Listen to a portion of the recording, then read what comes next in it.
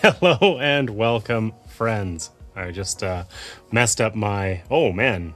I think my mic is running a little hot here. What happened? I might have to tweak that a bit. Sorry if it sounds like crap. I feel like I made like some minor tweaks, or what I thought were minor tweaks to everything. And instead, it's been pretty significant, actually. Let me see if I can fix that real quick.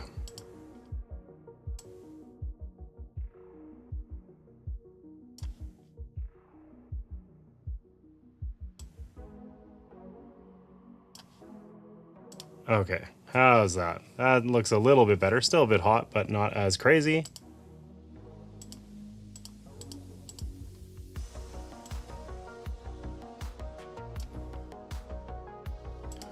We'll just live like that for now. That'll work for today. Hey, Allison. Hey, Legends. Welcome in. Nice to see you. Bring on the 80s. Styles bangs to be a bajillion feet tall.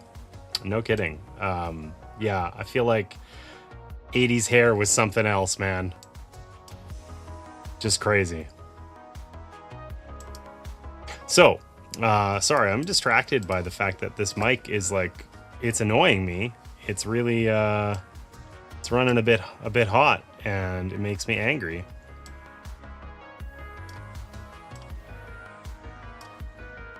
All right, I'm done screwing with it. Let's get into the game here. So, the Dark Quarter is our game of choice today. This is a sort of like, it's an interesting vibe in this game. It's like kind of this 1980s detective, I don't know. I somehow simultaneously get like synth and like noir vibes, and I don't know how to reconcile those things. But regardless, it's a little bit... it's definitely got a unique kind of vibe to it, and we're gonna check it out today. It is an app-driven game, so I got the app up here in the corner. This guy. So we should we'll see how that goes. Been a while since I've played an app-driven game, because sometimes they can be a little bit tricky. Now, this is kind of where we're at in this game, New Orleans. I can't say that in some proper Southern way. I'm not going to try. So this is kind of our overall map. It's a little bit interesting in that there's not a lot of, like, there's tons of detail on here, but unlike most games like this, there aren't really, like, there's no, like, grid or anything restricting our movement. We're going to be moving from kind of point of interest to point of interest in this game. We got these little handy tokens. The card camera is not working because, of course, it isn't. Why would it be?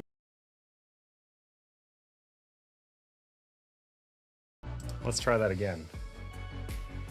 There it is. Just need to like stop and start it sometimes. So we're going to be traveling to these points of interest tokens and interacting with various locations and characters. So there's kind of like an overall map here. There is also this big, thick location deck. I don't know what's on any of these cards. I didn't peek, and I've never played this before. There's also story and item cards, and we're gonna play as a couple of characters here. It's actually part of what we got to do here. We got to pick which characters we want to be. I think we're gonna run 2, and I don't know if I can be this guy. The beard and stuff is just... There's a lot going on there. I don't know. Winter Mullins, Julia Paris, John Robichaud, and Constance Moreau. These are our choices for who to play. I don't know anything about these characters. Is there a backstory? Ooh, there is. Okay, so an important thing about this game compared to... Also, does this resemble anyone? Just curious in chat if that resembles anyone.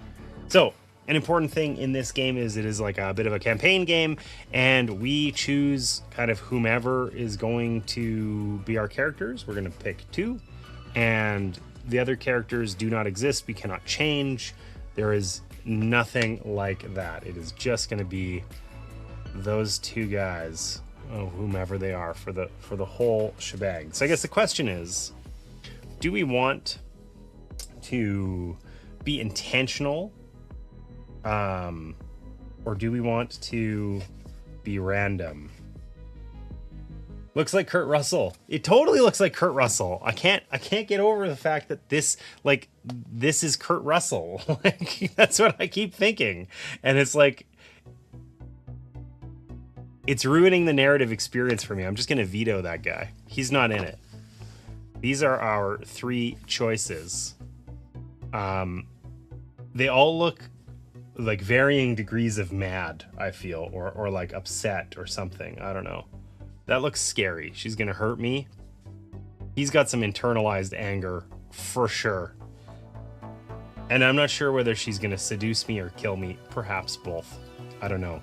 An important part of this game is it's supposed to be skilled but flawed characters. So, yeah, that's a thing. All right. Why don't we just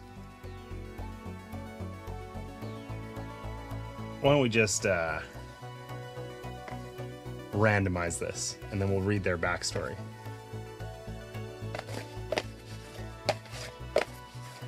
Do one of these. Try not to look, because I can, of course, like, they're very clearly, there's a picture on the back of them. Okay, you know, we'll do this under the table. Awkward, but effective. Like most good things in life. All right. These are our two characters. Who'd we get? All right, we got John and Constance. Sorry, Julia. Next time. Next time. We'll set these aside. And I don't actually know how to set these up, so let's make sure we get it right. It's pretty simple. Overall, the rule set to this game seems very... Okay, I think we do this as part of setting this up in the app. We literally just put this stuff out and then run the app. So we'll do that. We'll do that. Okay, let's give it a whirl. So here is the app. Let me know if it goes weird. Martina, welcome in. Nice to see you. Play in the Dark Quarter. We are explicitly told that we need to like read out a ton of stuff, by the way. So, as agents of the Beaumont Agency, you conduct a dangerous investigation into dark Orleans. To play this game, you need the physical board game. Do you have it? Yes, it is on the table in front of me. So, there's a thing in here. I think it's our next choice. We're not playing with any expansions. We had to pick the time pressure level. So, basically, are we, you know, there's these things in the game called pivotal moments where we are going to be expected to make a decision now. And I feel like if I was playing this by myself, I want to play this on like the pressure cooker. I want to be like forced. I want it to be tense. I don't know how well that's going to cooperate with streaming. Thoughts? Anybody?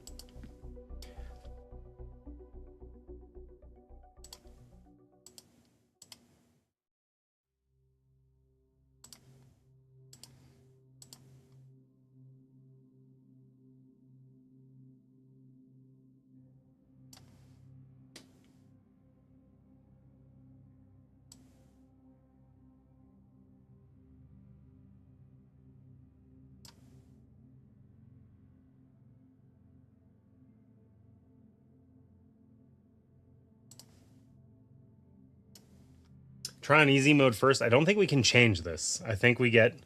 I mean, honestly, all this really is when there's some important decisions, does the app force us to choose quickly, or are we going to like be given time to choose? We'll just play on easy mode. Then we can always decide that we are not going to allow ourselves to just like sit here and deliberate for 4 hours about what we want to play. Also, my lights are not on, and last time this happened, I missed a raid because I wasn't paying attention. I was head down on something. Let's see if I can fix this. I think that's gonna turn that one off. What happened to my other ones? Hey, lights, where are you? Oh, you know what? I know why this is. How badly do I care about the lights? I medium care about the lights. Okay, you know what? I gotta go toggle a switch that's in a very awkward spot over there. I'll be right back.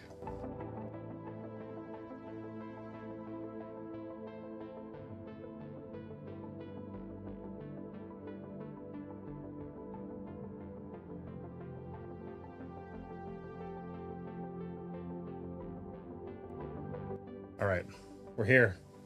We did it. The lights aren't on, but oh yes, they are. They're figuring it out. They kind of are sort of on. Some of them are. That's a win. We can live with that.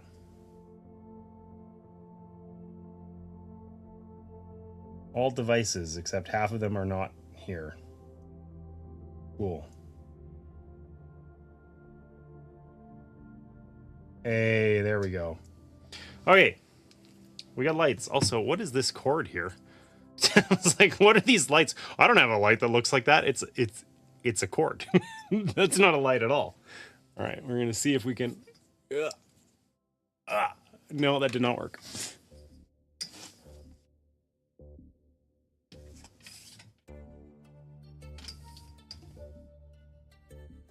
I have a bunch of lingering weird stuff from last time we played Subterra on stream, and I had black lights set up and I changed them, and I guess I didn't deal with it. Pro streamer, oh, it lagged. No.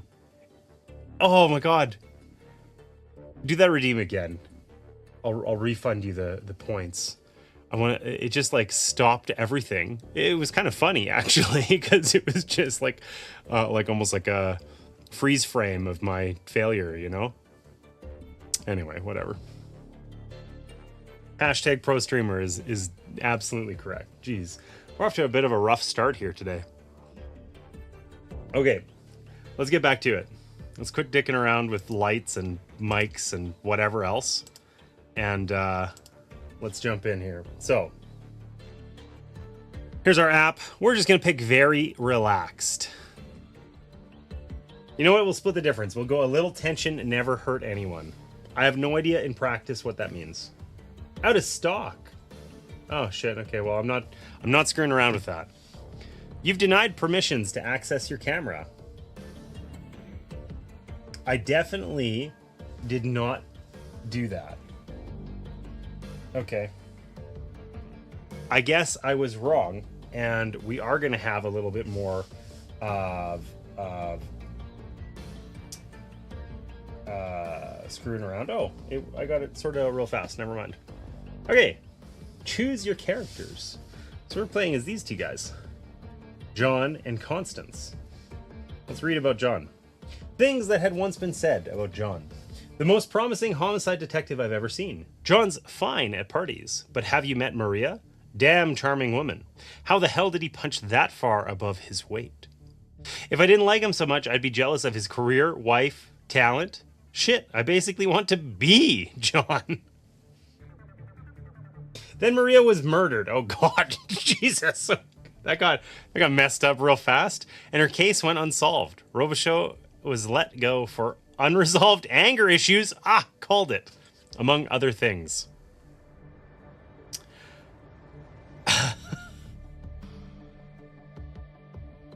His life fell apart. Things that were said about John now. A tragedy what happened to Maria, but no less tragic than what happened to John. Shame he couldn't pull himself together. I heard he threw in with the Beaumont Agency. The man could solve any crime blindfolded and handcuffed, but now he's broken and used up. Bottom of the barrel, even for the likes of Beaumont. Who, Robichaud? You mean, John, I lost my shit? He's still alive? Okay, so listen. It did say that this was like a more mature game. I guess they meant that very literally. There's a, you know, the occasional little curse word or whatever that got very dark very fast. We went from, hey, let's play a game and pick some characters, to this guy's life was great until his wife was murdered and now he's screwed up. So kind of a bit of a dark turn there pretty swiftly. But I think that holds some promise for an interesting game, I think. So I for one am excited. And let's...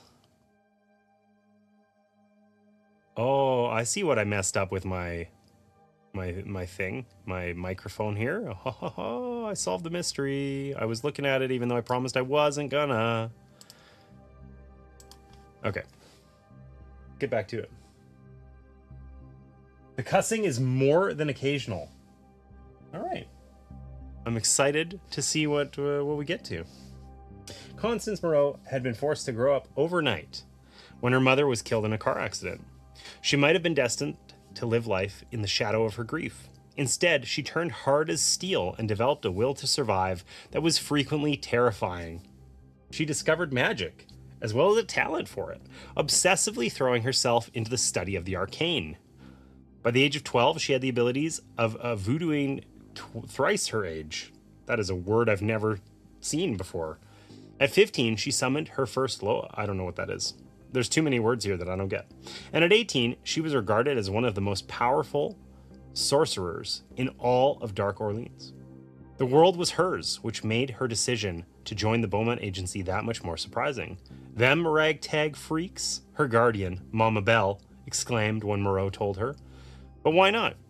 She wanted to flex her arcane muscles, and no one ran into more wild and crazy shit than the Beaumont agents. Vampires, werewolves, and diablos, oh my.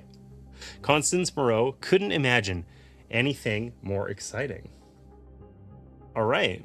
So, the implication that our characters here are flawed is definitely a thing. So, cool. Exciting. Let's keep going. We'll save Winter Mullins and Julia Paris for the next campaign, I guess. Okay, so for John here. Oh, do they have minis? I thought the minis were only for NPCs. I was wrong.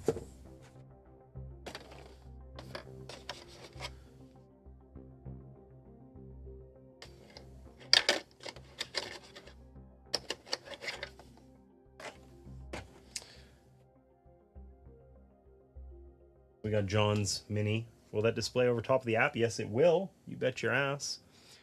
Okay. That's John. And we have these these cubes that go on the board here. This is a bit of an unusual system. I'm kind of intrigued about how this is going to work. So basically, we're going to end up doing a bunch of like skill tests in this game, and they're going to work not unlike skill tests in many games, right? Where we're going to roll some dice and see if we pass a check. But this is an app-driven game, and one of the advantages here is that it should be a little bit less like binary than in just your, you know, whatever, Eldritch Horror or something. A card either happens or doesn't. You get enough successes or not, right? So the general kind of gist of how that works is that we are going to roll these dice, and there's also some additional dice that we can add in there. Okay, the dice are super cool, by the way. They did a good job, at least on this part of the production. So we always roll these main dice, and they have numbered sides from 1 through to 4. And so we're going to generally be rolling 2 dice. We're going to be adding those up. So in this case, you know, I have 5, right? Ignore this thing and pretend that doesn't exist. And then I'm going to look at my various tracks here, or whatever type of test I was doing, right? There's like God, now I forget what they're called. There's charisma is the bottom one. What are they? What do we got? We got talent, we got combat, we got arcane, and we got charisma. Okay, so if we were doing a talent test, we're going to roll our dice, and then we're going to find the number of cubes that we have on these tracks that are lower than the total that we rolled. And that's like, those are successes, right? So in this case, it would be 1 success. Did I get that right, or did I get it backwards? That is the true check here.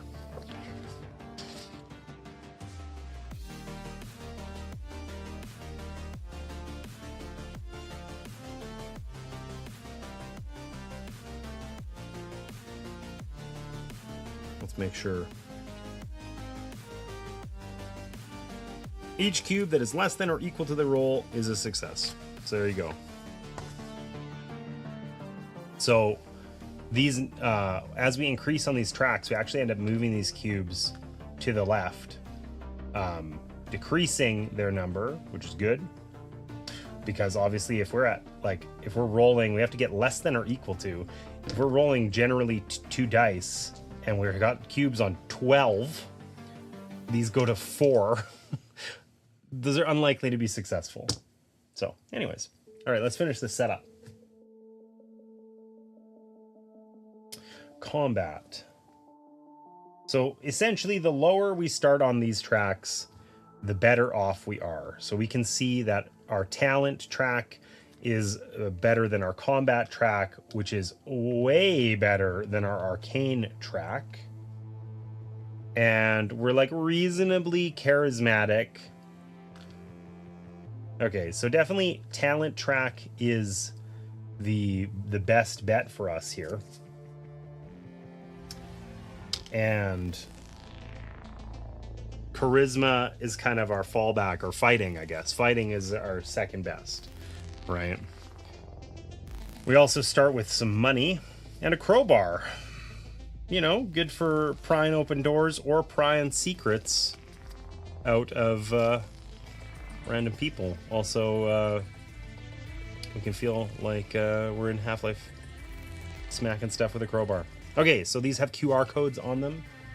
So at various times, we will be scanning these. These are consumable items that we can use. So for instance, in any combat test, add 1 to the roll total for each 1, 2, 3, and 4. So pretty cool. Who doesn't like a crowbar, you know? All right, and then Constance over here, I imagine her arcane skills are going to be psychotic. That is not Constance. What am I doing? This is Constance. She's got a fireball in her hand and a sassy little like hip toss, you know? So we can be certain that that's going to lead to some some interesting ass kicking. All right. I should have grabbed more cubes while I was getting them out. So talent. Okay. Combat. Extremely poor. Gonna get her ass kicked in a fight.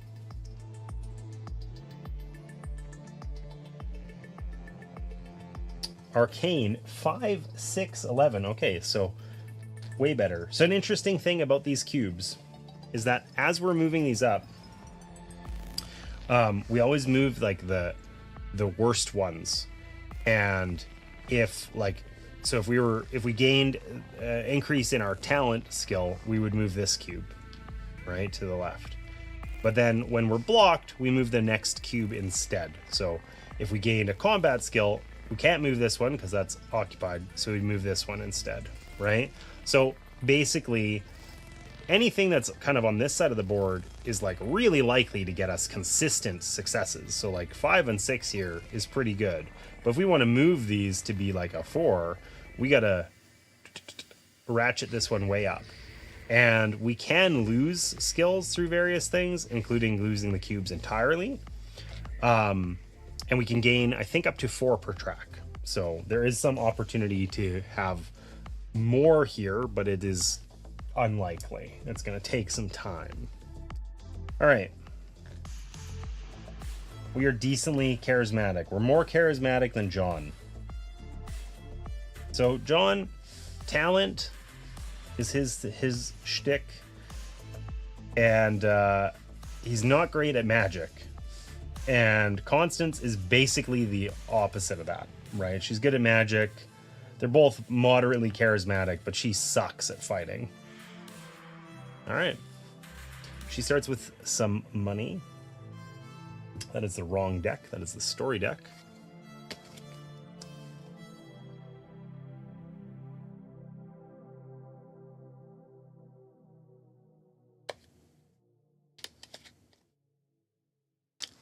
All right. Got our items set up. Good to go.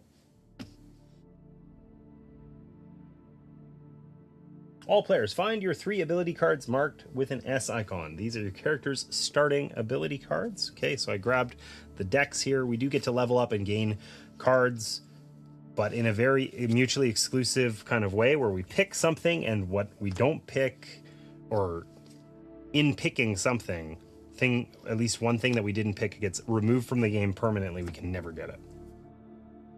Select one of the 3 starting cards and unlock it for free. Combine all your remaining ability ones. Okay. So we can spend, there's intermissions in the game during which we can spend experience. So what do we start with? We get to start with 1 starting card only. So the Arcane Prodigy. This is for Constance, obviously. Okay, Arcane Prodigy. In all tests, each pair of stars, so the dice have one side that is a star.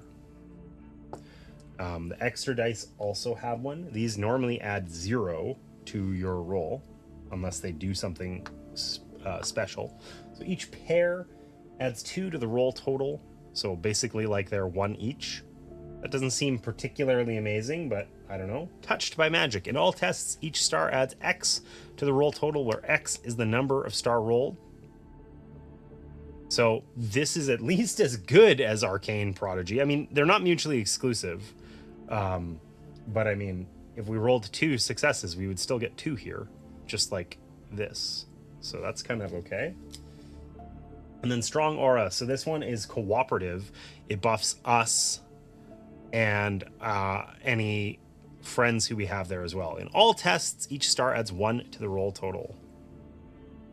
Okay, so this, I guess actually, this is better. If we rolled 2 stars, each adds 2. We would get 4, not 2. So this is lackluster and terrible.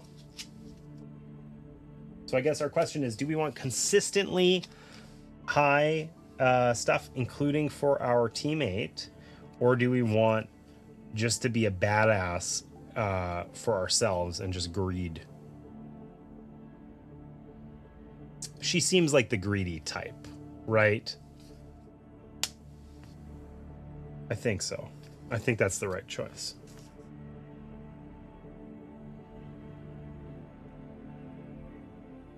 All right. John, what do you got? The Professional. Whoa. Oh my God. Okay, let's get that back here. In all tests, each 4 also adds 2. So 4s are 6s. In talent tests, each success roll, so that's on our extra dice here, one side is just an automatic success, so it would count as 2 successes. And Driven by Grief. In all tests, each star adds X to the roll total, where X is the number of bonus dice used. All right, listen. Thematically, we have to take Driven by Grief, right? This guy's if there was a key message in his story, it's that everything went bad when his wife was murdered. He's driven by grief. 100%. 100%. Try to make some narrative choices here. All right, we got our decks remaining off to the side. We can purchase stuff from that eventually. but not quite yet. Did every player take starting items and set their skills? Yes. New Orleans, 1981. It was the hottest August on record in New Orleans. The humidity blanketed the city like a mass of rancid honey. Ugh. Jazz riffs leaked out of the French Quarter, valiantly trying to pierce the sweltering air. People stumbled from street to street and parish to parish, as if in a sweat-drenched trance. If ever the city lived up to its ancient nickname, the Wet Grave, it was in the summer of '81. The murder was brutal and archaic. The victim, the mayor's chief assistant, Frank Boisseau, was powerful and important. It was a perfect storm of bad juju from the moment a patrolman came upon the gory display in Louis Armstrong Park. Reporters and rubberneckers swarmed the crime scene almost before the NOPD could rope it off. The detective in charge took one look, vomited into the bushes, the first time in his career that a crime scene had turned his ironclad stomach, and said out loud, to no one in particular, "This is gonna hang on our necks like a fucking millstone if we don't put it to bed immediately." A call was made for outside help, a call no one really wanted to make. But in this instance, the New Orleans Police Department wasn't above begging. Thus, the Beaumont Agency was asked to consult on what would become the first of the Congo murders.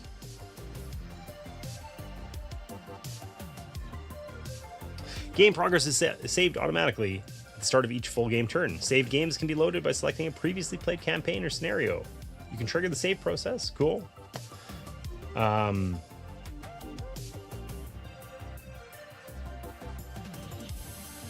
Cool. Setup. Ooh, okay. The city of New Orleans. Set up the city board. All right, we got that. Agency headquarters and the office of Director Sophie Romero. It is firmly implied in the rules that Sophie is a bit of a bitch. So just anyway.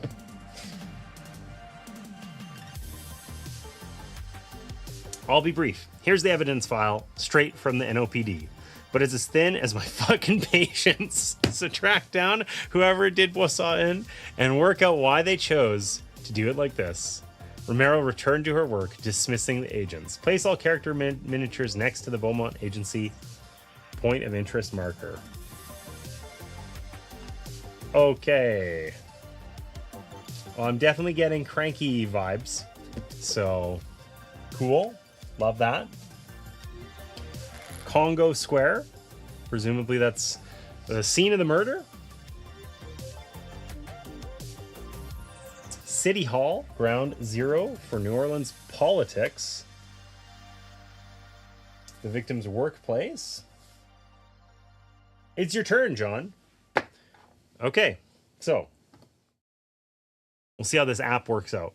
Basically, the turn structure is really simple. It says refresh and effort die. So we always roll our main dice. High rolls are good because we get successes by being under the value of our rolls. Okay, these good dice go up to 4.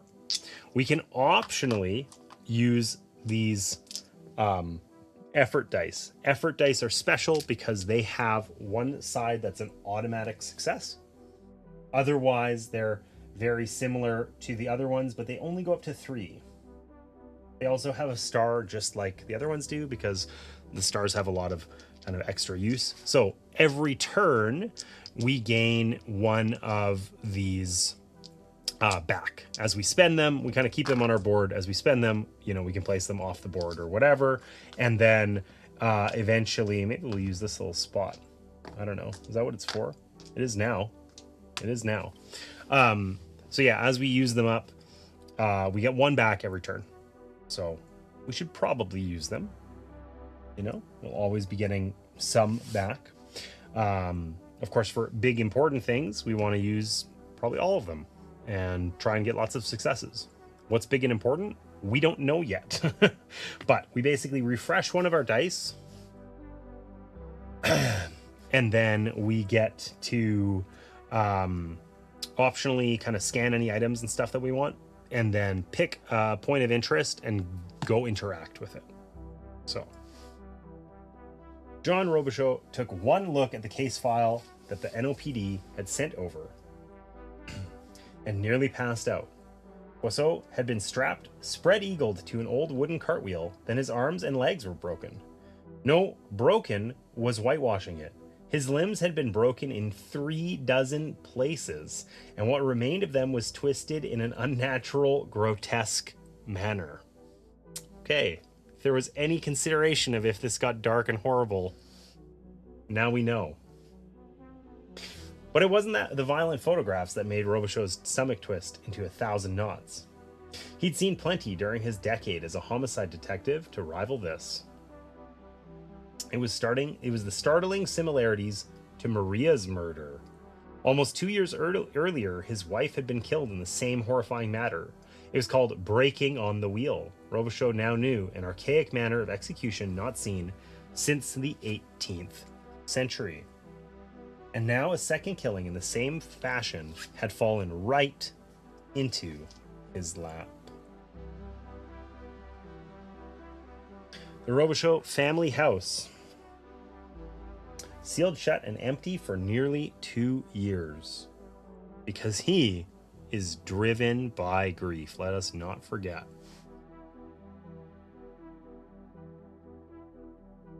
Okay, so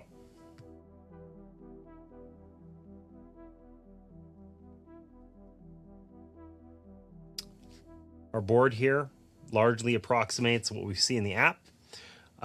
There is no restriction in terms of movement or anything in this game. We can just go to any point of interest, no matter where it is. There isn't like travel time or anything like that to consider. So we really just have to kind of progress through this narratively and go where we think we should.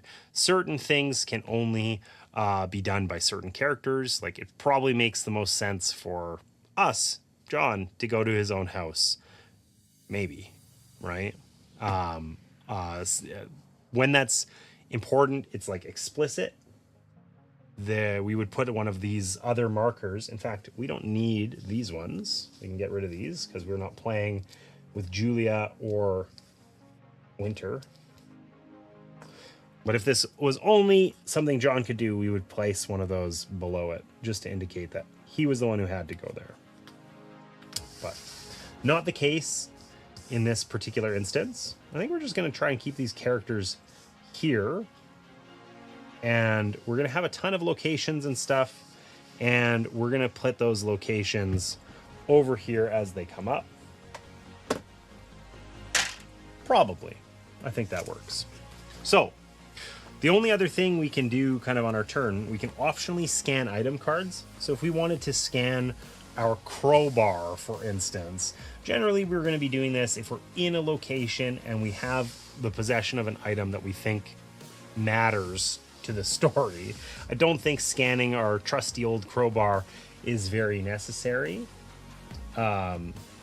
So we got to pick somewhere to go. Do we go to our house? Do we go to the scene of the murder? Do we go to City Hall? We're equally charismatic.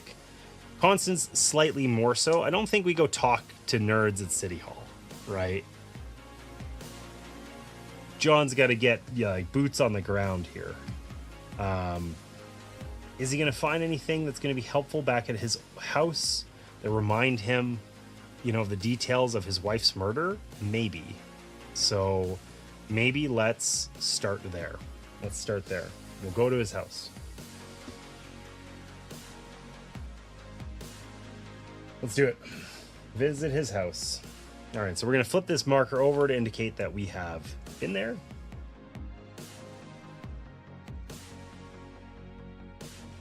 And we're going to take a location card. So this is kind of our core loop here that we're going to be doing a lot of. Obviously the map doesn't have a ton of detail because I don't think we're going to spend a lot of time on it. I could be wrong, but we're going to take out house. This is location number 12.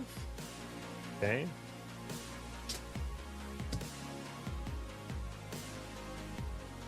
We're going to try and keep these location cards over here, and I'm hoping that they're not going to be horrifically overwhelming and there'll be 500,000 of them, but I don't really know what to expect.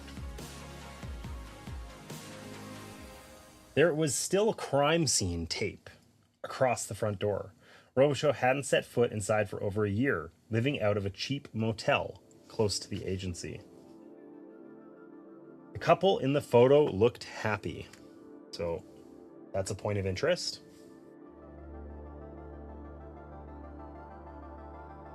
Dust coated everything, including a picture of John and Maria at the policeman's ball in '79. All right, so he's the only one who can investigate photo. Master bedroom. A door off to the hallway led to their bedroom where Maria's things would be.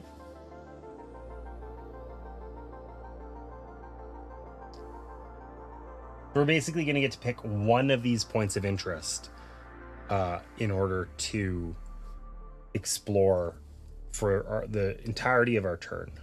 The door led out back. There's dusty cobwebs and stuff there. I don't know. Maybe that's the whole vibe everywhere. Through the screen door that led to the backyard, Robichaud could just make out the outline of the tool shed. He nearly vomited. He did not want to be here.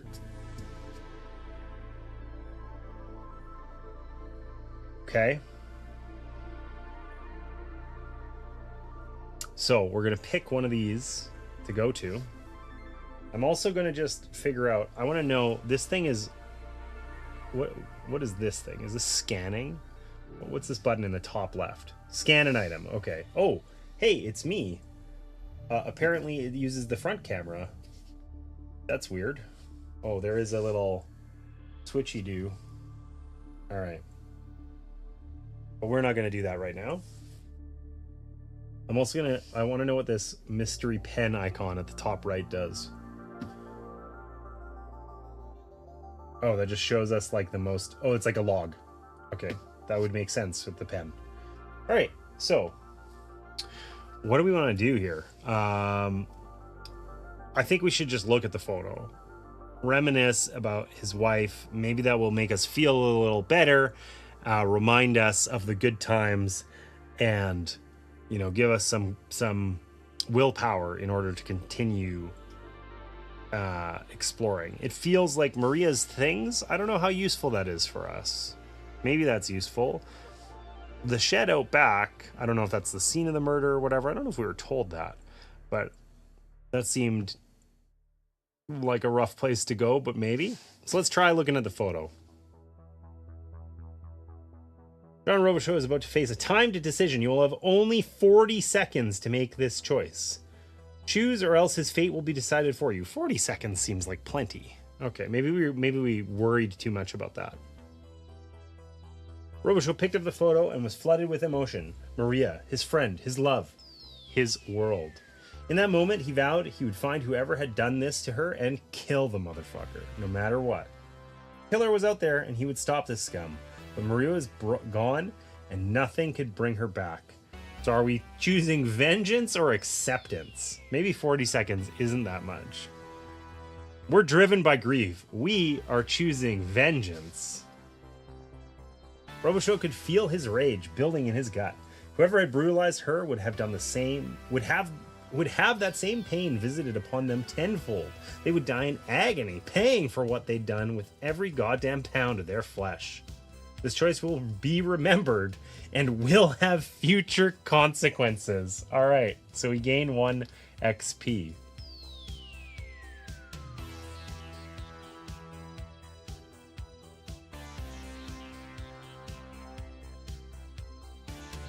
The photo goes away.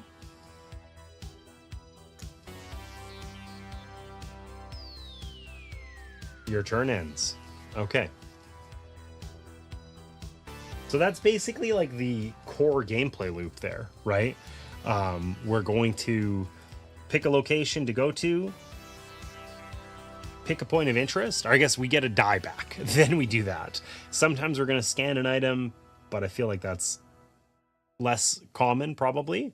And generally we're we're working our way through the story by going to various points of interest and seeing what we can find there and what implications it has. I did not expect to start the game with a pivotal decision. Are we choosing like vengeance or sort of acceptance? We picked vengeance, but I'm intrigued. I feel like that maybe this is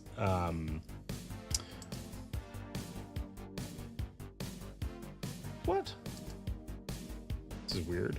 I wanted to see if I could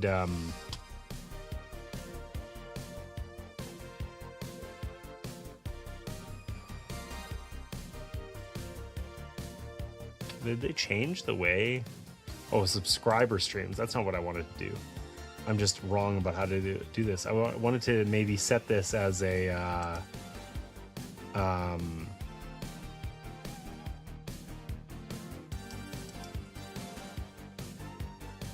mature rated game. Significant profanity or vulgarity. Let's throw those tags on here so that Twitch doesn't get angry at me. And we're gonna keep going. We're gonna do Constance's first turn and see where we end up. All right, Constance. Refresh and effort die. We got all of them. So Constance can go to City Hall, or she can go, I guess maybe she's not going to have a pivotal decision like we did. We can go to City Hall, or we can go to Congo Square. I feel like City Hall is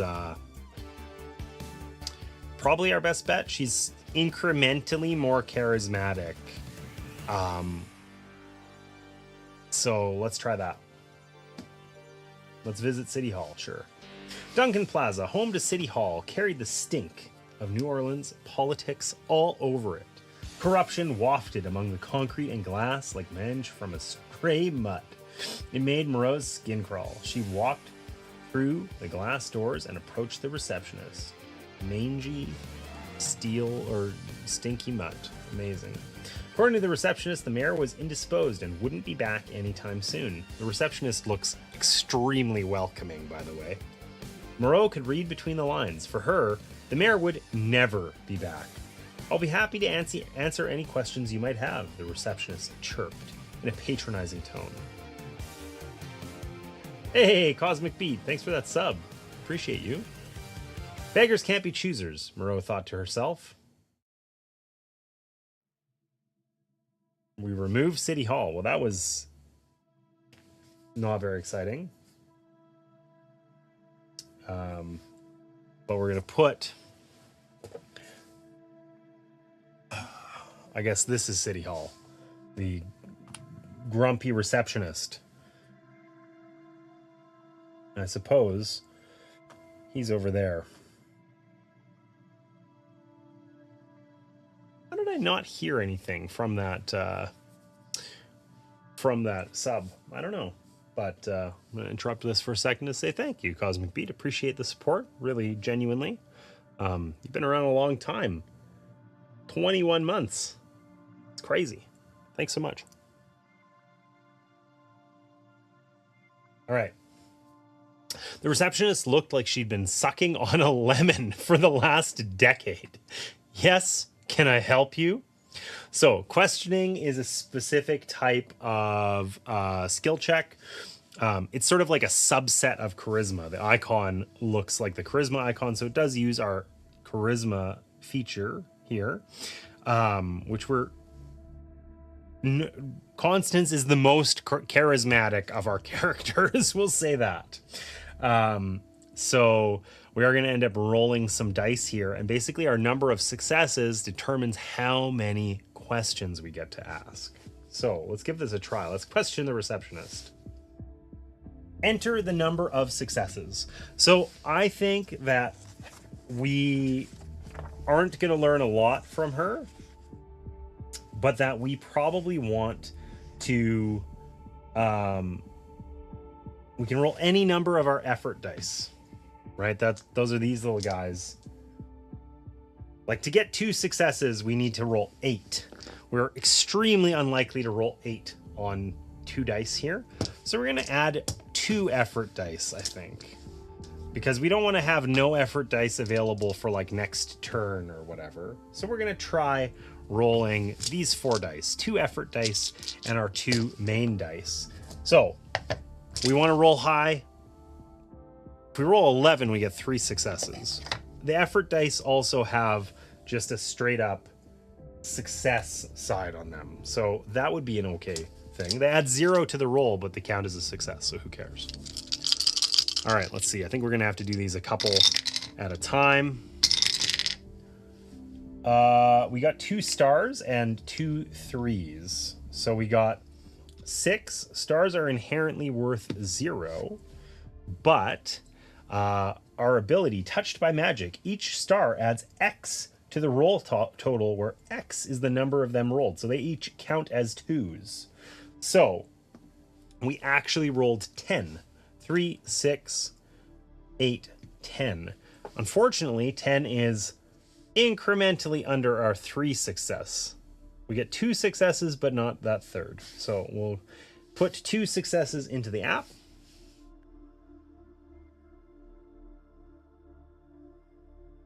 And then we get to see what we want to talk about here. The receptionist looked like she'd been sucking on a lemon. Okay, yeah. We got 2 questions remaining. Can you tell me anything about this? So that would be where we show her an item. I don't think we have anything where we want to do that, but that might be something we want to revisit later. We can remember that we can potentially show the receptionist something of importance.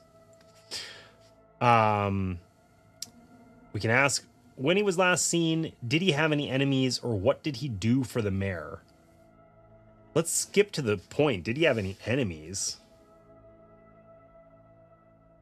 I honestly wouldn't know, Detective. Mr. Boisseau was very private. Boisseau? I don't know how to say that. And even if I did know the answer to a question like that, I certainly couldn't share it with you. We have policies at the mayor's office, after all. The smile she gave Moreau was condescending in the extreme. Okay, so we can either try to intimidate her or coax her to give the correct answer. Okay, I feel like she deals with people coaxing her all the time, and that is unlikely to be successful. We're going to just try and intimidate her, just right from the get-go. We're a badass. We know it. She is being a bitch. Big intimidate energy here. Moreau wasn't having any of it. No more bullshit, lady. The receptionist's jaw dropped. She was clearly not used to being spoken to in that way. I can't say any names because we all hated Frank. He was awful to the mayor and awful to everyone in the office. He would have been fired years ago, but he had powerful friends at the ־ Corporation, or at least that was the rumor. Moreau has uncovered a new lead. There was a connection between the case and the ⁇ Corporation, and while Moreau didn't yet know what the connection was, she had little doubt that it would prove significant. So we gain 1 XP, big. And we're going to put the ⁇ Corp building on the map. The most powerful organization in all of New Orleans. What could go wrong?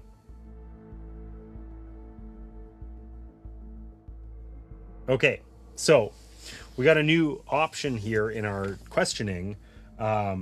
This little thing is like an unlocked question, right? So we have the initial questions that we started with. We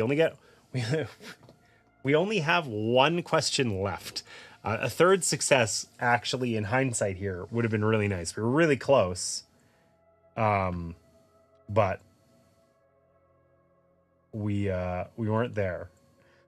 Anyways, unlocked questions obviously are ones based on what we found out. I don't think we care what he did for the mayor. We want to know about the corporation, right? So let's do that. What can you tell me about the ⁇ Corporation? The receptionist was visibly shaken by the question. Frank had some kind of ties to them. He'd go there for meetings at least once a week. Oh, that's often. Okay, but the mayor never went with him. Afterward, he'd come back and immediately barge into the mayor's office, no matter what he was doing or who was in there.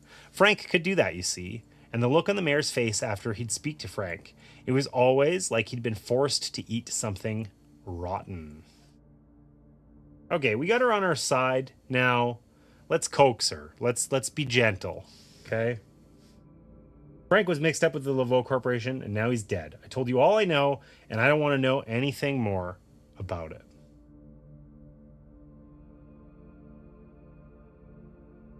All right. So, something that we're told in here is that if we use the incorrect method to get through one of these questions, we try to coax instead of intimidate. There are times where we can, it'll show us that, and we can like try again, essentially. Not immediately, but we could like later return and ask more questions. I didn't see that in here, and looks like we'd have to return in order to even know whether we were correct or not. But in any case, all of our questions have been used up. We don't have anything else to say to this receptionist, and our turn is over. So it's back to John's turn. He gets to refresh an effort die. He, of course, did not use any effort dice, but Constance has 2 unavailable. So you always get 1 back at the start of the turn. So we would have the same number. We would have, well, not 3 available. We would have 2, the same number we used. Anyhow, I'm intrigued so far. This is a much more mature story than I was expecting. Something that's interesting. I'm not like I want to see more mature content in board games. Definitely, I think one of the challenges with board games is that they are infantilized a little bit, right? We get like everything's big glossy eyes and family friendly, and that's not bad. I don't need a adult story in order to enjoy a board game, but it's refreshing that there is one, because the options are actually few and far between. You know, comfortably 9 out of 10 board games have nothing remotely adult about them. You know, like they're suitable for 10-year-olds and younger, almost the entire genre. So that's pretty cool to see. On that note, not really on that note at all, but I'm going to take a quick break here, and we're going to resume finding out what happened to Maria and where we go from here with the mayor's assistant. It seems awfully spicy, so we'll be back to that in just a minute here.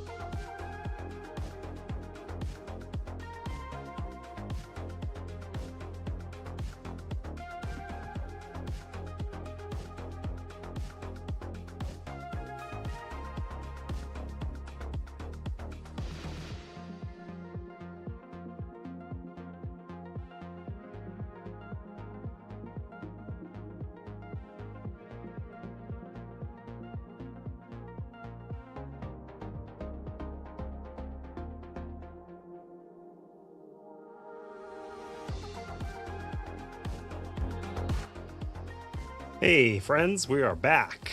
So, apologies about that, quick break, and it is time to continue on to turn 2.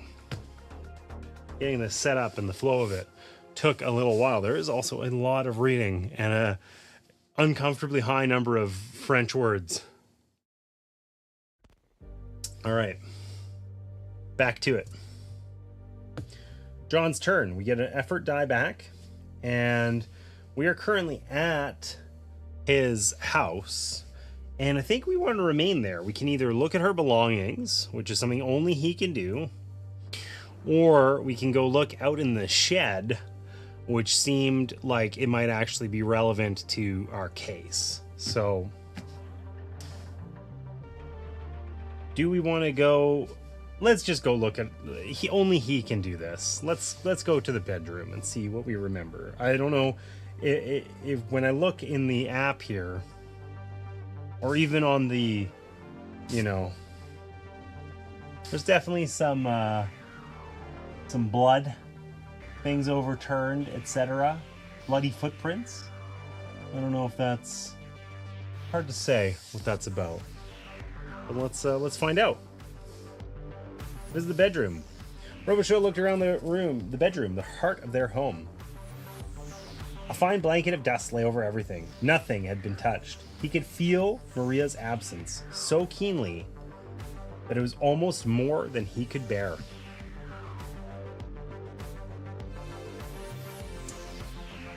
Judging by the layer of dust, nothing had been touched in the bedroom for a very long time. Do we want to detect the arcane or investigate the room?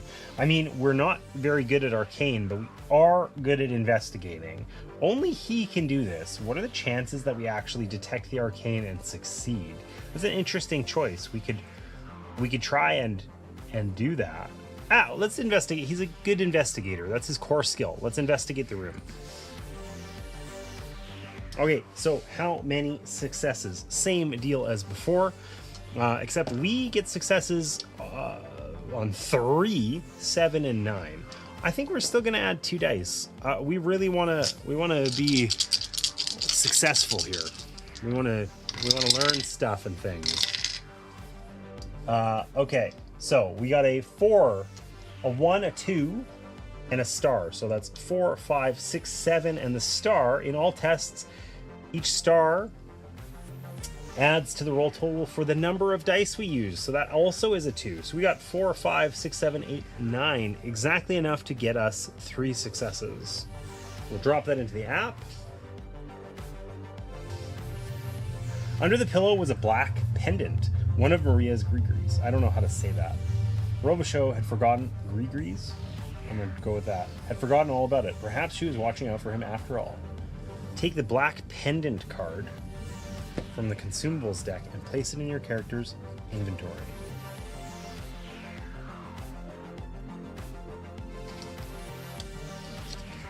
I wonder what we needed, how many successes we needed in order to get that. Just 1? Who knows? On the desk was an old jar stuffed with forgotten money, Maria's rainy day fund. Robichaud pocketed what was there, trying not to imagine what Maria had planned to spend it on, and failing miserably. So we get a money card.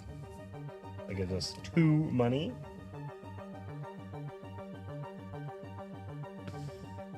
And that's it. Okay.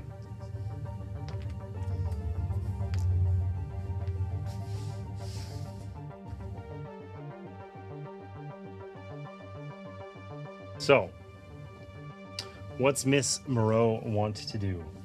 We finished up at City Hall. I mean, it feels like we go chase down this lead about the company, and that's going to end really badly for us, and we're going to end up dead or something like that. Screw with the wrong guys. But at the same time, none of us has just simply been to the scene of the crime. So maybe let's go to the scene of the crime first. Let's do that. Let's start there. Moreau was considering... Oh, maybe we don't get to pick. Moreau was considering where to investigate next when the hairs on the back of her neck went up and her danger sense kicked in. She's Spider-Man. Moreau spun around and braced for an attack. Okay, so we do a combat check. Now we have a combat skill. We need at least an 8 here. I think we're right back to rolling these 2 extras, right? We don't want to get attacked suddenly. So we got 2, 3, or like 2, 5, 8, and a star. A star is 1 in this case. So we only got 1 success, actually. Oof. Better 1 than 0, though. Moreau wasn't fast enough. A sucker punch right to her kidneys knocked her to the ground. This guy looks like generic thug for sure. The assailant was a young, stocky man in a red leather jacket. He grinned at Moreau and backed up, raising his hands as if he meant no harm, which was clearly bullshit. No hard feelings, Beaumont. I'm here to have a chat. The man eyed Moreau warily, waiting to see how she would respond to his hospitality. So, we can ask him what he wants, we can fight him, or we can use the arcane against him. We just used up all of our dice, so we only have our main dice, which is not amazing. Though we do have our thing, we can add +3 to any arcane roll. And we only need 5 and 6 to get successes. Let's talk to him first, then use the arcane. Let's find out who he's from, what he's doing here, and then, you know, burn him alive or something. What do you want? Glad we can talk like civilized people. Now I'm going to need you to listen real good. Heard you've been sniffing around the awed Corporation. I'm here to let you know, in the clearest possible terms, that it would be greatly appreciated if you would direct your attention elsewhere. By all means, do your thing, but do it away from the corporation. Capiche?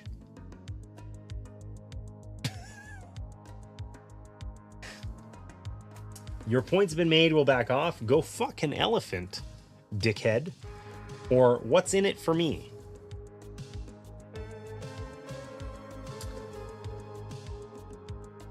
I mean, I think we're too egotistical to take a bribe or something like that. We could always take a bribe and then just not, not like we could ask what's in it for me. Try to take some sort of exchange. That might limit our options in the game. I don't know if that's how the game works. I don't think we can just get sucker punched. We're a detective. We got wicked arcane skill. Go fuck an elephant, dickhead.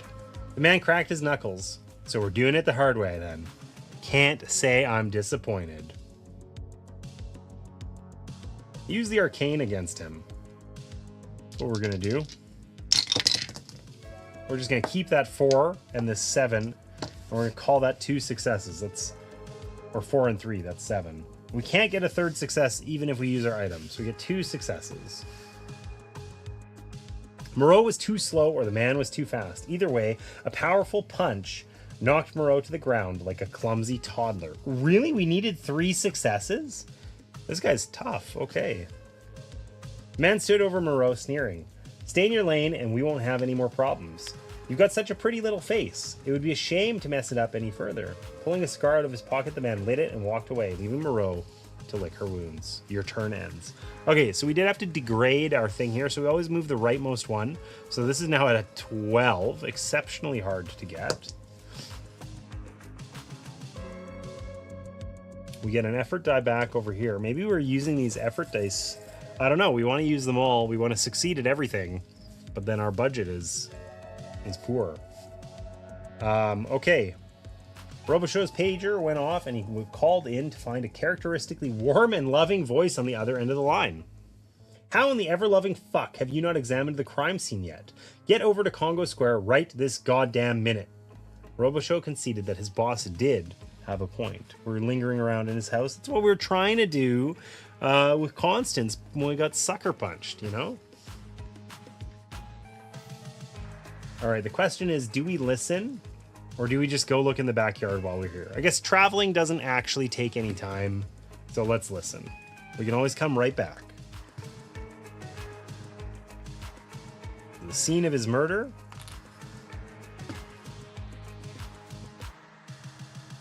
Entrance to Louis Armstrong Park. The park was a madhouse. Throngs of people gawked at the entrance, trying to see past the crime scene tape and catch a glimpse of the grisly display beyond. A frazzled police officer. Okay.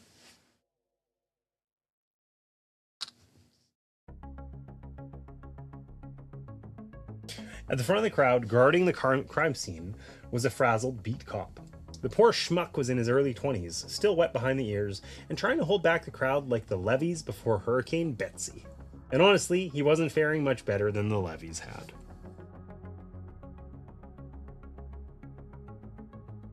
A tall and mysterious man. Is he mysterious by virtue of being tall or for something else? I wonder. At the back of the crowd, Robichaud noticed a man quietly staring at the spectacle, not moving or saying a word. Robichaud wouldn't have paid attention to him if not for the fact that he was a good foot taller than anyone else around. Okay, so he's quite tall. Extremely tall man. Okay, so these both represent points of interest. It is weird, the fact that this guy's tall, who gives a shit? But it's weird that he's just standing there, unyielding, unmoving, whatever. Maybe that's just because he can see over the crowd to see the grisly crime scene or something. I don't know. What's talking to the beat cop gonna tell us? Nothing too exciting, I don't think. Right?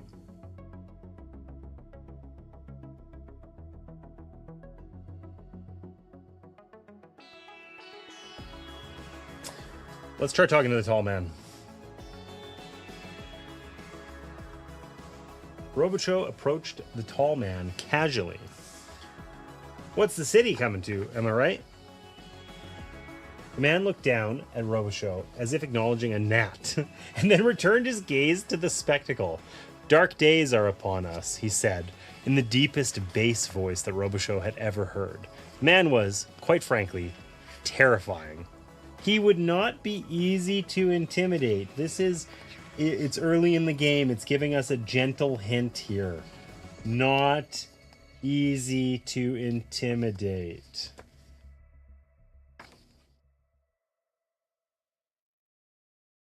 All right. The man barely acknowledged Robichaud, but he didn't tell him to get lost either.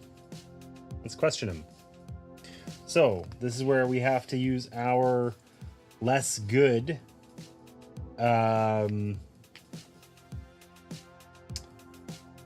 charismatic abilities, you know.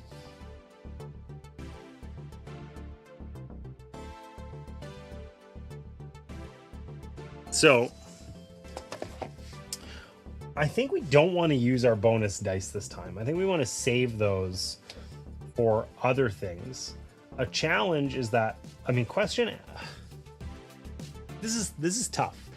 If we're in a fight or something, we want to have those bonus dice so we don't get our butts kicked. But at the same time, asking like a singular question is going to suck. And questioning uses our charisma. We need at least a 9 to get 2 questions. That feels unlikely to happen. 5. Can we get 5 on our 2 dice here? Probably. Even that, we could just... Oh, you would, wouldn't you? You would. Martina, it was you. It is still...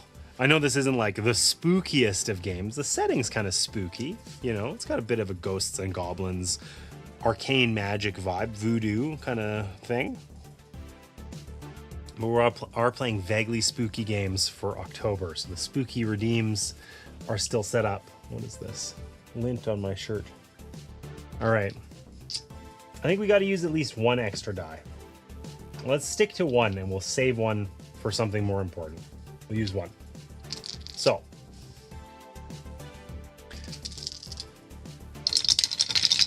What'd we roll? We got 4, 6, 8. which is exactly wrong, because what we need is 9 to get 2 questions. It sucks. We have essentially no ability presently to like revise or re-roll these or anything. Our crowbar works in combat, and our black pendant in any test add 2 successes. That's huge, but we want to like save that, you know.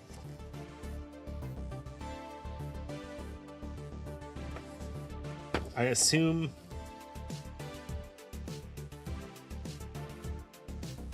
that when we use our item cards, they go away, you know? They're explicitly consumable.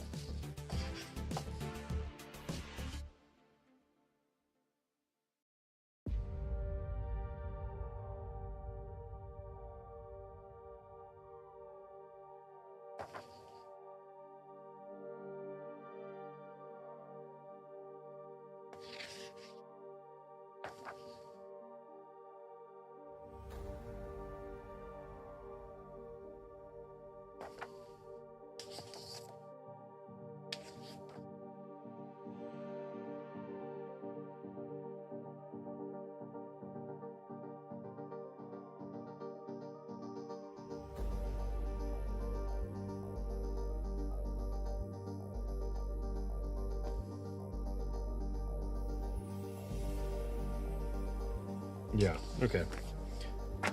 Whatever, we got 8, which is 1 success. Run with it here. The music is not so spooky, a little bit too upbeat. Okay, listen. I picked something that was like synthy and mysterious, but there are a couple upbeat tracks in it for sure. Just the way it went.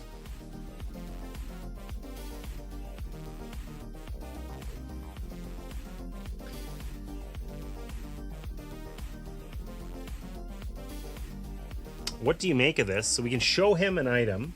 We don't have anything to show him. Who are you and why are you interested in the murder? How the hell did you get so tall? Okay, we only got 1 question. We're not wasting it on what's the weather like up there. We're going with who are you and why are you interested? My name is my own and my business the same. We were very explicitly told no reading between the lines necessary. Intimidating wasn't happening. We could try anyways. Hit him with a crowbar or something, but I think we gotta coax him. It bears repeating that these are dark days for our city. As a servant of Cazador Inc., I am here to bear witness. The man considered Robichaud carefully. I sense the same concern in you, so I give you this one morsel. Voodoo magic is involved.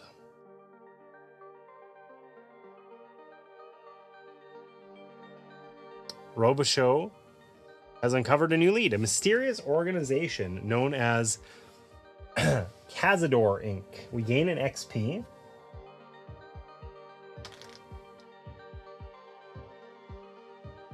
Oh, I screwed up my combat. I think it was at 5.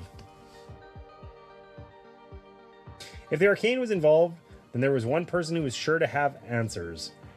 Madame Babette Bordeaux. Dixieland Drugstore. Okay. Your one-stop shop for voodoo magic and must-have souvenirs. The man barely acknowledged Robichaud, but he didn't tell him to get lost either. Okay, so we're out of questions. We only got 1 question because we suck. We're not very charismatic at all. Constance gets an effort die back. That brings her to 1. I feel like she would be a great person to go investigate this drugstore, right? I don't really desperately want to go get in another fight again.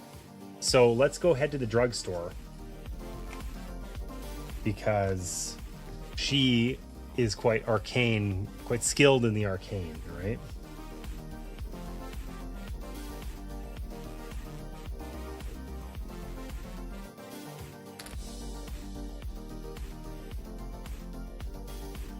All right, location 11.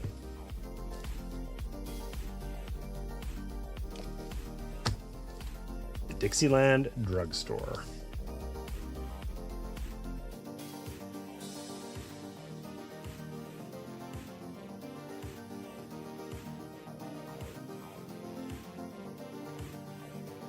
The Dixieland drugstore was packed to the brim with voodoo bric-a-brac, shrunken heads, love potions, spell books, I Heart Voodoo t-shirts, and other curiosities.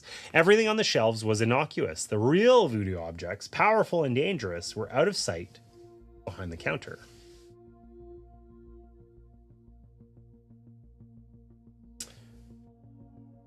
All right, Madame Babette Bordeaux, the proprietor. Madame Babette Bordeaux, that's a lot to say. The kindly woman who had run the drugstore for decades stood behind the counter. Hello, Constance, it's been a while. You shouldn't be such a stranger, she smiled. Look around and let me know if I can help you with anything.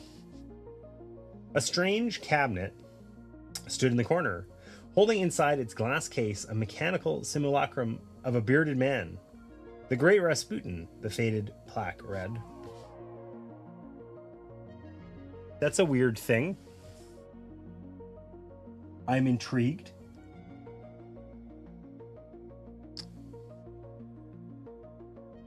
It's like a mechanical Turk, like maybe we can go ask it some weird question or something.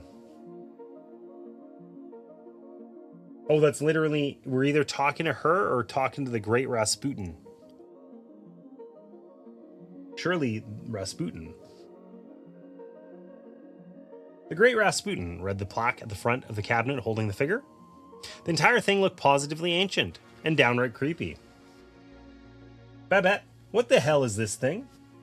Oh, I got it recently. Looks like an ordinary mechanical fortune teller you'd see at a fair or an amusement park. But there's certainly some magic in this one. Didn't have a chance to properly study it yet, but it seems harmless. Famous last words, right? What could go wrong? The Great Rasputin's smile didn't really say harmless. I think for me, it's the glowing red eyes are the tell that this isn't harmless. Like, look, come on. The glowing red eyes.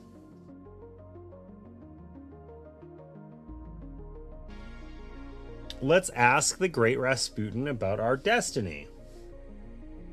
Cogs were whirring and grinding somewhere inside. The Great Rasputin's eyes flickered several times. Nothing happened for a few seconds, but finally a piece of old paper popped out of the slot at the machine's base. Will you reject your legacy, or will you embrace it?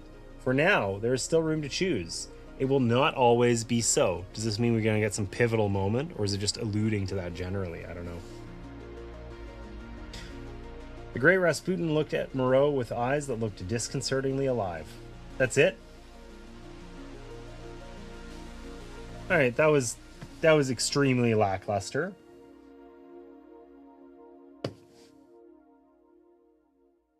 All right, we're here. Do we talk to the beat cop?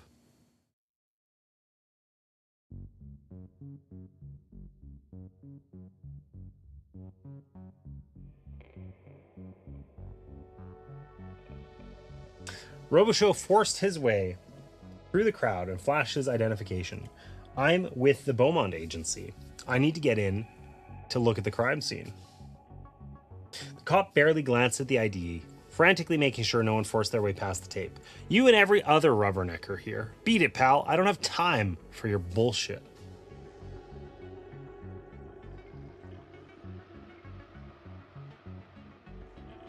We want to charm our way past or get past the cop with magic? Well, we're not getting past him with magic. Or charming, I guess. Oh, we suck at charming. Okay, you know what? What's the worst case that happens here? The guy confronts us and we try to push past, he confronts us or something, we actually show him our ID and we get through, right? So I think we're putting no dice in on this one so that we actually have dice back for next turn. Okay, so let's give this a whirl. We're gonna roll, oops. We're gonna roll just our main dice. This is charisma, so we need 5. We rolled a 1 and a star, which is worth the number of bonus dice we used. So it's worth 0. So we didn't even roll snake eyes. We rolled a 1 on 2 dice. Fuck. Okay, we got 0 successes. The cop spent even less time looking at it than before, while managing to simultaneously hold off an overeager journalist and bar Robichaud from entering. Refresh one of your dice. Your turn ends. Okay, so we flubbed that so hard. Okay, Constance is going to obviously... she's going to talk. Constance was distracted. It stemmed from an urgent note she'd received from Mama Belle, the woman who'd raised her after her mother had been killed in a car accident. The woman who taught her everything she knew about the arcane. The note simply read, "Little Constance, come at once. We must speak."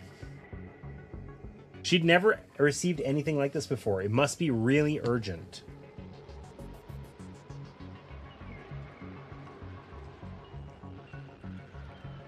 Okay, and only she can go, oh, of course, this is our decision. Are we chasing our destiny or not? Is our decision right now, right? I think we proceed there immediately. We can come back to the drugstore and talk to the arcane lady. We might learn arcane stuff over here anyway, right? Let's go to Mama Belle's house. Destiny! Exactly, right? That's what I'm saying.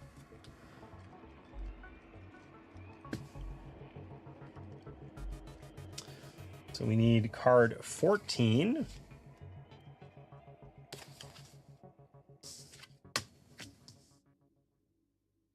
Ooh, it looks funky. That's a cozy place.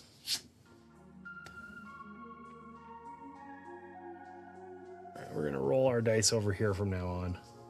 So we got a little bit more space. Mama Belle's house, the house that Moreau had grown up in, was a plain white clapboard in Marrero. Nothing on the outside indicated that one of New Orleans' most powerful practitioners of the arcane lived inside. A photo of Moreau's mother, okay. Been there too. We've seen those before, photos. As Moreau walked in, her eyes were immediately drawn to a photograph on the wall. It was the only photo of her mother that she'd ever seen. Mama Belle was sitting in her favorite rocking chair, looking out the window. So that's number 20.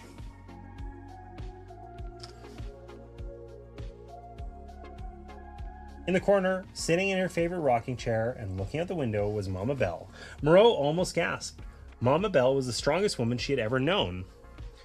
But the frail creature in front of her looked nothing like the woman who had raised her. She barely recognized her. There you are, child. There are things we need to discuss. Things it is time that you knew. But first, there is a box on the table for you.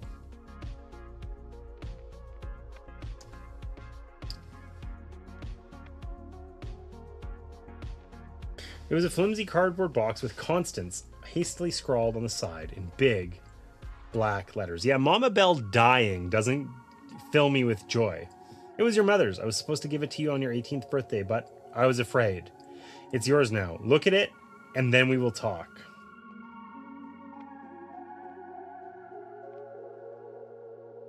I feel strangely compelled to... I feel like I'm being railroaded here. I know it's urgent, but it can't be that urgent, right? Surely we have time to look at the photograph. I feel strangely compelled to look at the photograph. Only one we've ever seen. We've probably seen it before. But we're going to look at it again. The photo on the wall was faded with age and dated June 1959. To the left stood a younger version of Mama Belle, the one Moreau remembered from childhood. She was firm yet kind and dressed in the colorful robes of her religion. Next to her stood a younger woman in her late 20s that bore a striking resemblance to Moreau. She looked stern and her face held no trace of warmth. In her arms, she held a newborn little baby girl. Mama Belle had always said that this was the last and only picture of Moreau and her mother, before her mother was killed in a car accident. Okay, listen, let's just get this out of the way. There is 0 chance that she died in a car accident. Nope. Werewolf ate her. I don't know. Something. We gain a XP. And we remove the photograph. And our turn's over. All right. So we have all of our dice back because we failed to push past this guard and go see the crime scene. So I think that is obviously our goal here, is to just talk to this cop again, right? And we're still more likely to charm our way past than use magic. So we're going to charm our way past him, but we're going to actually use a die this time so that we don't wholly fail. Oh my god, we failed again. I rolled a 1, a 1, and a 2. That is 4. Our success on charm rolls is 5.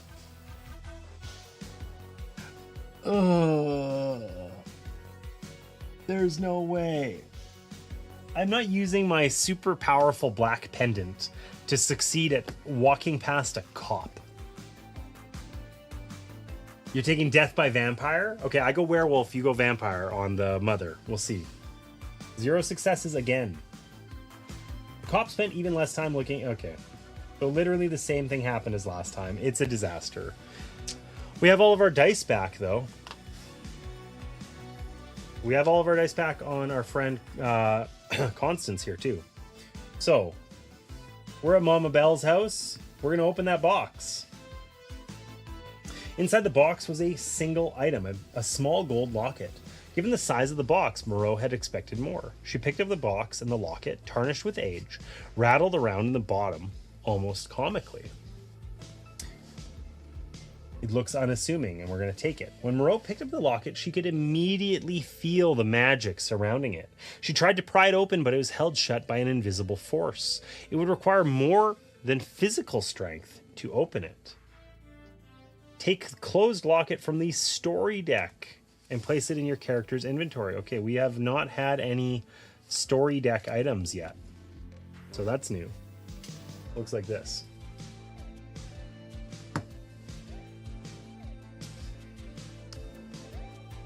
So that is obviously an item for us, not for other characters.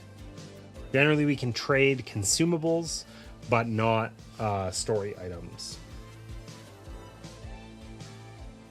Oh, okay. Moreau muttered an incantation, hoping it would open the locket.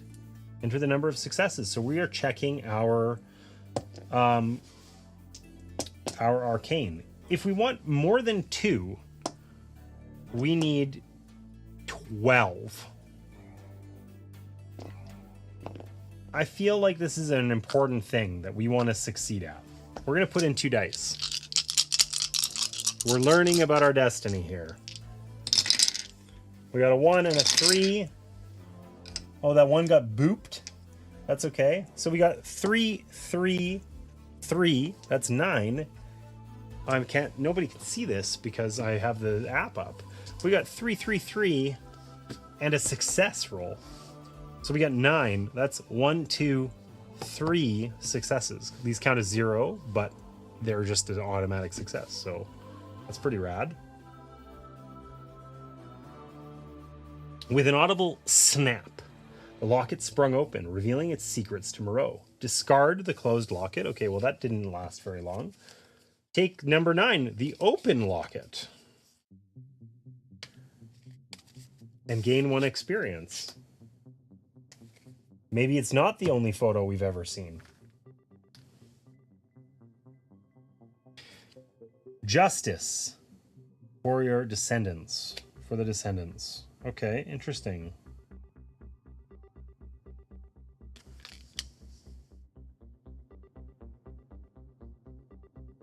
Inside the locket was a picture of Moreau's mother. She would have been beautiful if not for the stern expression on her face, which made her look a decade older. Beneath her picture was a name, M.E. Eloise Glapion. That Eloise Glapion has to be the least attractive name I've ever heard. On the opposite side of the locket were a few words in French, written in a flowing red calligraphy, Justin's for their descendants. She was pretty sure they meant justice for their descendants, she was pretty sure they meant. Moreau couldn't be sure, but they may have been written in blood. They're written very nicely for being written in blood. Okay, we opened the locket, and now we get to talk to Mama Bell next turn. We have all of our dice back. We are charming the unholy hell out of this guy, okay? I refuse to use all of my dice, but I will use 4 of them. We can't always roll ones. It's statistically, it's not going to happen. There we go. 3, 6, 8, and a star. A star is 2. That is 10. We got 10, which is 2 successes, which better be enough. 11 would have been 3 successes, but that's okay. The young buck's eyes went wide as he looked closer. Oh shit, Captain said you were coming. I'm sorry, it's just been so crazy. Just, please don't say anything to him. Please? Okay, we improve our charisma. So, we get to move that, or the rightmost thing, to the left. That's big. Police officer's gone. He's out.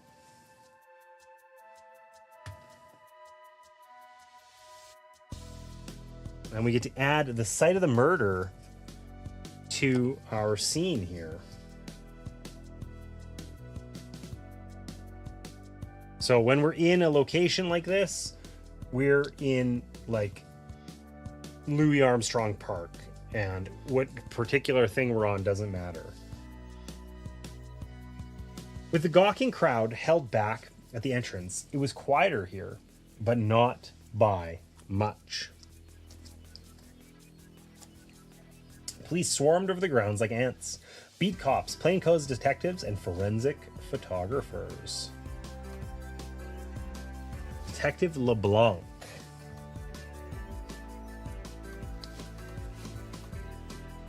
The man in charge of this circus. One detective in particular stood out, apparently in the king of this circus. He was almost certainly the lead detective on the case. All right. The body is over here in this tent or whatever, stage, whatever that is. At the center of the square lay Boisseau's murdered body. Okay, we made it in. It took like 7 turns. That's okay though.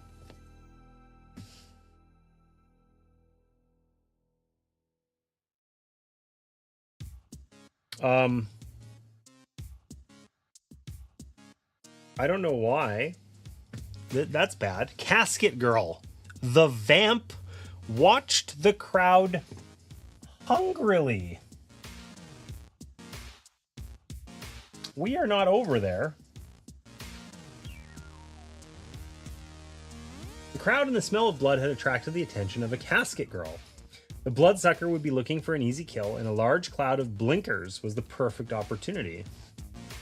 You can feel the respect in all the terms there, you know?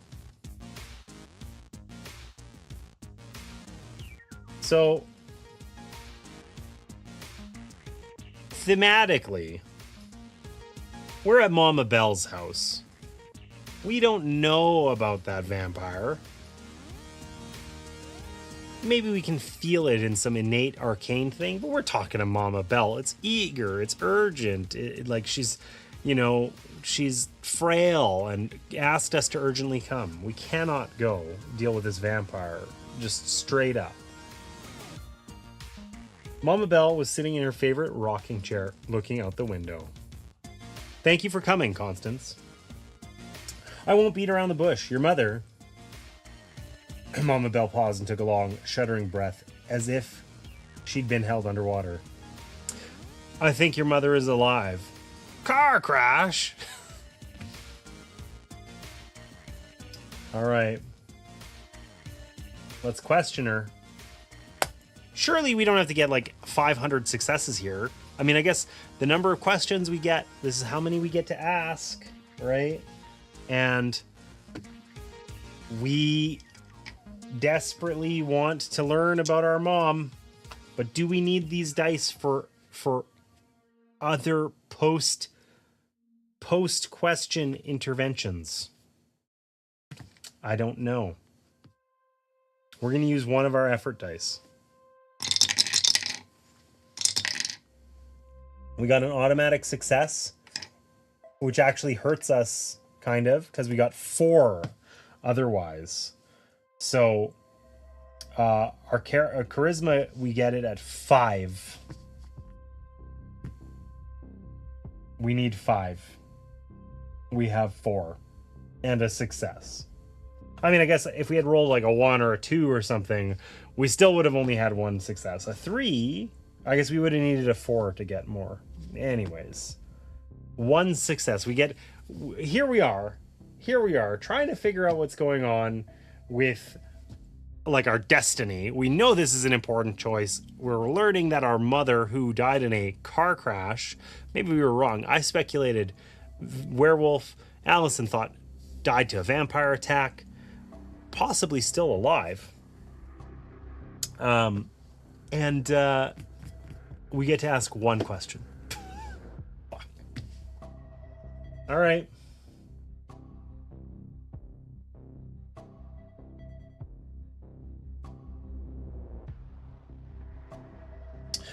This might be the only time we've had an option that's actually worth exploring here. Where is my mother? Why do you think she's alive? You told me my mother had died in a car accident. Or what can you tell me about this? Surely we just immediately skip to tell me about the locket, right? We're going to try that out. What can you tell me about this? No.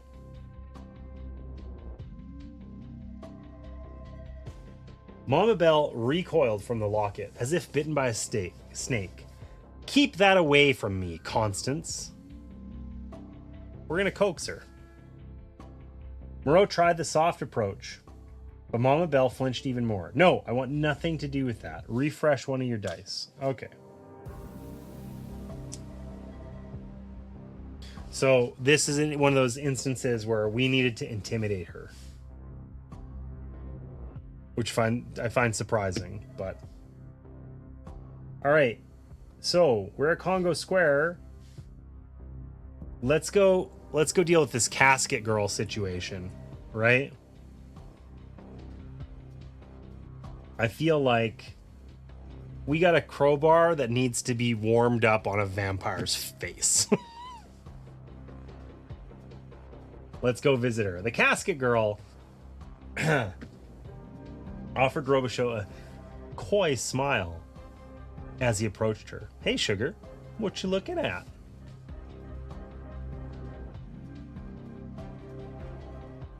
Ooh, you're not welcome here? Piss off back to the convent? Or do you know what happened here? Let's pry for information. Why not? You know what happened here? The sister looked Robichaud up and down before replying with a sweet smile. Sorry, honey, you missed all the fun, but I can guarantee you it was bloody. I'd bet money on it. Any leads on who might have done this? Smacks of the dead Saturdays. Those grave-robbing whores are always up to something violent. She paused. My kind of people, actually. Robichaud has uncovered a new lead. Look at us go. We're gaining XP. A gang called the Dead Saturdays is involved somehow. Pleasant-sounding bunch.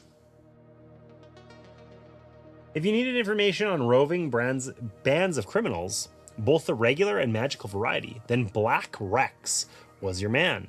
In addition to being privy to the goings-on of Dark Orleans, he ran a brisk black market operation and would sell you his grandmother if the price was right. Okay. Only catch was that in order to speak with him, you had to walk into the house of rest for weary boatmen. Robichaud remembered the last time he stepped foot in the boatman. His sore jaw still remembered as well. Okay, so maybe we're not warming up this crowbar on a vampire after all. All right. What am I doing here? There we go. A hive of scum and villainy. Let's go. All right, you're not welcome here. Piss off back to the convent. Insolent little shit. The girl's eyes turned red, and Robichaud could have sworn that her fangs and claws grew longer. He prepared to fend off the sister's incoming attack. Fight the casket girl. Let's go. So how does our crowbar work? Just in case, figuratively, we need to hit her in the face.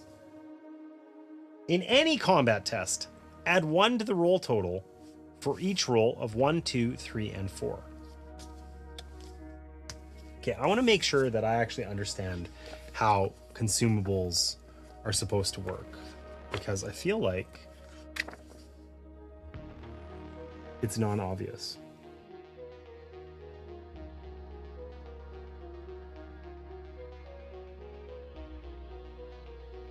All right, it's a discard effect. We got to throw it out to use it. Our crowbar only lasts 1 time. Okay, so combat we're okay at. 5, 7, and 11. Last time that we fought, when we fought the thug who was trying to sucker punch us, we had 2 successes and we failed. So targeting 3 feels viable here. Now our crowbar lets us basically get somewhere around +1 per die on generally, right? I think we're just going to use, we're going to fight. We're going to use all of our dice. We're going to make this happen.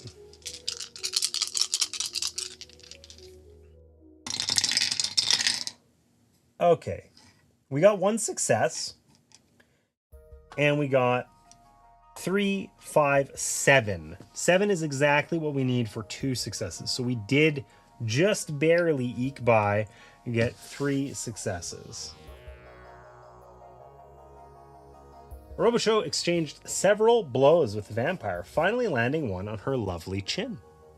The hit snapped the bloodsucker's head back and quickly returned her to reality. Okay, so we get to improve our combat skills. So this 11 becomes a 10. I feel like we've been on that threshold a number of times, so that feels really nice. Okay. That was mean. It's mid-monologue. Trombone! Welcome in. Hey, I fixed the quote system. And drops in, turns out the light, fires off a quote, and lurks. Just like that. Boom. That's the trombone experience right there. Welcome in. Enjoy your lurk.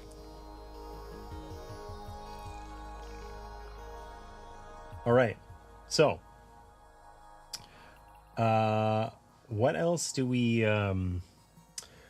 got here? We improved our skill.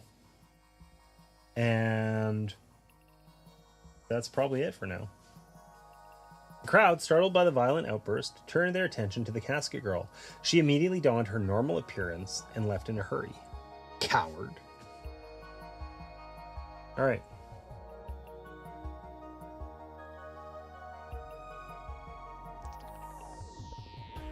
As Robichaud calmed himself, a heavy hand fell on his shoulder. It was the tall man who then, without a word, walked off in the same direction the casket girl had gone. Oh, no. No. Is this some vampire sympathizer, buddy guy, leader? And he just watched us.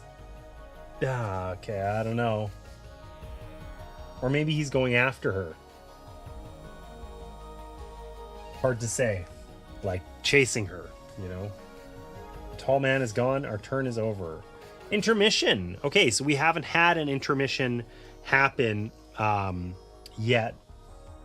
It guides us through basically acquiring some stuff, right? So let's take a look here. Divide experience. Draw new abilities if first intermission of that scenario, which it is. Upgrade, refresh abilities, save and exit, or continue. Okay, so let's do our intermission correctly here. It did say the app will guide you through it, but it really just has a list of what to do. I'm scared to press the continue button because I imagine that's, yeah. Anyways, so players will have placed the majority of their experience tokens into a team inventory. Oh, I was not doing that.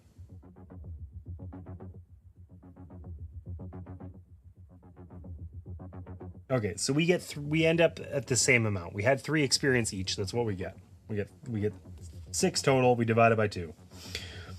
The first intermission in a scenario You take any ability cards with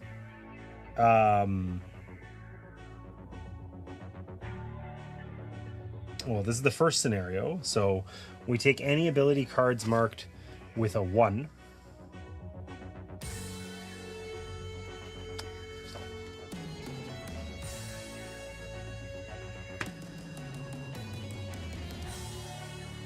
And we add them to the deck of available ability cards.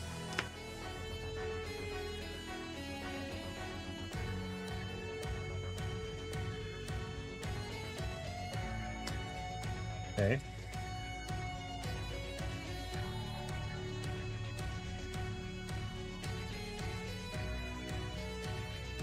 So we can unlock new abilities, and we can just straight up make our skill cubes move. Oh, did my laptop just fall? Like go to sleep? What was that about? No, it just decided to lock it. The Trombone Experience is defo a jazz fusion band name. That's also true. Good call. Okay. Once per intermission abilities become available again. We don't have any of those. And then we can either continue or save and exit. Okay, so basically, we don't have a ton to spend. We do have money, which we can discard during intermission in lieu of experience. We actually have 5 and 4. But essentially the way that this works out is we can buy a character ability.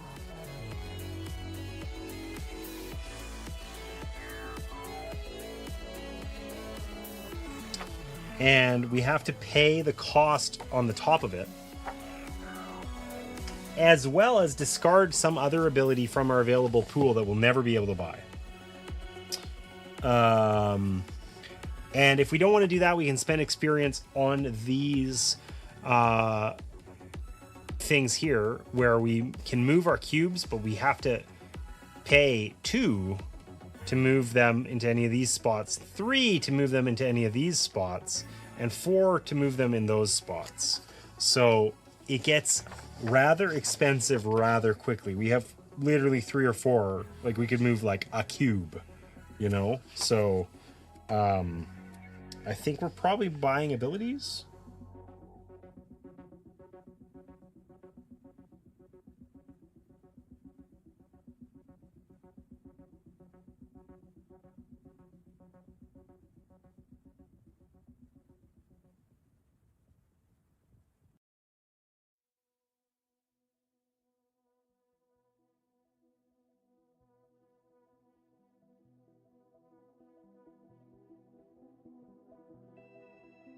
I think we're freely able to repurchase things, and it says if we're forced to move,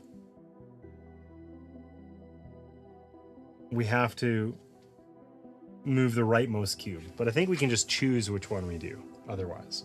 Okay, so let's take a look at our skills, because you know what? We're probably buying an ability here. Hopefully these are rad. We'll start with Constance. So we've never been in the same location. This strong aura we started with as a potential one, I don't think there's any chance we want that. So all the skills cost 3 experience. That would conclude our entire purchase, right? But we can be swift to adapt. So these ones are like shared with our allies. In all tests in your location, each one adds 1 to the roll total. Okay, so 1s are 2s, basically. That could be pretty huge. We've rolled a lot of 1s. Telepathy. In arcane and charisma tests, you may lend and receive dice regardless of your location. If you do, each star adds 1 to the roll total. So normally, we can share, if we're in the same location, we can share these effort dice, right? But this would let us share them for half the tests in the game without being present there. That seems pretty good and makes stars more valuable. That seems extremely strong, especially because charisma is something we failed at. Now, an important thing there is we're basically blowing through our budget of these dice every single turn. So, I don't know. And finally, the Mystic Haggler. Once per scenario, during an intermission, you may take one of the following. Okay, so we could take an item once per scenario. So that, like, the one lets us, I don't know what a vampire hand or a voodoo doll do. Maybe let's look ahead and find out. There really aren't that many consumables, honestly.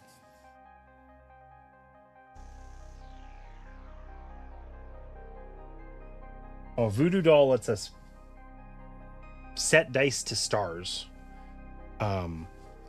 Given our touched by magic, stars add X, where X is the number of stars rolled. So we could just immediately get like a 12. We get all like 3 successes immediately, or 3 successes and roll 1 die and maybe get 4th. So voodoo doll is extremely strong. And a vampire hand, creepy, lets us use combat or arcane for the result. So I think that would mean that, like, we could, I don't know if that, I think that means that we could, I don't know if it's pick a track or, I don't know, whatever. That's less strong. Okay, so the Mystic Haggler is cool, but that we get 1 item once per scenario. That's not great. Telepathy, I mean, swift to adapt makes us so that we're going to fail less often. 1s or 2s, effectively. We're often 1 or 2 away from the roll that we need. So that just kind of evens things out a lot. Telepathy lets us lend our dice, which seems really strong. But the problem is we don't have a ton of dice to use.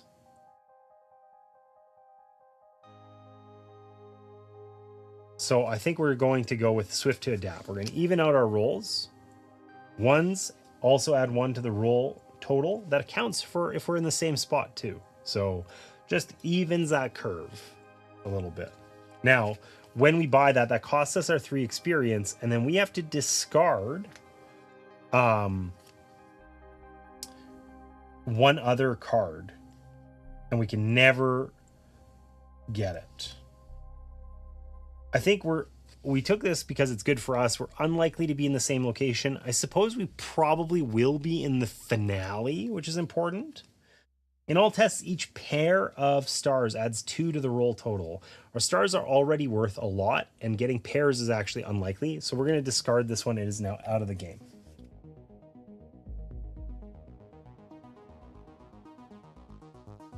Make sure I did that correctly.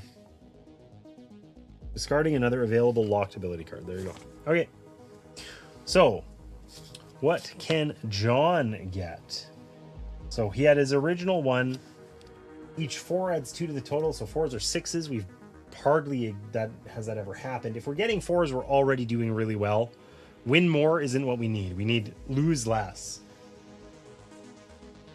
Successes counting double.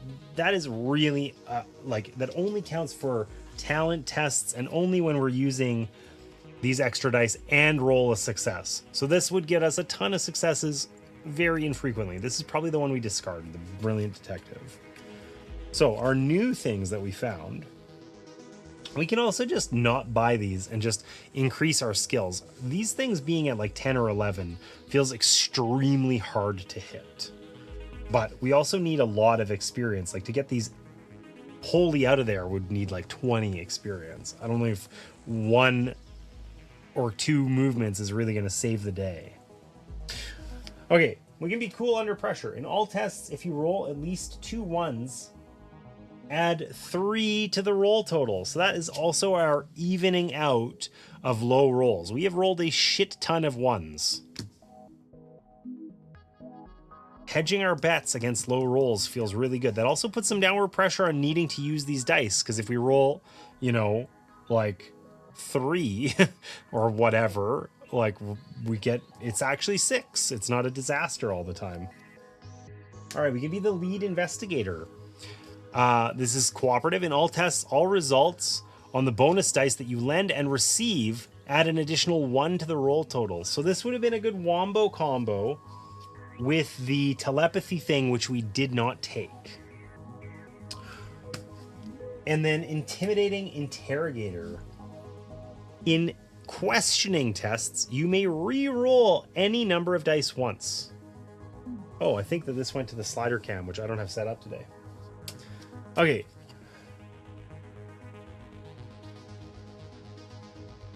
Re-rolling seems really useful, but we're just taking the same approach. We want to be cool under pressure. We want to be more likely to slide through a bad roll. And we're going to discard this brilliant detective thing. It's unlikely that we ever get it. Okay, so that cost us 3. Now, interestingly, we have some money.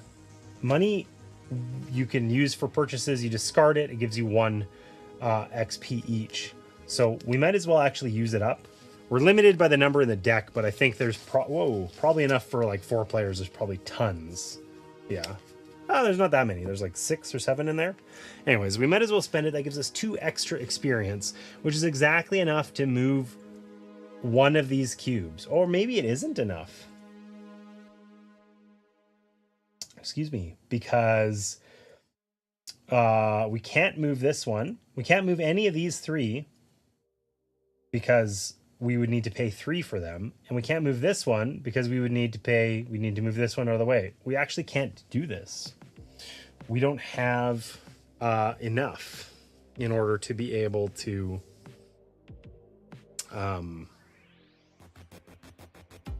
okay, I guess we're taking that money back. Never mind. We're too good. Our cubes are too good. So, all right. We evened out our rolls a lot with those new skills we got. That's going to be huge. And we get to refresh our abilities. We don't have any abilities to refresh, so that doesn't really matter much to us. So we're going to continue. We get an effort die back. It's Constance's turn. We're going to try and intimidate Mama Belle. But I want to refresh my coffee here. Actually, it's a little chilly in here, and I'm gonna go do that real quick. So I'm gonna take a 5-minute break here, go get a new coffee, and encourage you guys to do the same. And I will see you guys in about 5 minutes. When we get back, we'll continue interrogating our childhood hero, Mama Belle. So we'll see you soon.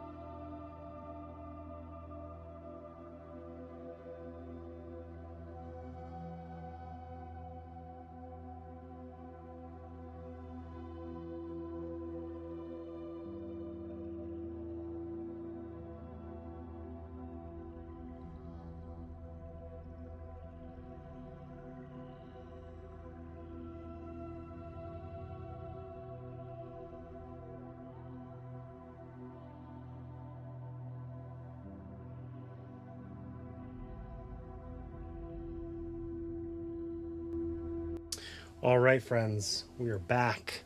I got a fresh coffee just for this experience. Ready to go. It's extremely hot.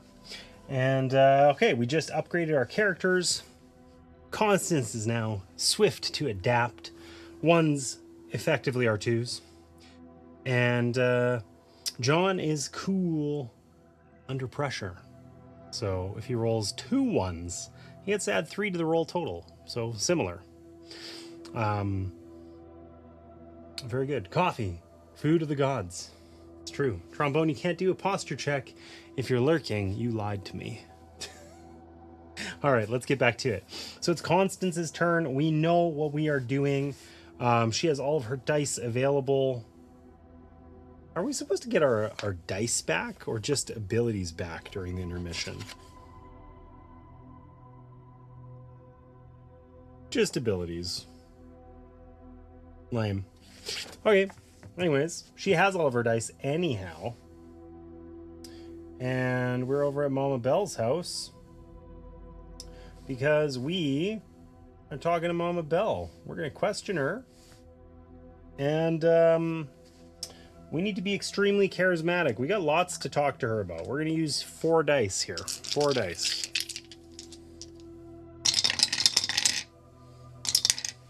We got 2, 2, 2, 3. So 9.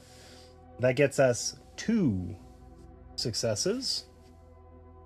Not terrible. Not amazing. So we can ask about the dead Saturdays. That might be useful. That's going to help us in our quest, though, but not in our, like, personal journey, you know? We really wanted to ask more about this locket, which we need to intimidate her about, I think, because she ran away. We could also just take a expectation here that we're gonna need to do some. This is gonna take us. We have more than 2 questions worth of stuff to ask her here, so we could always just ask, "Why do you think she's alive?" Get some info, right? I can do what I want. I'm just primarily lurking. That's fair. That's fair. Why do you think she's alive? 2 days ago, I received a note. It simply said, "Fulfill your promise or die." Mama Belle looked as if someone had walked over her grave. I don't want to talk about it anymore. I've done what was asked of me. Come on, Mama Belle. Anger flashed across Mama Belle's face. I said I don't want to discuss it anymore. Constance, refresh one of your dice. Okay, so we unlocked those things and we didn't even get to use them because we pissed her off. So this is our, like, childhood, like, caretaker, and she won't even speak to us at all. So she is extremely on edge, and we know that coaxing hasn't worked. I thought soft, oh, remember the good times, what? No. All right. What do we want to do here? We were over exploring in Congo Square. We dealt with that vampire, and I think we should probably go talk to the lead investigator. We can either talk to the lead investigator or we can go look at the body. We also need to get back to our house at some point and check out the backyard, right? Maybe there's some similarities there. Uh-oh, made Mama mad. Yeah, totally did. Bad thing to do. Let's check out the body. When Robichaud stepped up onto the stage, his knees almost gave out. This is how Maria had been found. This is what they did to her. It was almost too much for him to bear. He swallowed hard and steeled himself. Oh. Maria. Died in a gruesome way, not unlike this. Eee.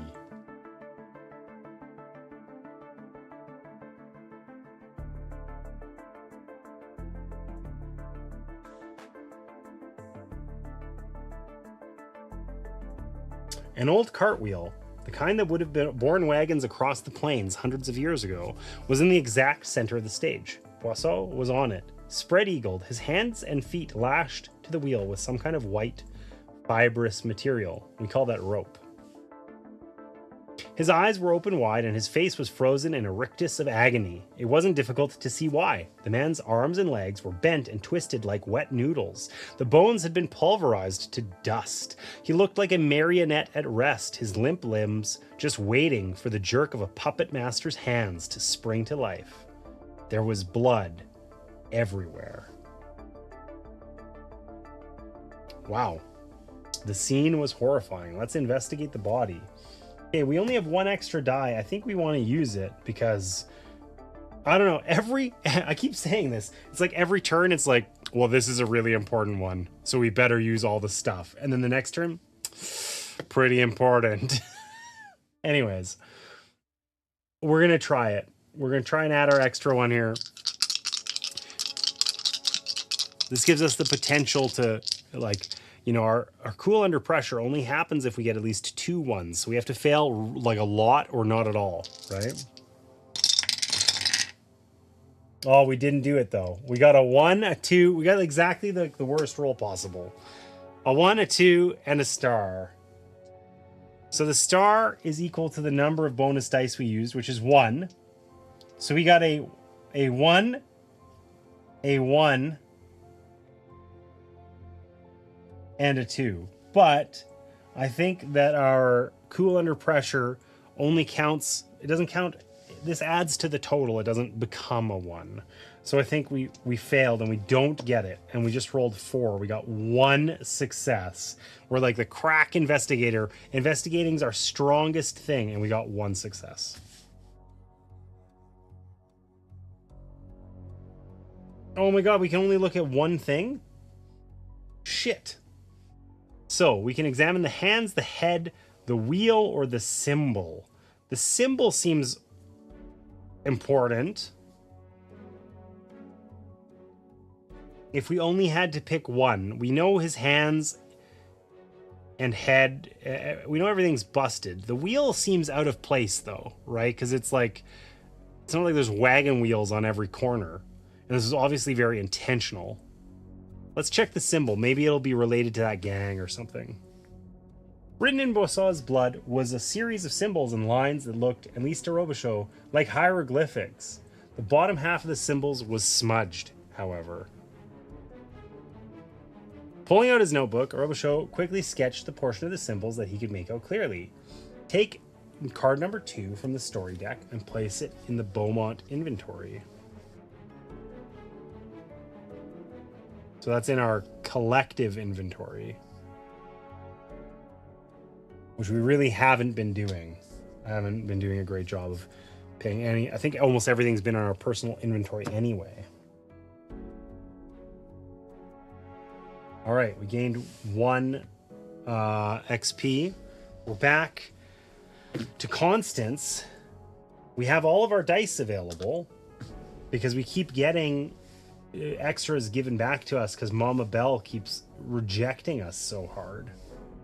So we're gonna visit her again. We gotta get this figured out. Listen, we're just gonna go ham here. We're gonna use all of our available dice.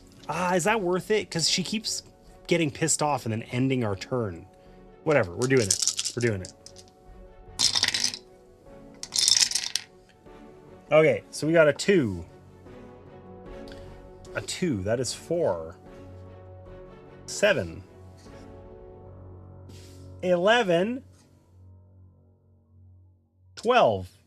And that counts as +1. So 13. So we got 3 successes. I mean, charisma anyway, 11 would have done it. But nailed it. We could have done without this die, but we always roll those ones, so it doesn't matter. I guess any of these ones as well. We got 3 successes.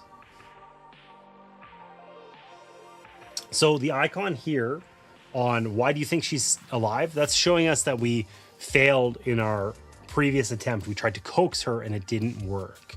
The Dead Saturdays, that icon is that because that's unlocked information that we didn't get before.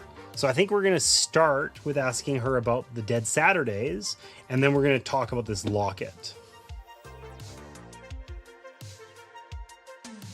Mama Bell shuddered. They corrupt voodoo and give it a bad name. A bunch of hooligans gallivanting around cemeteries dressed in a ghastly makeup. I feel like this isn't sensitive to her, so maybe we could coax her, but I don't want to get screwed. Let's just intimidate her. Watch your mouth, Constance. Fuck! No! No! No one, not even you, speaks to Mama Bell like that in her home. Fuck! Okay, never mind. I thought our turn was going to be over. We got our dice back, but we still have 2 questions remaining.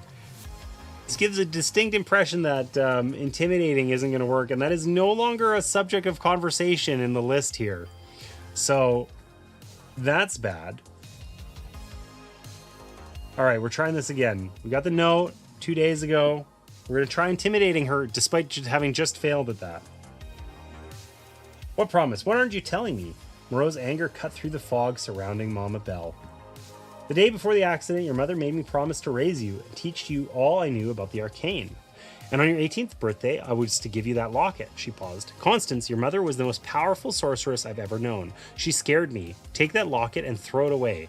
You must have nothing to do with it or with her.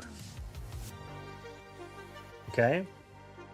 So we're going to force her hand on the locket then as well.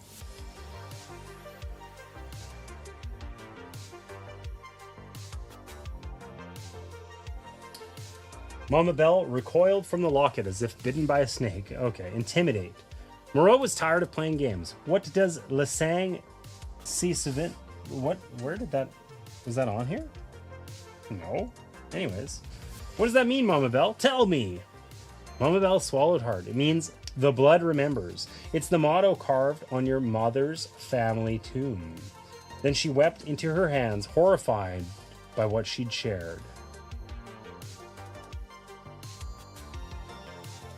Okay, we can go to the family crypt.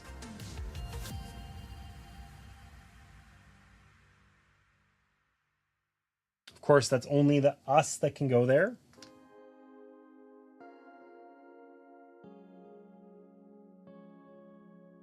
Moreau was in shock. Mama Bell, the woman who'd raised her, who had taught her everything she knew, whom she had thought of as her mother, had been lying to her all these years.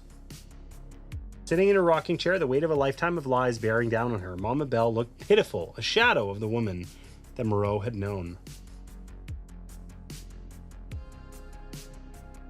I'm sorry, Constance. I only did what I did to protect you, to keep you from harm. You must believe me. Moreau could feel rage growing within her. Constance, please. Constance Moreau is about to face a timed decision. You only have 30 seconds to make this choice. We're gonna have to kill Mama Bell or something horrible. I can feel it. All right, let's do it. I'm ready. Moreau could barely see through her rage. Mama Bell, the woman she had trusted above all others, had been lying to her for her entire life. Let Mama Bell have it. You will learn the truth at any cost. Forgive Mama Bell. She's the only mother you've ever known. Do we forgive her or do we let her have it? We're angry. We're angry. We are angry. We're egotistical. We're letting her have it. You lied to me my entire life. I trusted you and you lied to me. Moreau could barely see through her tears. I don't want to ever see you again. Mama Bell was crestfallen. No, Constance, you have to understand. I don't give a fuck what you were trying to do. I will find my mother. If you try to stop me, I promise you, you'll regret it. Moreau slammed the door behind her, leaving Mama Bell alone in her white clapboard house. The choice will be remembered and will have future consequences. All right, rightly or wrongly, we made our choice. Mama Bell and her residents It's all gone. It's not available to us anymore.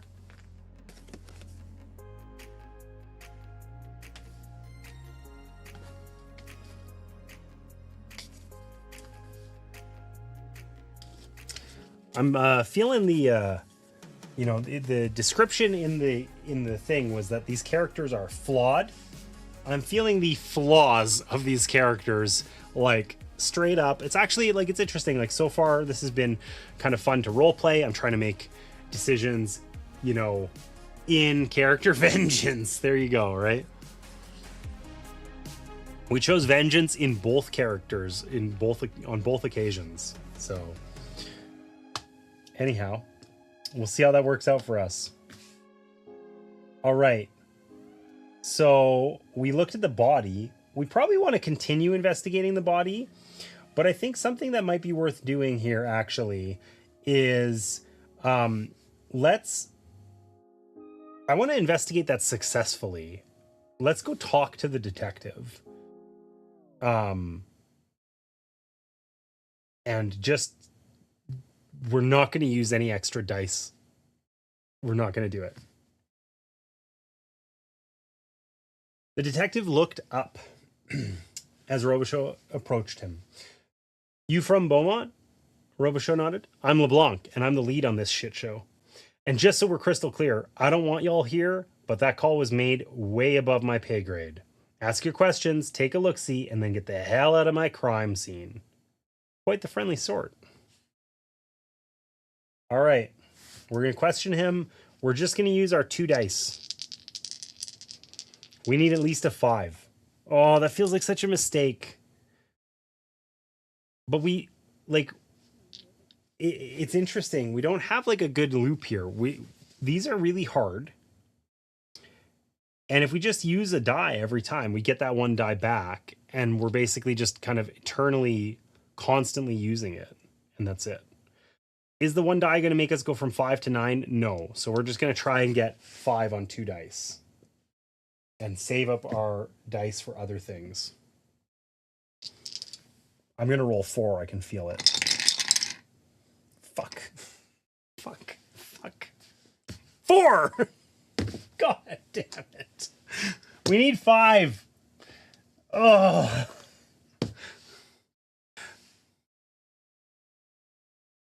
Zero successes. You take that fucking tone with me again, and I don't care what the captain said. I'll plant my boot so far up your ass, you'll taste it. Thank you, LeBlanc.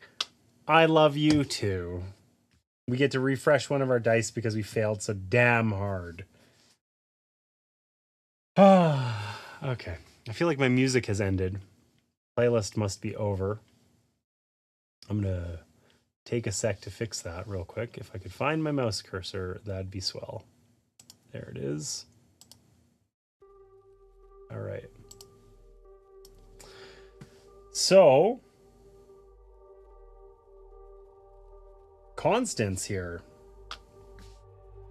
just, you know, gave up on her mom, or not her mom, her you know, Mama Belle, the woman who cared for her, and is on a quest for vengeance.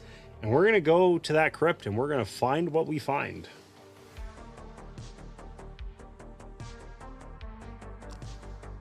Moreau looked at the tomb that bore her mother's name. She could sense that whatever magic was sealing the crypt was extremely powerful.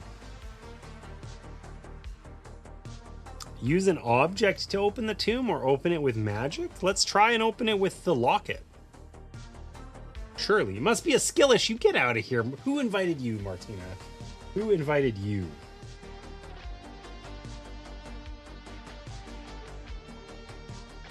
Moreau held the locket up in front of the crypt. Immediately, the granite tomb began to shudder as if an earthquake had struck. The locket began to vibrate in her hand so fiercely that she almost dropped it. With a flash of light, the door to the tomb groaned open, and the French words began to burn with a fierce light.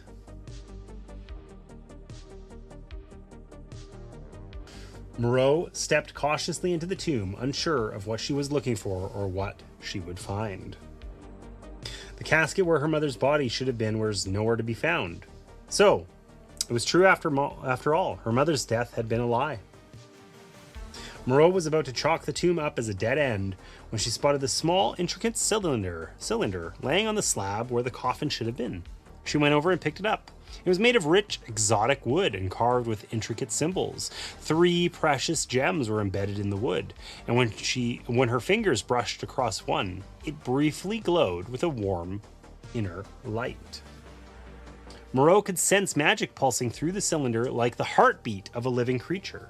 What the cylinder was or what it might contain remained a mystery, however. If she wanted answers, she would need to figure out the secret to opening the cylinder. Okay, there are things in this that require passwords. This sounds very passwordy.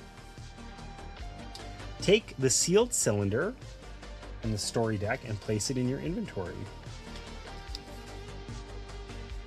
Also take an XP for your trouble. I guess XP is collective, so we'll try and do that a little better. We have 3. Okay, the Galarian Crypt is gone. Glapian, whatever it was. It's fine. I feel like we could ask about this at the drugstore, perhaps.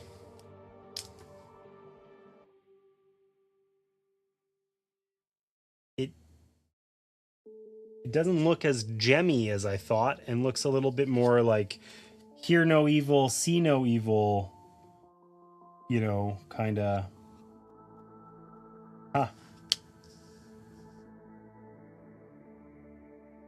Not sure what to make of that. Okay. It is John's turn. We have all of our dice available. So do we want to... I don't want to talk to this fucking investigator. Screw that guy. We're going to put our available dice into this investigation. We're going to go see the victim. We're going to investigate the body. We want to roll 11. That's going to be hard. I don't want to use all of them because then that next turn we know how that goes.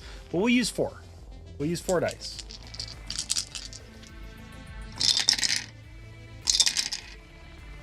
And we did exactly a bad roll again. So remember, our bonus to low rolls we only get if we roll 2 1s. And we rolled another singular one. So we got 1, 3, 6, and this result, which is worth as many extra dice as we have. So that's worth 2. So we actually got 8. But 8 is not 9. So we get 2 things, not 3. We're right on the cusp of greatness. And instead we failed. Had we rolled a 1 instead of a 2, we would have actually made it. But we didn't do that.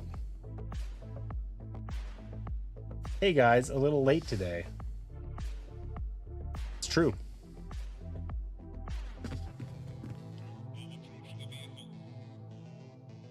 One second here.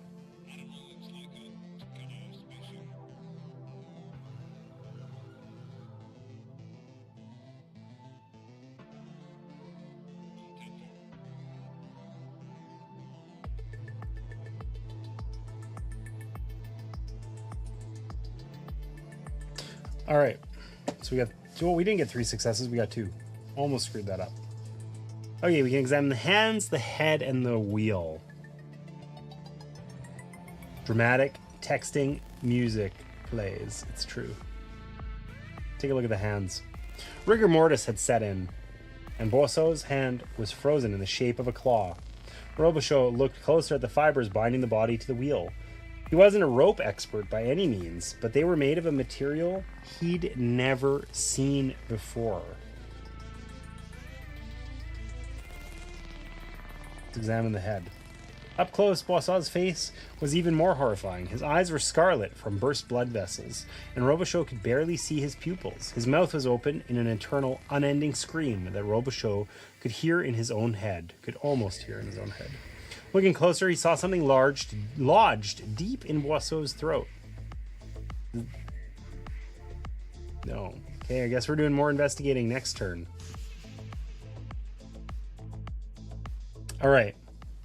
So Constance has all of her dice available. Let's think about this. So we never finished up at the gift shop, for the voodoo gift shop. I don't remember what this place is. That's the pub or whatever that we really want. Well, I mean, I guess she could go there, but I think she should go ask at the gift shop. She might even be able to ask about the sealed cylinder, right? She's kind of on her own little quest here, right? Doing her own thing. So let's go to the drugstore. And let's talk to Madame Babette. Ooh, do we want to question her or shop? I think we want to question her. We want to ask her about the sealed cylinder. And we also were going to ask her about arcane. This actually relates to the, you know, the overall thing, because we think that arcane works were involved in this murder, and we want to know about the dead Saturdays. So I think we actually really want to learn a lot of information from her. She might be able to tell us stuff about our mother as well. We don't know. So this is definitely rolling, you know, I think this is a 4. Oh, look at that. We actually got some rolls that weren't jank. So we got 3, 6, 7, which counts +1. So 8 and a success. So 8 is 2. So we got 3 successes. Look at that. That's how it's done.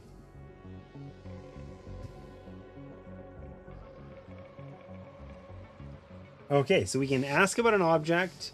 We can ask about the corporations. We can ask about the mayor's assistant guy. We don't know that we want to do that. I think we want to find out about the dead Saturdays, the ־ Corporation, and then finally ask about the sealed cylinder, because that might be another one where she freaks out at us and shunts us away, you know? What can you tell me about the dead Saturdays? They worship Baron Samedi, and they ransack the cemeteries for ingredients in their obscene rituals. They have corrupted voodoo, and they will literally bring death down upon the city. I don't know where to find them, and I don't want to know.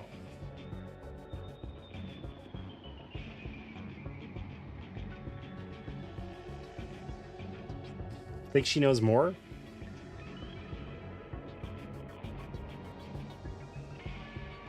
She's gotta know more. Cokes. No, it's too dangerous. You must leave the Saturdays alone. Moreau has uncovered a new lead, Baron Samedi. That sounds delightful. There's no telling what doors his name might open. Gain an XP. Okay. We did that. We can ask about that as well. Let's ask about the Ľawed Corporation first. A look of disgust contorted Bordeaux's face. They trade on the Queen's name. It's a disgrace. Marie would turn over in her grave if she could see what they have done. Let's coax some more out of her as well.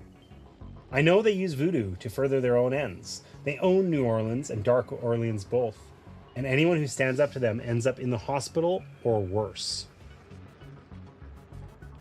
Okay, that doesn't sound great. So let's ask her about the cylinder.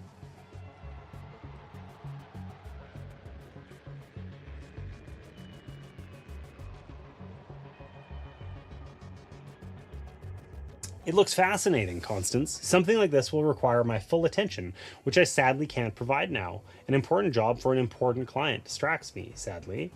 Can't really talk about it. Would you let me take a look at this later? You should return here with the sealed cylinder in the next chapter. Okay. Interesting. Let's see what she can sell.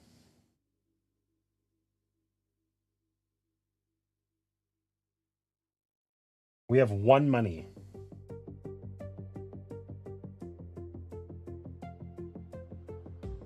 The voodoo doll was really strong for us. What's the seal of Abaddon? This one is not ready yet, but if you return to me later, I might just be willing to part with it. Okay. I mean, the voodoo doll or whatever was going to be like for a pivotal moment. It would give us like a one-time really good success, like where we're going to roll 16 or something. I think it might be better, like our character here, we suck at most things, right? Like these cubes are really far down. Unlike him, where we're going to pay 3 to upgrade most of our cubes. We have a ton that we could do for just a couple XP. So I think we actually save our money for the next intermission instead. 1600. 1600 what? I don't know even. All right. So let's be done shopping for now. And that means we're finished here. I think we got more to ask her then about the corporation and Baron Samedi and whatever. And we got more investigating to do on John for sure. I wish you would remember where you were at and like start you there, or at least center the screen on that point. That'd be cool. Okay, we're investigating the body. We're going to use 3 dice. All right, we got a success and a 5. So 5 doesn't actually get us a success. So that bonus success was fairly worthless, actually. So that gets us 1 success. Man, I don't know what it is with John, but we suck at rolling on him. We want the object. We only wanted to. We just wanted. Okay, whatever. We want this object. We have to do another one of these tests. Okay, so is this to like whatever? I don't want to fail this. We're putting our bonus die out there. We got 8, so that's 2 successes. Robichaud pulled out a pair of tweezers and quickly glanced around the crime scene to check that no one was watching. When he was sure that the coast was clear, he reached in deftly with the tweezers and removed a small, tightly rolled parchment. Take the note card from the story deck and place it in the Beaumont inventory. Hey, that's the same thing. That's what we learned from the mom's grave.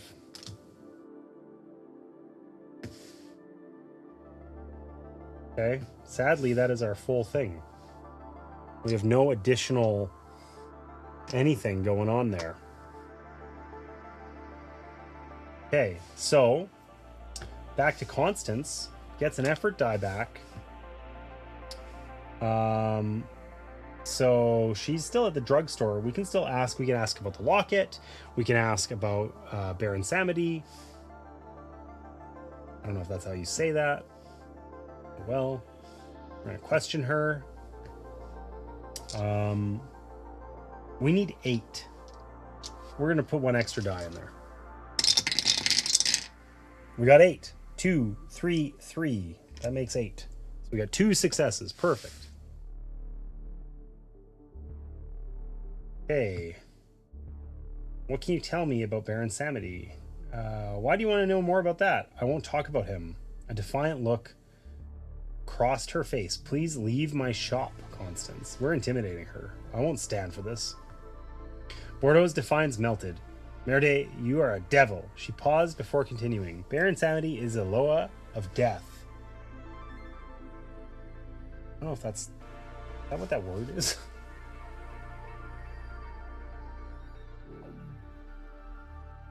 And resurrection, one of the most feared in all of voodoo.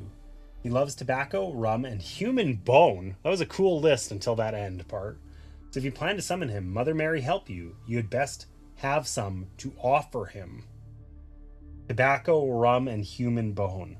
We don't actually have that available as an offering right now, so maybe we'll just leave that alone.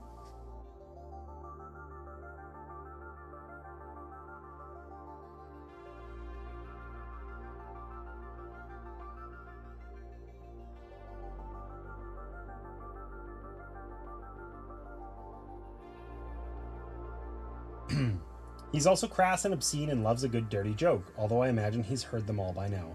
But don't let his playfulness fool you. He traffics in death, and he always exacts a high cost. She hesitated before continuing. The Dead Saturdays have built their entire cult around worshipping him. It will get them all killed one of these days. Okay, we got one question remaining. Let's ask her about the locket.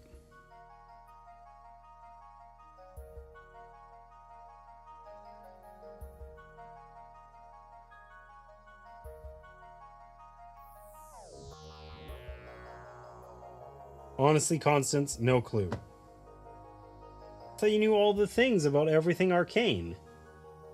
All right, we're at another intermission.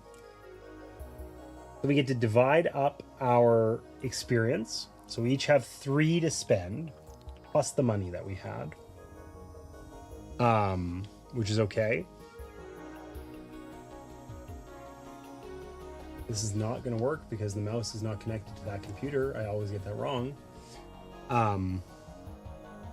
So we could buy another one of our abilities. We do not gain additional ones now. Only during the first intermission do we get additional ones. So we have the same access to them as we had before, but we could buy them, or we could buy just skill upgrades, right? So, I mean, we don't have dice to share. The Wombo combo sounds tempting.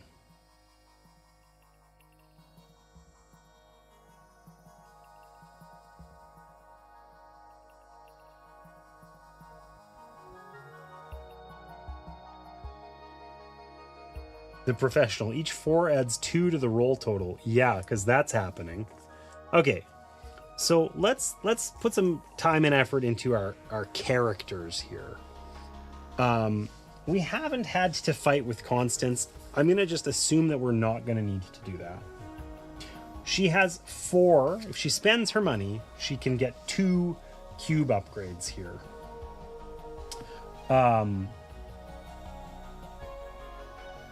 We often need charisma,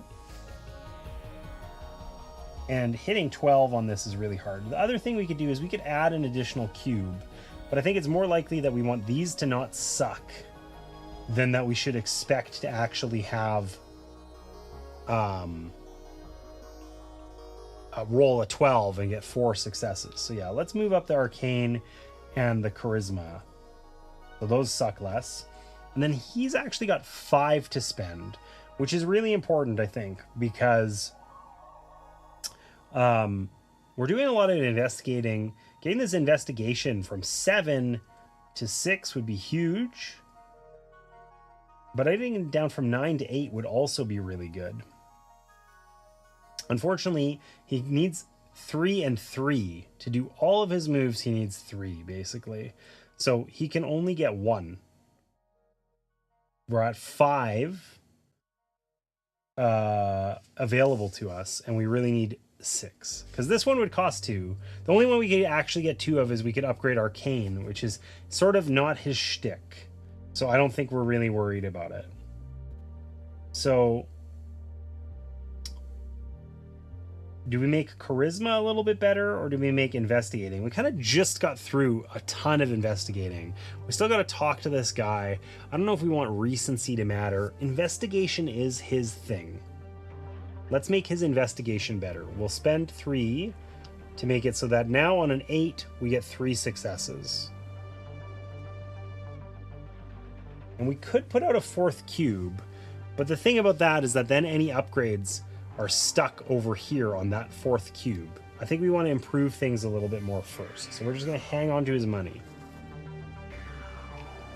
And let's keep going. Ooh, spooky music. Gregory Moffat, look at that. There you go. Welcome in, Greg. You're double watching. I appreciate seeing you on YouTube as well. All right. So, where were we? Those of you who just joined, because we got a couple of you, this game is 1980s New Orleans. We're detectives. We're trying to solve some crazy voodoo mystery thing. So far, we've learned that one of our characters, they thought their mom died in a car accident. They're basically Harry Potter. They are good with magic. They thought their mom died in a car crash, and instead she's still alive. We're not sure if she's good, bad, or otherwise. The other guy, had the best life ever until his wife was brutally murdered, and he has been just stricken in grief and useless ever since. And he's investigating a murder that is largely using the same unusual tactic as the way in which his wife died. So we have deeply flawed characters. They are both, due to some choices we made, deeply in pursuit of vengeance. We'll see how that works out later. All right. So it is John's turn. We are going to continue investigating this crime scene. We've been here like all day. We did just get slightly better at investigating. Let's finish up the investigation and then we'll go talk to the stupid lead investigator. So we're going to investigate the body. We got to do a check of our investigation-y talent ability. We're going to roll that third dice that we have. We're going to roll these 3 dice. Whoops. And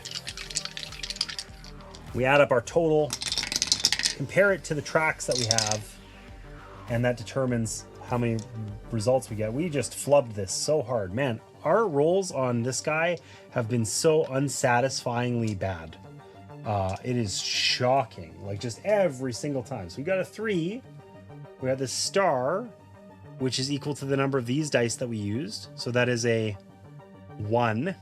And we got a 1. So this totals 5. We have a special ability when we get 2 1s. We gain 3, except it doesn't work on this exact scenario that has happened like 50 times. I think this dice might be loaded. We have never rolled it and not rolled a star. But anyhow, oh, there's a 3. So I guess it's on. Anyways, we got 5. That is 1 success. We suck. Let's examine the wheel. The wheel, where it wasn't stained with Bossard's blood, looked old and weather-worn. To Robichaud's eye, it looked authentic. He didn't think it had been recently made. This cult is taking weird... Thanks for that lurk, Allison. Taking weird, classic parts from, 200 years ago and using them as torture devices. Nice. Oh, that's all we find out about the wheel. Okay. That was such a lackluster turn. Okay, we don't have anything else to do at the shop here. Right? We have nothing left to do at the drugstore. We could come to the Congo and collaborate a little bit and talk to this dude. Let's do that. So we're going to question LeBlanc. We need to roll for charisma. We want to get at least 2 questions out here. But honestly, using these dice up is so brutal. I think we're just going to use 1. It's sort of weird using them all up. Not doing that means we get these crappy results. It sort of feels weird. Rationing them gets us a bunch of mediocre results all the time. But then if we use them all up, then we just have to roll just our main dice and we kind of fail, right? So it sort of kind of feels, I don't know, slightly awkward sometimes. Oh, this is a terrible roll. We got a 2, a 2, and a star. So star is equal to the number of stars. So that is a 1. So we got 5. And we also gain bonuses on rolls of 1, but only if they're actually a 1, which we didn't get. So we rolled 5. Had I not put this die in, we would have just failed though. So we got a whopping 1 success on talking to LeBlanc, the cranky investigator who hates our guts. Oh, there's lots we can ask him about. Let's just ask him if he has any leads. Just because somebody with more brass on their lapel wants me than me wants you here, that don't mean you get my Cliff's Notes on the case. I don't think Cliff's Notes existed in the 80s. Let's intimidate him. Fuck this guy. Tell me you didn't just try to strong arm me, you little dipshit. Get out of my face. Okay, so intimidating him was unsuccessful. He was not scared. Fail. We're gonna try and finish up investigating this frickin' body. This has taken us 7 years. I don't think there's a ton left to do. So we're just gonna roll our base dice and that's it. We got a 3 and a 2. That's a 5. That's 1 success anyway. And we're taking a sample of the rope fiber. Now we have 1 die left to roll on this. We got a star, a 1, and a 3. We got that exact same shit roll that we keep getting every time, where that gets us 5. That is 1 success. I guess it's better than 0. Robichaux pulled out a pair of tweezers and quickly glanced around the crime scene to check that no one was watching. He quickly snagged a strand of rope and stood up, a furtive look at the forensics team, and he knew his actions had gone unnoticed. Take story card number 4, strand of rope from the story deck, and place it in your inventory. It looks ropey, but apparently it's special rope that we don't know why or how it is special.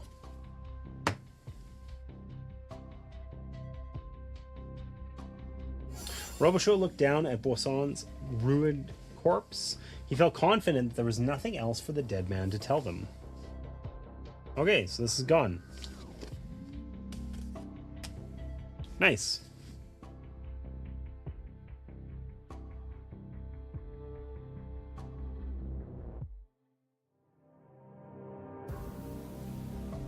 Okay. We can still talk to the detective some more.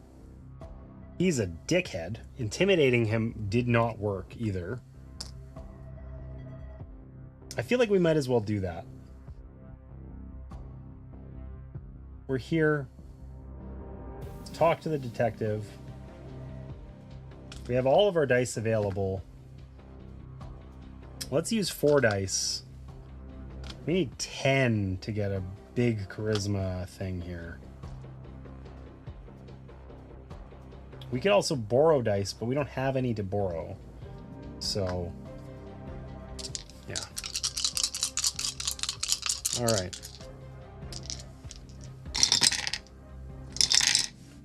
What did we get? We got 2, 4, 7, and our star is worth the number of stars rolled, so it is worth 1. So we got 8, which is exactly enough for us to get 2 charisma. So at least there's that.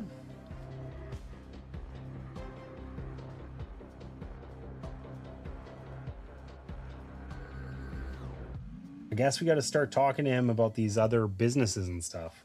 What can you tell me about Cazador Inc.? The most dangerous assholes are the ones with a divine mandate. I keep as far from those zealots as I can. Let's try and coax some more information out of him. Listen, if you really want to take your chances, you can go drop in at the Cabildo and see what Cazador is about. But don't say I didn't warn you. Moreau knew the building, but he didn't know who called it home.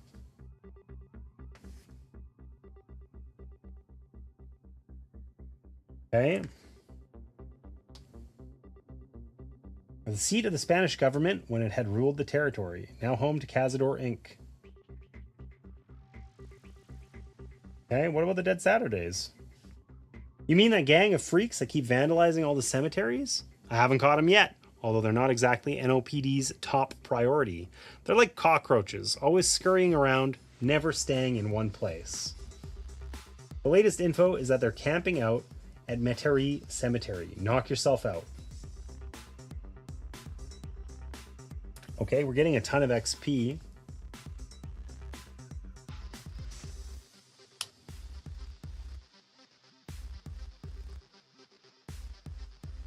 Well, get on with it. LeBlanc had all the charm of a 2x4.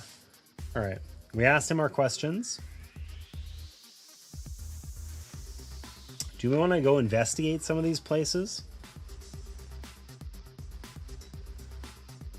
We don't have a ton of dice on this guy. You know what we're gonna do? We're gonna go back to our house. Because we still didn't look what's in the shed outside, right? Let's do that. We remove the back door. Card 13, lucky number 13. This is a good sign. You can feel it.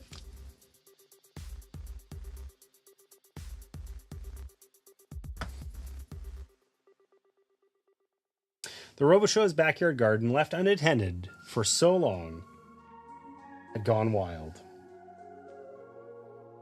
All right, there's the shed. That's what we were supposed to investigate. Tool shed's grimy windows were dark. The tool shed stood alone in the yard, its grimy windows dark. Robichaud knew what was in there by heart, even though he had never set foot inside. He had pored over the crime scene photos obsessively. Ooh, is this his wife's body? Or is this where she was murdered? Pile of ashes. Oh shit, okay. Earth was blackened. In the corner of the yard, there was a scorched patch of earth, as if a fire had been lit there. Okay, so we got some stuff to explore.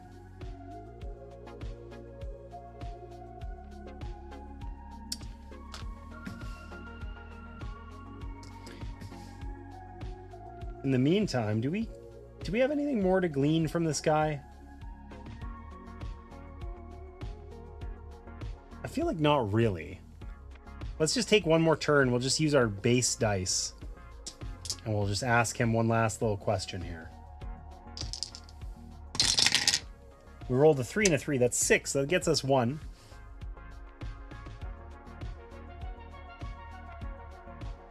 So we can ask him about the ₹ Corporation or the Tall Man. So we did have 2 questions. Shit. Oh, well, let's ask about the corporation. ₹ Corp. What? Why do you want to know about them? They got nothing to do with this. He was sweating profusely. Oh, that sounds like an intimidate, right? Keep your fucking voice down already. How do you know about me and jourd? Never mind. I'll answer your questions. Just for God's sake, be more discreet. I'll contact you later, and you can ask about whatever the hell you want. Just wait to hear from me. All right. Boom.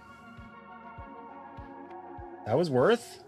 We do have one more question about the Tall Man, but we know that the Tall Man was the Cazador guy.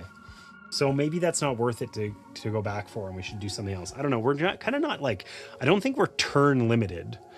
So maybe it is completionist is the way to go. I'm not sure.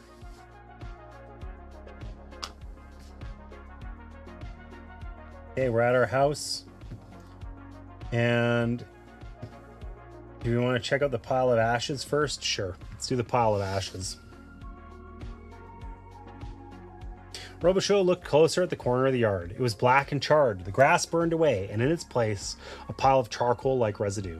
It looked like an ordinary fire pit, the kind many families would have had in their backyards. But Robichaud knew otherwise, because he'd never had a fire pit in his backyard. Robichaud sifted through the ashes, looking for anything amiss. Man, all of these, it's like we want to be successful generally. But like, do we need like 3 successes? We probably need 1. So we'll just roll our main dice and see what we get. We'll trust. I rolled a 2 and a 2. 4. That is enough for a single success. Probably good enough.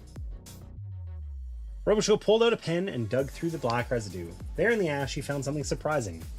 Blackened finger bones. Maybe this can be our offering to Baron Samedi. What could go wrong? Take card 5, blackened finger bones from the story deck, and place it in the Beaumont inventory.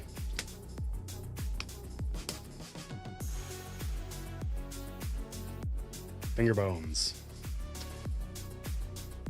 Gain an XP.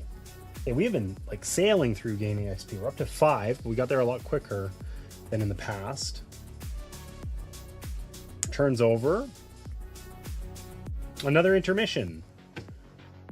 Okay, so we always divide in experience so that we get the same amount. So instead of 5, we actually get 6. So we have 3 each again. We know we're not going to buy the abilities. They're not super worth. So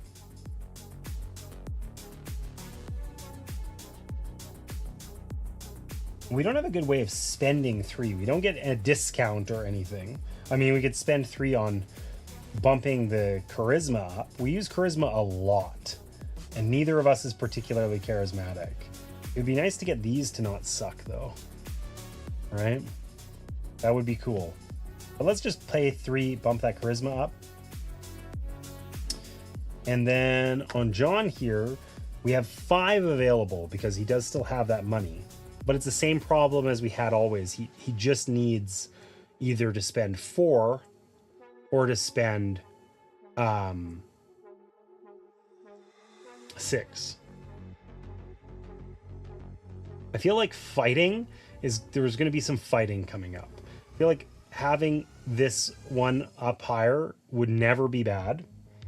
We're really close on this 7 and 8. We just suck at rolling. We've rolled horrifically low consistently because this is kind of his core skill as well. We could pay 4 to get his investigating ability up, or we can be better at fighting.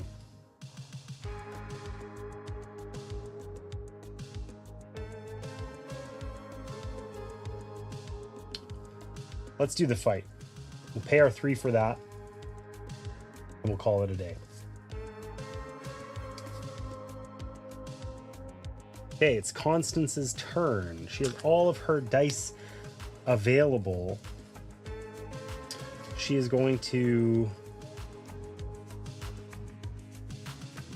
finish talking to the dude.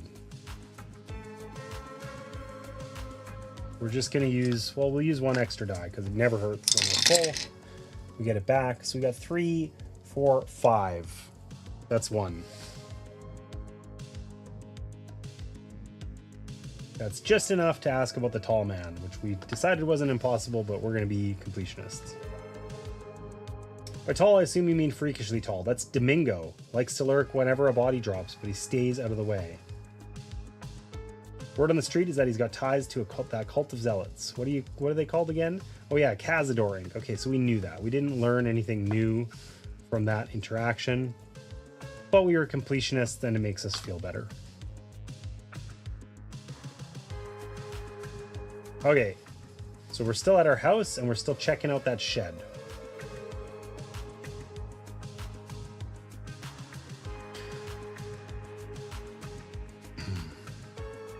Force the shed open or break in using an object. I mean, we have a crowbar, but I don't want to waste my crowbar. Is it going to get ruined and we're not going to have it available? Surely we wouldn't break a crowbar busting into a shed, right?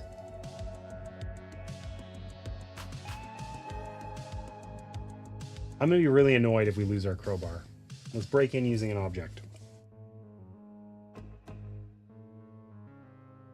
The rusty padlock broke easily. It might have served to stop a raccoon from breaking in, but it was no match for John fucking Robichaud. Okay. We can investigate the shed or search the shed using the arcane. Arcane has come up a couple times. It happened with the photo as well, but we suck at arcane, so we're going to investigate. And we really want to be successful here, right? We need 7 or 8. 2 on average from these dice feels extremely attainable. But in practice, we haven't been hitting it, you know?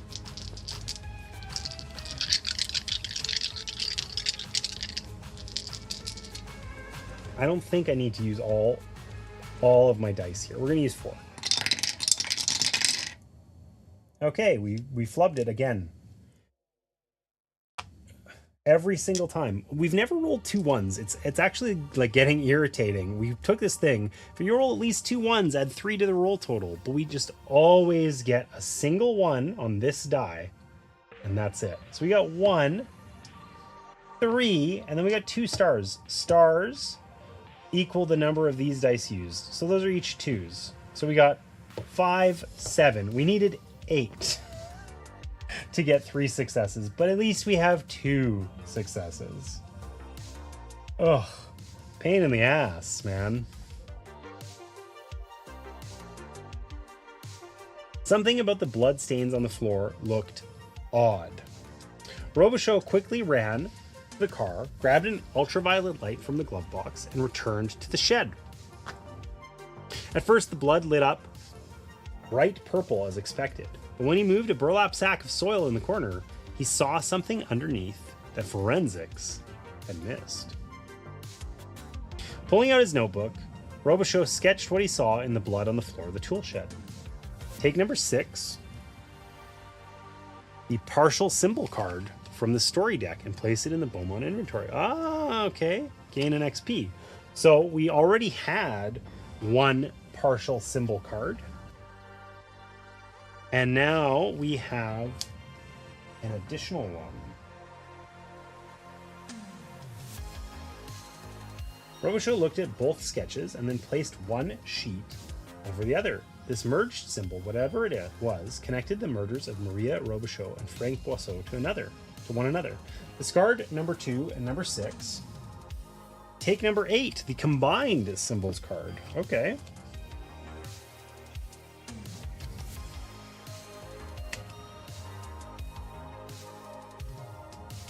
So that's our combined symbols. Whatever it means. I see 2 coffins. A cross, which I feel like we've seen elsewhere on something, but I don't recall where. And I don't know, this all looks like a stage to me for some reason. All right, we gain an XP. And we're done. The shed's gone.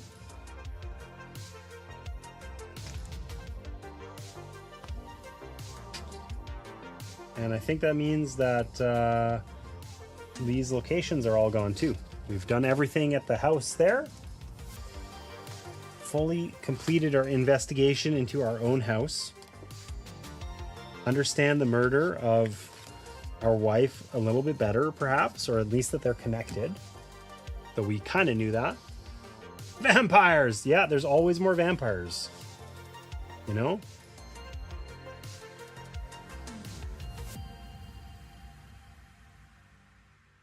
Okay. I don't think we have any more questions to ask this guy, but it's weird that the fact that the card hasn't been removed makes me tempted. I think we can show him an item. And was that it? We asked him about the tall dude. That was kind of it. Right, so what do we got? Over here, we really wanted to, we're expecting to get in a fight at the House of Rest for Weary Boatmen. So we want to bring our good friend John for that. But I think that potentially we could go down here. What could go wrong? I mean, we were specifically warned not to go here either. But it's that. We don't have to go to the Dixieland drugstore. We don't have any more questions to ask. And I don't know that we're ready to go see the corp yet. I mean, we could. We got in a fight there last time too. Let's go here. The Cabildo sat in the shadow of the St. Louis Cathedral, dwarfed by it in all respects. Moreau ignored the main door, which led to the museum, and approached a small, seemingly insignificant side door. This was the real entrance to the Cabildo. I feel like I'm saying that word wrong, but I don't know, whatever. Like most things in Dark Orleans, there was the less significant they appeared, the more important they actually were. She grabbed the simple brass knocker and rapped it against the wood. The door was opened by a surprisingly young man. That guy's a vampire, come on. He was fiercely handsome, if not for the severity of his features, suggesting religious fanaticism. The man looked like he had never enjoyed a laugh in his life. I mean, he's wearing a cross, so he's probably not a vampire, but come on.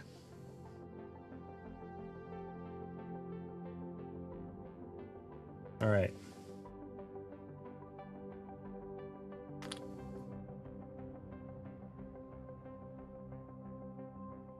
The man's gaze was piercing and stern, but his welcome was polite, if a bit cold. How can I help you? Moreau cleared her throat. Can I ask you some questions? We're going to roll 4 dice. Maybe we're going to roll 5. We want to get... No, we're going to roll 4 dice. Okay, this is how we should roll dice. Look at that. We didn't suck. 4. 3, that's 7. 2, that is 9. That gets us 3 successes. And this is a bonus success. So we got 4 successes there. Couldn't have done better.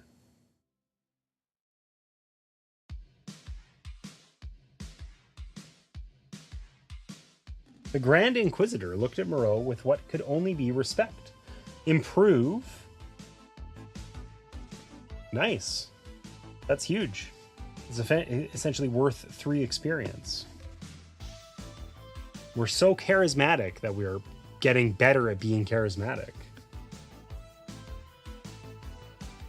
Oh my god, there's lots here. Oh, we still only get 3 questions, interestingly. Okay, so what are the questions we can ask? Who are you? Can you explain what type of institution you are exactly? I met one of yours at Congo Square. Who is he? Yes, you're no friend of the Dead Saturdays. Can you lead me to them? Surely you can tell me more about Baron Samedi. Okay, so let's start with the Congo Square bit. Is that so? I cannot tell, I'm afraid. Let's coax. That must have been Domingo, one of the best. A man of great piety and loyalty, for which he had been blessed by the Almighty with many talents. Okay, so we knew that was Domingo anyway. That really didn't tell us much. Let's find out more. What type of institution are you? Does it suffice to say that we serve God and protect Nueva Orleans from all that is ungodly? So, okay.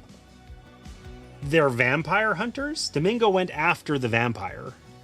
This guy's wearing a cross. They serve God. They gotta be vampire hunters, right?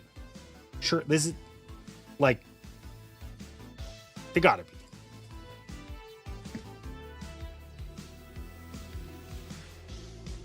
If it's history you're after, then know that the founder of our tribunal was Antonio de Sedela, who arrived in New Spain in the year of our Lord 1774 as a member of the Holy Office of the Inquisition. You know what the Inquisition is, I trust. I hope that has satisfied your curiosity. I don't want to join the ranks of the Inquisition. That seems a bit dramatic. Surely you can tell me more about Baron Samedi. The Inquisitor crossed himself. I know this devil personally, the vilest demon of Nueva Orleans. His domain is the cemeteries of the city, and his sinful worshippers call themselves the Dead Saturdays. We knew that.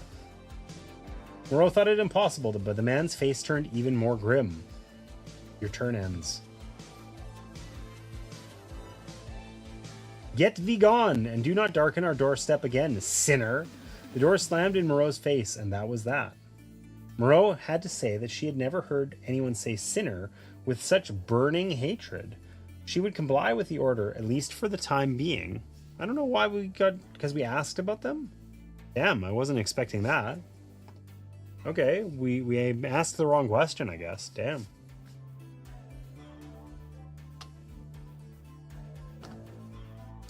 So,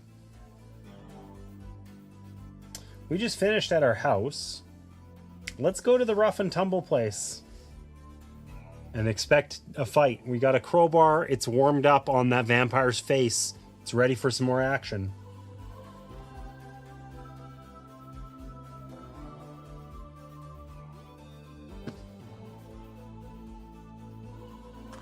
Okay, we need card number 10. Nice little pub. It's been a while since we got in a bar fight.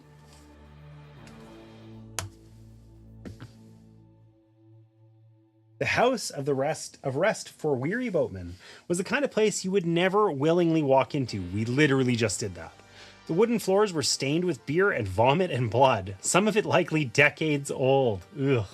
In dark corners, there were rickety tables with dark forms hunched over dark mugs. Stale cigarette smoke coated the air like mold on a rotting apple. Nice place. It's a vibe, I guess.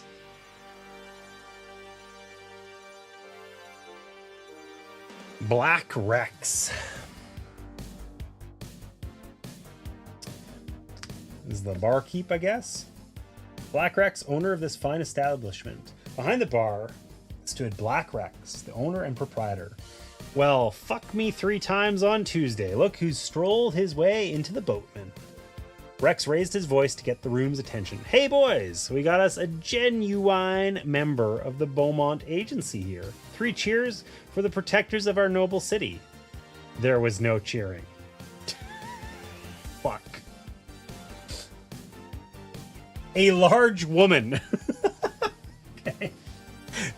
We don't have like character names anymore. It's just a big girl. All right. Her arms were the size of small tree trunks. Fabulous. In direct contrast to the chilly reception that he had received from Black Rex and the denizens of the boatman, a woman with arms the size of tree trunks beckoned for Robichaux to come closer, an enormous grin on her face. I don't want to go closer. Please don't beat me up. A little girl stood in the corner, aimlessly dancing to a tune that only she could hear. The roughshod denizens of the boatman were conspicuously ignoring her. That's terrible news. Why would a kid be here? Ugh. A little girl.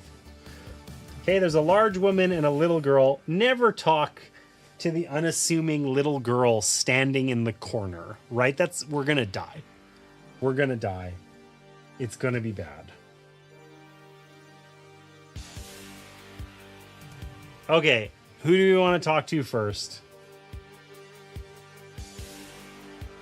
I think of these, the least bad is the large woman. We're gonna talk to the large woman.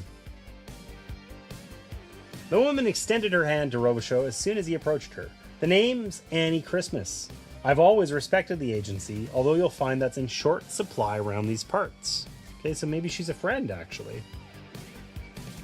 Robichaux didn't need to look around the room to see that every pair of eyes was staring daggers into his back. Getting a friendly smile in a place like this usually means you're about to have a 10-inch fucking knife shoved so far up your ass you can taste the shit on the end of the blade. Maybe she's not a friend. Christmas threw her head back and roared with laughter, which, as far as Robichaux could tell, was genuine. Cute and colorful, Beaumont. I like it. She smiled again. Your suspicion is warranted, but you don't have anything to fear from me, unless you come up short on one of our wagers, that is. Hell hath no fury like an Annie scorned. Vampire! Wager? No, I don't want to make a wager. I don't like this. I know we're like, have we seen my rolls? This is going to be some gambling thing. And it's going to go like how the rest of it has gone all day, where I'm just going to get my butt kicked again, right? Like 100% chance. I enjoy pitting my skills against would-be challengers, or she's going to challenge me to an arm wrestle, maybe. Always with a little money wagered on the side. The problem is, Christmas said, gesturing around the boatman, these cowardly excuses for human males refuse to step up to the plate any longer. The question, therefore, is whether you're a wet fucking towel like the rest of this sorry lot, or if you've got some real steel between your legs. Do it! Okay. Pit your magical talents against Christmas's arcane, tell her a joke, charisma, or maybe another time. Okay, look here. My arcane, we willingly, I've been rolling like absolute dog shit all game, and arcane we purposefully left as crappy. Charisma is incrementally better. But I feel like telling her a joke isn't what she really asked for, right?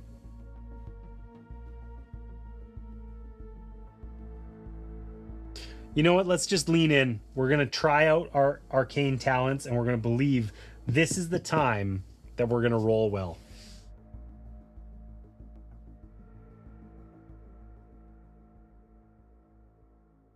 It's not any fun without a little scratch on the line. Put your billfold where your mouth is, and let's get down to business. Fine. Have you discarded money? Yeah, sure. Now we're cooking with gas. Okay, so we discarded a money as a wager. A magic show it is then, Christmas grinned. She did that a lot. See that bum in the corner? Robichaud nodded. The man was completely sauced with more of his drink in his beard than he had managed to drink. Whoever can raise him the highest off the ground wins. Me first.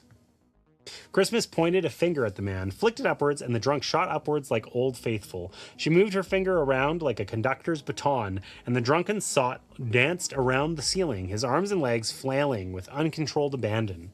Eventually, she put him back down, where, in a state of shock, he promptly passed out again. This does not sound like a contest I can win, boys and girls. Too bad, Beaumont. Annie's on her game tonight. Now, let's see what spell-weaving talent you've got shoved up that puckered asshole. Christmas grin. This is by far the most fun character so far. Attempt to levitate the drunk. Okay, we're going ham here.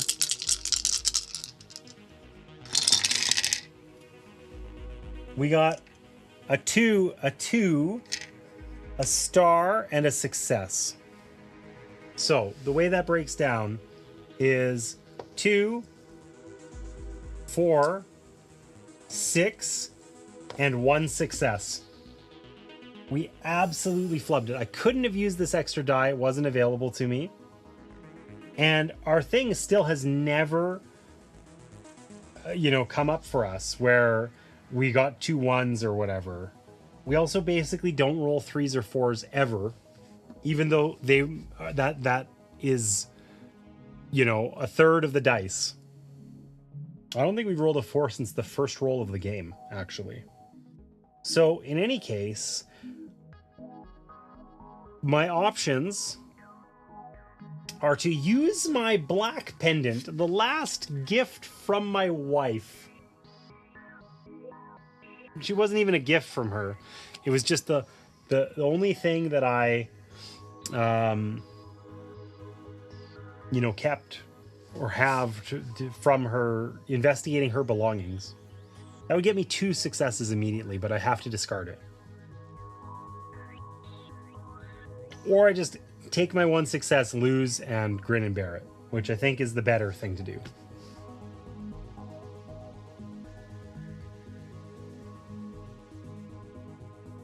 Robichaud tried to pull on the arcane and lift the man out of his seat, but it was like trying to pull a concrete block out of quicksand. His beard slowly floated up in front of his face like some kind of hairy veil, but that was about all Robichaud could manage before collapsing back into his chair with a groan. That was, well, maybe it's better not to discuss what we all just witnessed. Hand over the cash, Beaumont. Okay, so we get to refresh a die for our extreme amount, gratuitous failure. And we probably could coax her into some stuff in the future, hopefully. Hopefully we were a good sport, I hope that's worth something.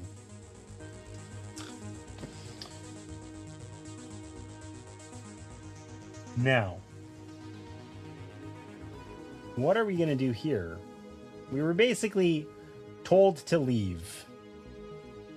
I don't know if going back is going to be a good idea, or if we should just... Let's go investigate the corp. No, that was the wrong thing. Let's go way up here to the corp building and investigate them. The most powerful thing in New Orleans. We remove this, and the thug is here.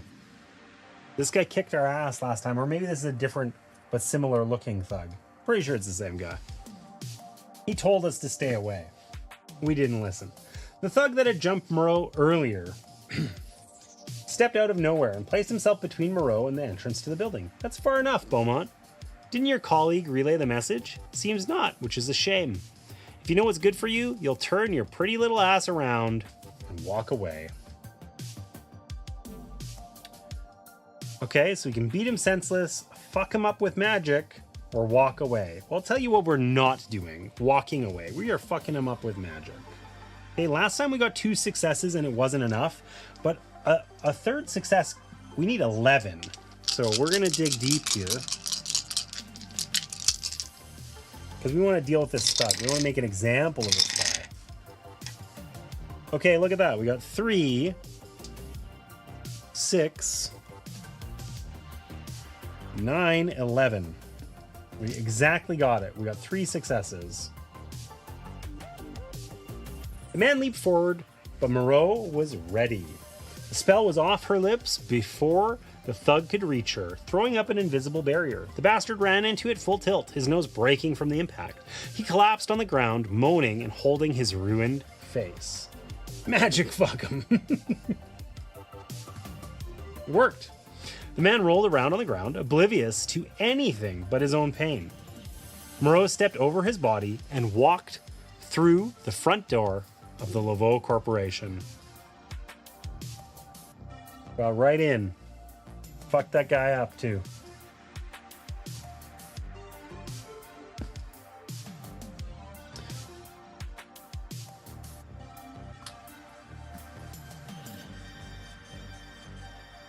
Okay, we're in the front door. We can explore there more next turn. Easy peasy. We're still in the bar on this guy, having just lost a bet with the big woman, who I think we need to talk to some more. Hopefully she's a friend now, right? A large woman. Visit Annie Christmas. Welcome back, Beaumont. How about your magic versus my Christmas mojo? And if that doesn't tickle your cajones, we can see if you've got a joke that will put old Annie down for the count.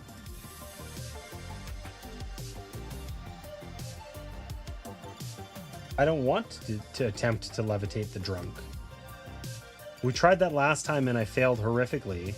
I have little reason to believe that that's my turn. I don't get to I didn't even get to pick that that's what I wanted to do. She specifically said I could tell her a joke and then it's not actually available as an option.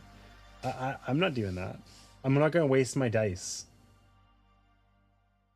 Okay, a huge waste of a turn, unfortunately, but that's okay. All right, Constance is going into the ₹ Corp building. That's lame. I agree, that was lame. The ₹ Corporation's headquarters dominated the New Orleans skyline. Made of obsidian glass and black steel, it loomed over the landscape like a dark monolith. Well, that's a cool lobby. What is this, number 4? That is rad. I want to... That picture's creepy. I don't like that picture at all. But it's a nice looking lobby.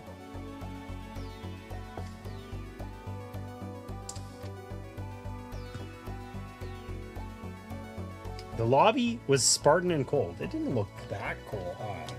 It's kind of blue. Todd. Todd looks like an asshole.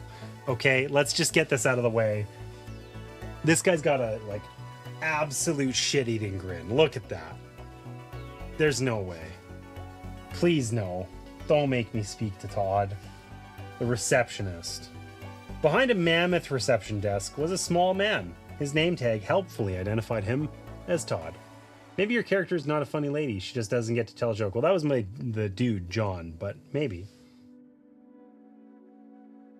A large portrait. Behind, yeah, the portrait's creepy looking. Covering the back wall was a massive portrait of a black woman in a red shawl. Her hair tightly wrapped in a yellow turban.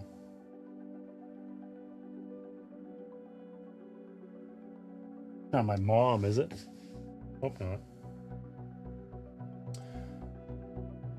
Do you think I can just walk over and look at the portrait without talking to shit-eating grin Todd? Todd is a jerk. You can tell, right? Okay, listen, we're just going to try and walk past him and look at the portrait.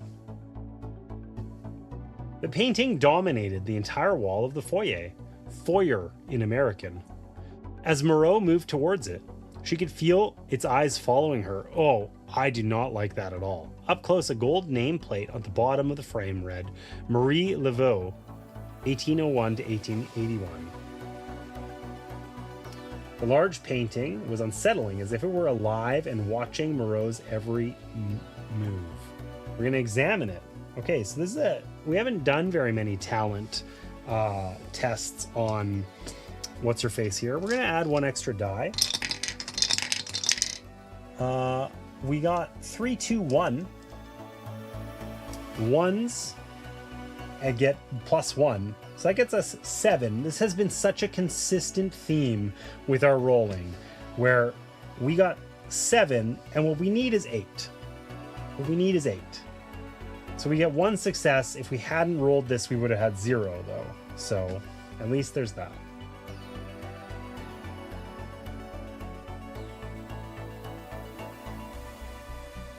To the left of the painting was a small plaque. Moreau almost didn't notice it, since it had the same color and texture as the wall and blended in almost invisibly. It read, Marie Laveau, the New Orleans queen of Louisiana voodoo, established the foundation upon which the Laveau Corporation was built.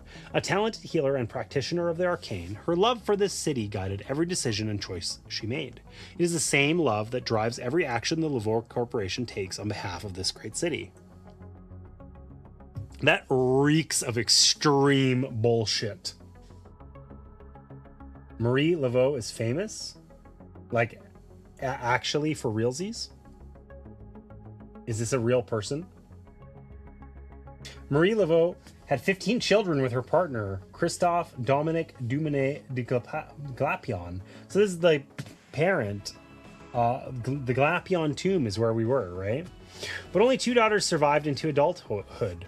Marie Eutriste Eloise, who tragically died in 1862 at the age of 35, and Marie Philomene, who carried on her mother's legacy and ultimately established Laveau Holdings, which officially became the Laveau Corporation in 1910. Very exciting. For reals. What a fucking name. Yeah, I know. There's so many Maries in here, and all the names are like French and unpronounceable and so on and so forth. Okay.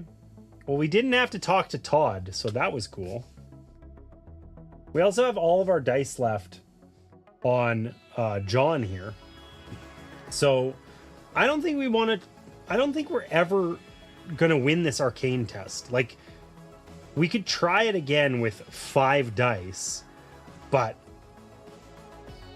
we've just struggled so hard. I mean, stars, if we use all of our dice, then stars count for 3. If we get 2 ones, we get 5. That gets us halfway there. Let's just try it. A large woman. Let's visit Annie Christmas. Let's attempt to levitate the drunk. We're going for it. We're using all of our dice. This is our weakest thing.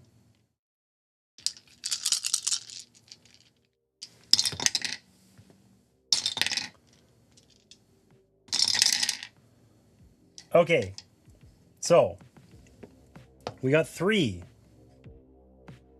We got 5. We got 6, 7, but if we get 2 ones, we get to add 3 to the total. So that's 10. And then we got a star,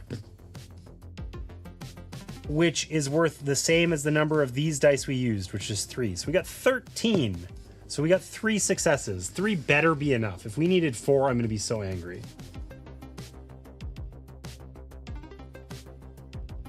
She was a midwife in New Orleans. Voodoo priestess supreme. Cool. I'll have to read about that.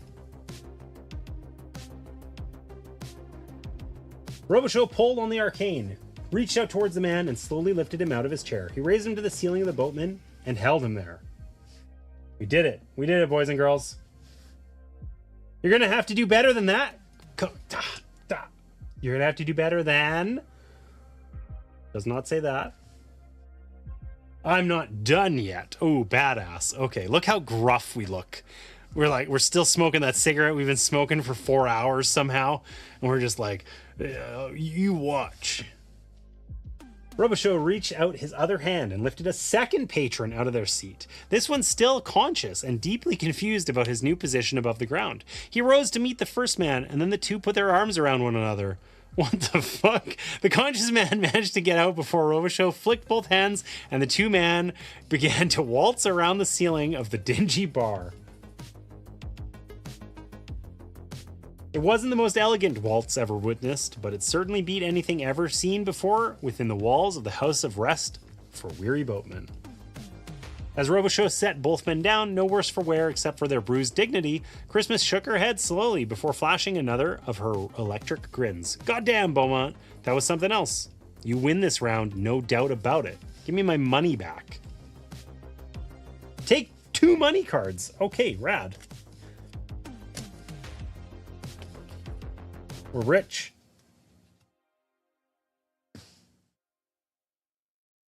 Oh, and she's just gone now. Okay. Annie Christmas. That was fun. That was a fun interaction.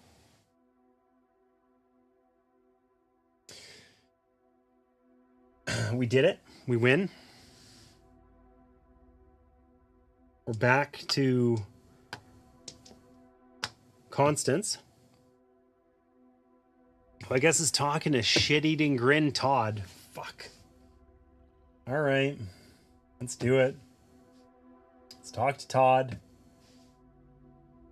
Todd barely looked up at Moreau as Moreau approached and flashed her credentials. With a voice like a weasel, Todd asks, "Do you have an appointment?" Oh, I hate this guy.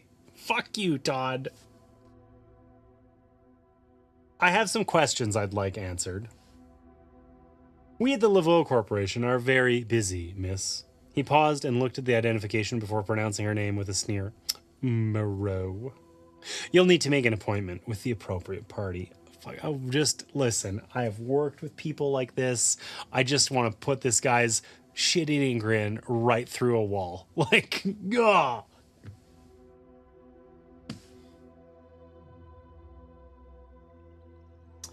Charm your way past Todd, kick his ass, or subdue him with the arcane. Or how about I slap the shit out of you like I did with your friend?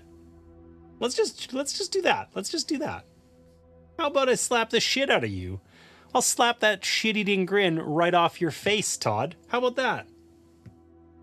Todd swallowed so hard that Moreau could hear it. Miss Charlotte, floor 32, down the hall, he replied. All his confidence gone. That's right, Todd. That's what I thought. Todd needs to die. I don't like this guy. All right, Todd's out of here. He's gone. See ya, Todd. I'm never interacting with you again. I don't like your ugly face. Charlotte Baton's office. Card number 5. Okay. We're a bit short on space here, but we'll rejig these things a little bit.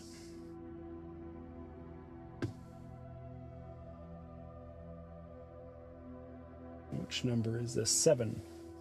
Ooh, the president of the Ľawed Corporation. I don't know. She also looks... She and Todd hang out. Ugh. Ugh. All right, we made it past Todd.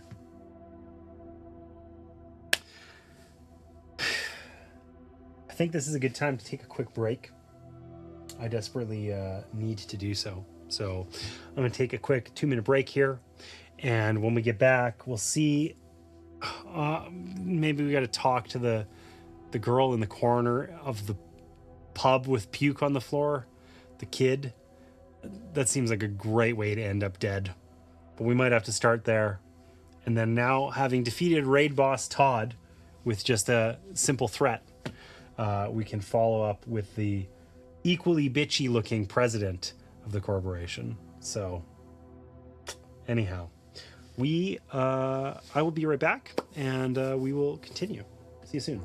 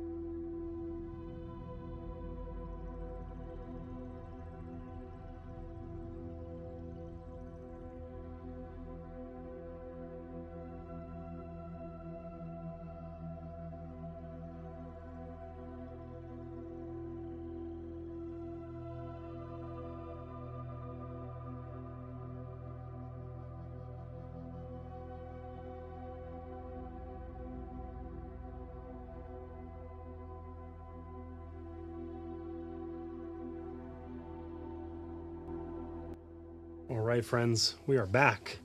So, let's keep it going. John's up. He's in the bar.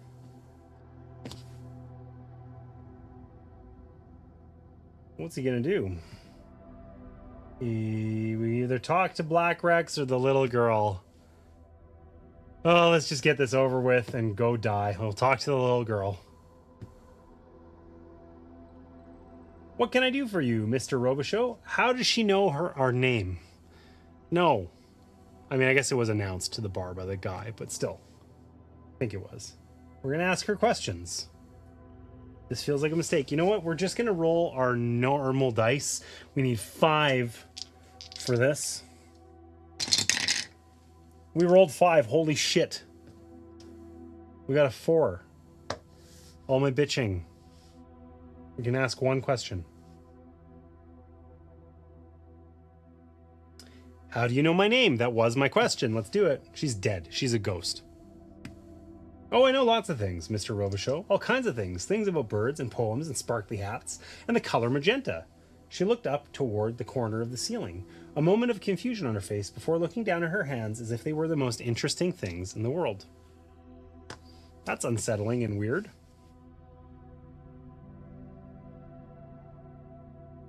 Okay. Constance. She's in with the bitchy lady.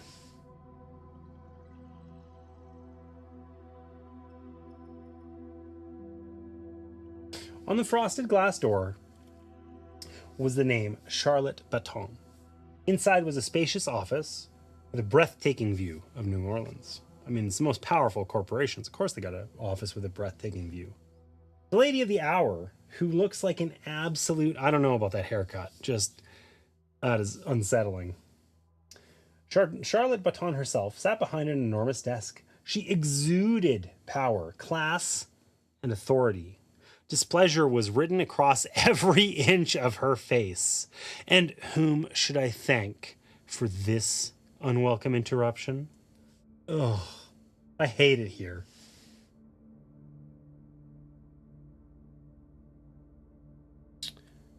All right, we're gonna go big again. We're gonna roll all 4 dice.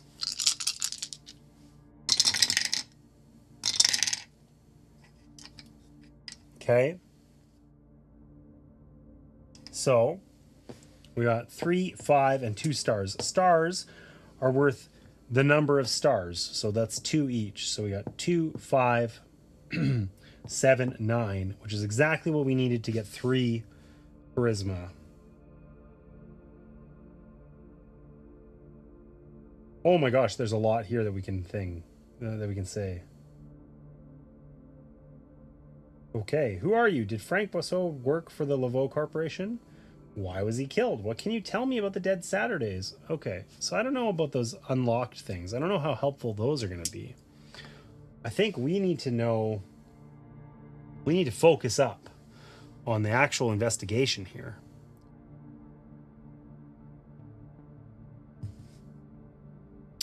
I feel like that last option is very provocative.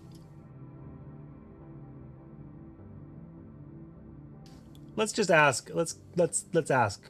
Did he work for the Ľawed Corporation? Boisseau. No, I don't know any Boisseau that worked for us. A sly smile crept onto Baton's face.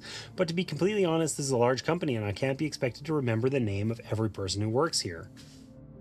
Intimidate. I have little tolerance for rudeness in my office, agent. Watch how you tread in my presence. The look on Baton's face was, frankly, terrifying. Your turn ends. Okay, well, I flubbed that one. Apparently intimidating her was not the move. Shit. All right, John. Let's talk to the little girl.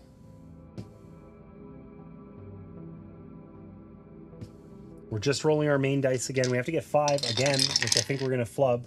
We got 1 and a star, so the star is worth 0. So we got 1. We got 0 successes. We got the lowest possible roll other than 2 stars.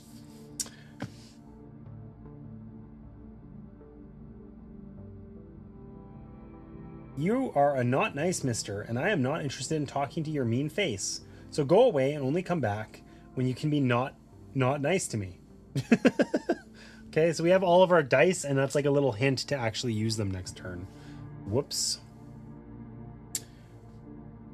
Okay, and we flubbed it on talking to the powerful lady here.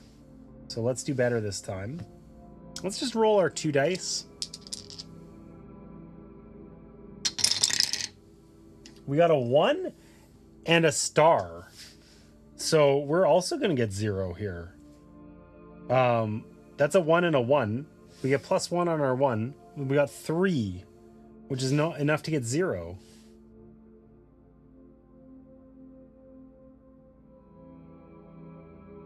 Okay. We suck. Let's talk to the little girl.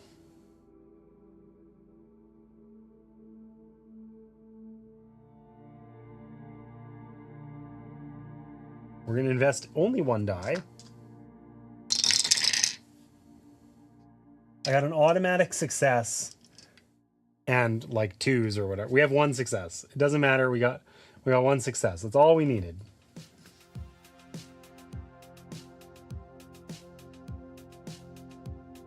Who are you?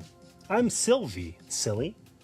She looked at Robichaux as if he was the most foolish person in the world for asking such a question.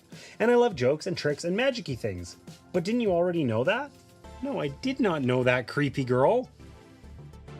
Robichaux simply chose not to respond. If you show me something neat, I'll do a favor for you. An extra duper super specialicious nice-tastic fix-it-up favor. That sounds worth investigating. Show her a magic trick, conjure a fireball, or tell her a joke. Well, magic trick is by far our easiest thing to do.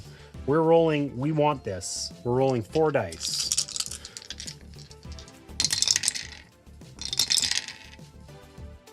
Okay. We got 2. We got 4.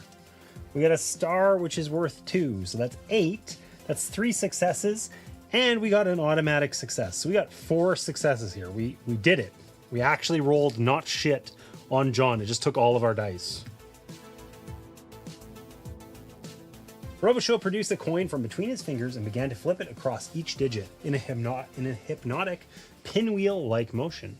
The movements became faster and faster until the coin was a blur. He moved it from one hand to the next and back, then produced a second coin and set it to spinning across his fingers in furious competition with the first. Sylvie's eyes were wide with delight as a third and then a fourth coin appeared and joined the dance until, with an audible crack, the coins disappeared in a puff of smoke. Sylvie gasped, giddy at seeing Robichaux's trick. That was just spectastical and marvelicious. I will set aside a fix-it-up favor for you, Mr. Robichaux. You've gained a fix-it-up favor. Gain 1. I don't know what that means. All of a sudden, Sylvie jumped up, spun around 4 times, and pointed towards the door. There's something funsies and dandylicious that I must do, and I must do it now. Goodbye. Then she was out the door, leaving Robichaux to wonder what that was all about. Okay, well, rightly or wrongly, we earned the hell out of that super specialistic, magatastic favor.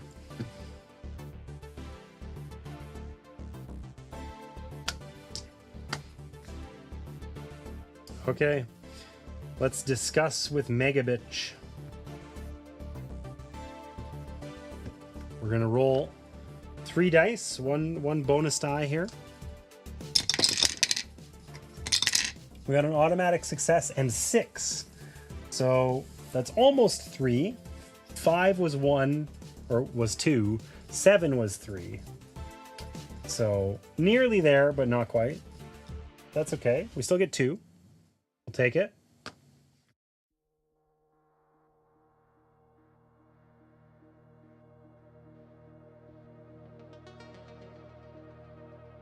Well, let's ask this again, and let's coax her. Ah, yes, I seem to recall a Frank Boisseau now. Bouton smiled again, as if to say she'd known who Boisseau was all along, and simply had been toying with Moreau.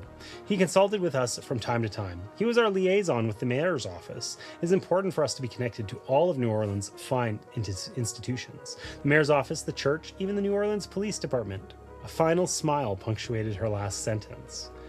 Oh, I hate this bitch. Moreau has uncovered a new lead, an unsettling link between the awed Corporation and the NOPD. How deep did the corruption go? Gain an experience? Let's just cut to the chase. We got one question. Who's your liaison with the NOPD? Baton let out a bright, glittering laugh. I'm not sure I should share any more with you, Constance. So as charming as you are, we're going to continue to be charming and we're going to coax it out of her. Baton sighed deeply as if she'd been convinced to open up. But Moreau knew this was all calculated. This woman didn't give up anything she didn't want to. We do consult with a certain lieutenant from time to time.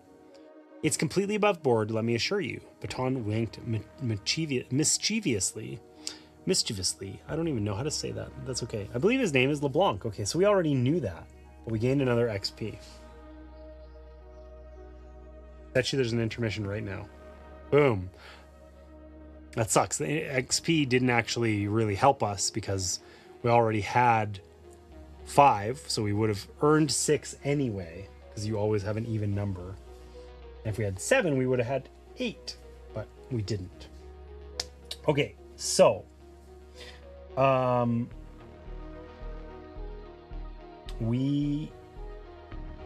still think our skills are not that useful. I think we want to be leveling up our cubes here for sure. I mean, I got lots of money here. I have 6 to spend on this guy, which is cool.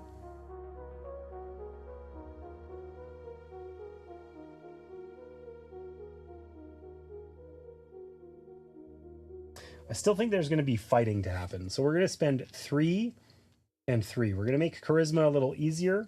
We're going to spend all that money. And then we only have 3 on our friend Constance here.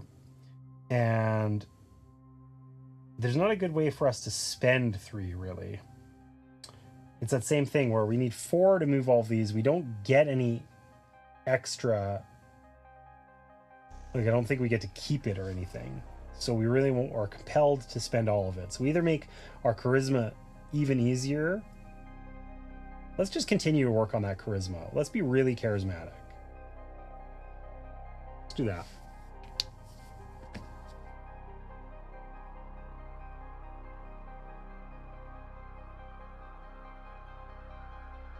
Okay, we get an effort die back.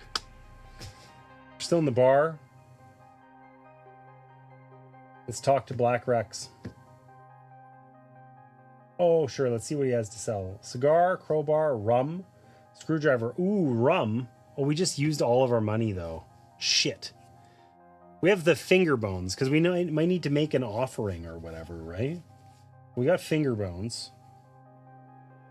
What does a cigar do? Reroll. It gets us a reroll. And rum.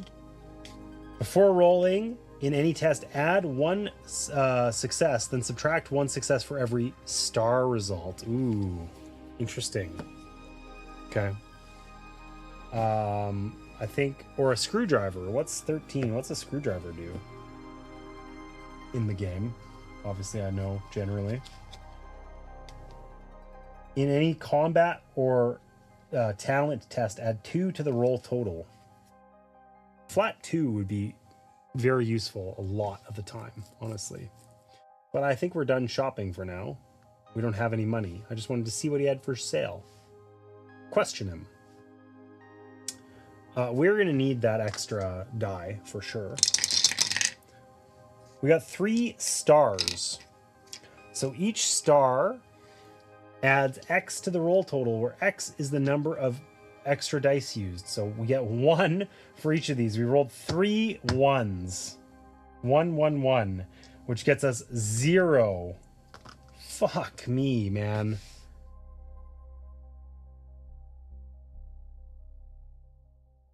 Rex pointed a single thick finger at Robichaud. Watch yourself. This isn't Sweet Mary's happy pub for nice folks. Refresh one of your dice. Oof. Okay. Time to talk to the grumpy lady. It feels like it's worth it to just like suffer through a couple turns, instead of having mediocre turns regularly where everything we get a little less than we want, we just roll these dice, we often fail, but then we're recovering those dice. Usually we get a bonus one, and then we're like at full and we can actually have a good turn. So I think we're just going to question her, and we're going to just use the dice we have. We got 5. That lets us get 1.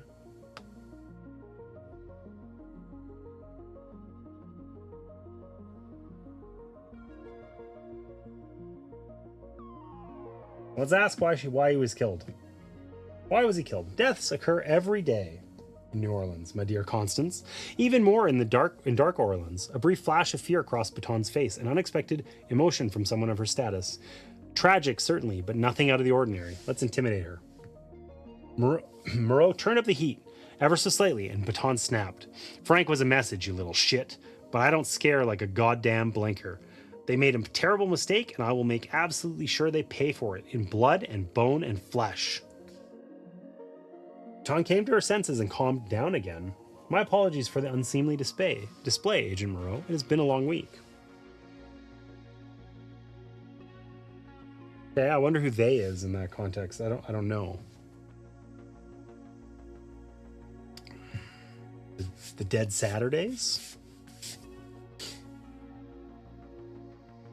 Okay, we're gonna try and actually talk to this guy and not roll 0. We got 4 dice. We're using 4 dice just to succeed. We rolled 2 stars and 2 2s, so everything we have is worth 2. We got 8. So that's 3 successes. Or no, because this is charisma. That's 2 successes. Oh, whoops.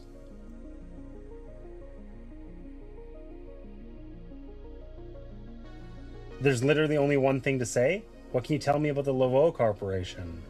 Overblown gangsters is all they are, although I respect the hustle. I don't think we're intimidating this guy. He runs a bar filled with assholes. He's used to a bar fight every now and then. We're going cokes. They've got their fingers in every nook and crevice of the city. Nothing happens without their say-so. Well, almost nothing. Even I've got to kiss the ring from time to time, although it tastes like weak old dog shit. That's it. We have no more questions to ask him. So we used all of our dice. We finally get 2 results, and there was only one thing to say. We can't buy anything from him because we're broke. That was not worth it.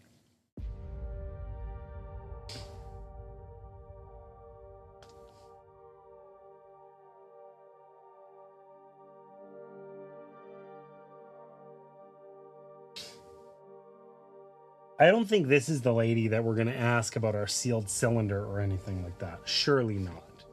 Right? We're just going to use 1 extra die. Talk to this girl. We rolled a 5. These are each worth 1 extra, so we got 7. So we got 2 successes.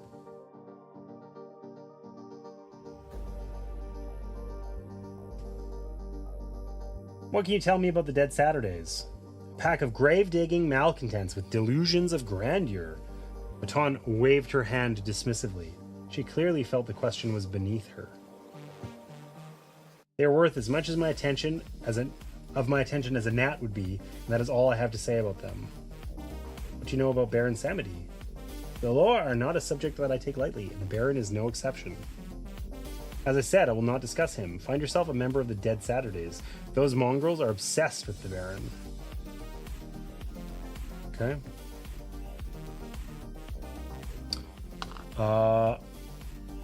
Let's send John to go talk to this dude.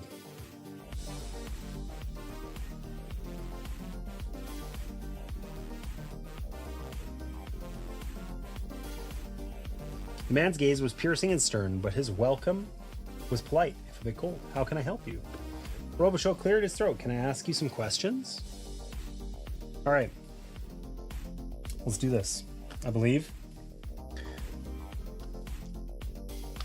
We're just going to roll these dice because we're never getting to 8. We just want to get 5. We rolled 2 1s, which is exactly what we wanted. 1, 2, plus 3, 5. That is 1. We got our single question. And we keep our dice. We're accumulating those. Can I join the ranks of the Inquisition? Guess you're no friend of the Dead Saturdays. Can you lead me to them? I think we know where to meet them. I don't think we want to join the ranks of the Inquisition. What can you tell me about the Black Pendant? That's going to be an interesting question. Or absolutely worthless. The man was neither impressed nor interested in what Robichaud had to show him. Do not return to Cazador with this. We don't have time to waste here. Okay. Well, that was worthless. I don't know if there's anything else for us to talk to what's-her-face about. There's not a lot, but we'll do one last round of questioning here, I think. We'll use one extra die. We got a success and 5. So we got 2 successes.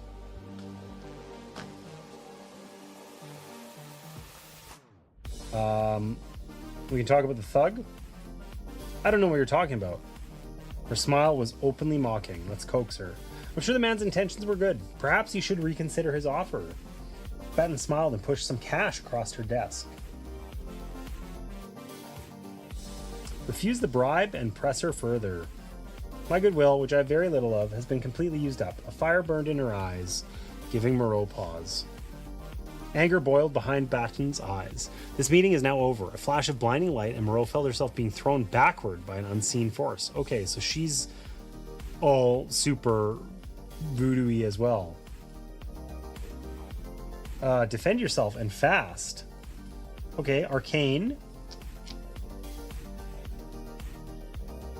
Every time we've defended and gotten like 2 or so successes, it's been bad. So we're going to use all of our dice here. So we got an automatic success, a 4, and 2 1s, which are each 2s. So we got 8 plus an automatic success. So that's 3 successes. If we wanted to, we could use our consumable and get a 4th success. Getting 4 successes is often really good, but I don't know if it's worth it. You know what? We're going to try it for science. We're going to try it for science. Wait, that only... Yeah, because that gets us to 11. So it adds 3 to our total.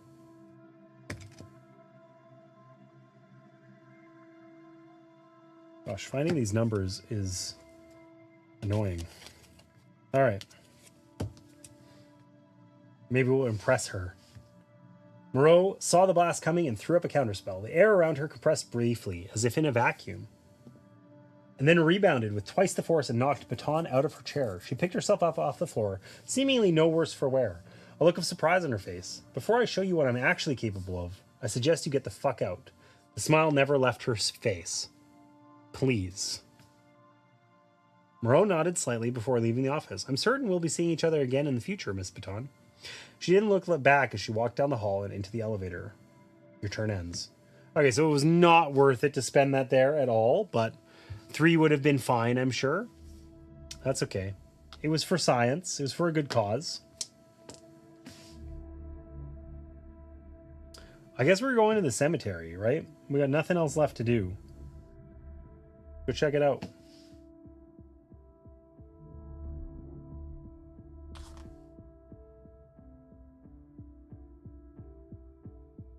That doesn't look like a cemetery.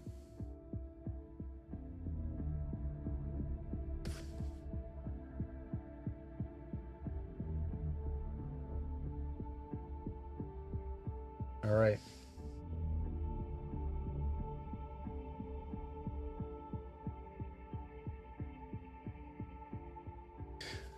Metairie Cemetery was once called the Great Necropolis of the South. Over the years, other cemeteries had dethroned it, mainly by virtue of whose bones they held, and Metairie had become just another New Orleans cemetery. There's a boy standing here.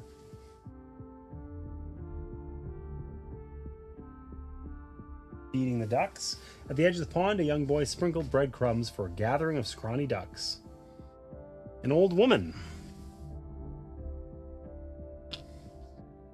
sitting on a bench. She looked positively ancient, an old woman dressed in African finery. sat on a park bench beside Meteri's front gate. She quietly muttered to herself. And then there's the cemetery entrance. Okay.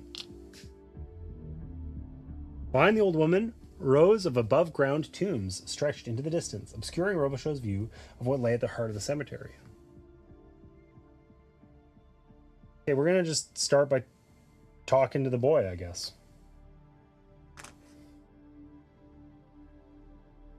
The boy's back was to Robichaud, but as he approached, the child turned and looked up at him with hollow, vacant eyes. Yeah, he does have hollow, vacant eyes.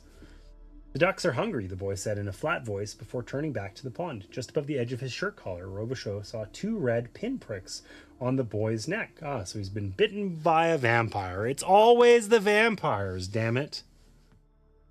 Shit, Robichaud knew what that meant. The boy was a blood bag, which meant his vampire sister was probably close by.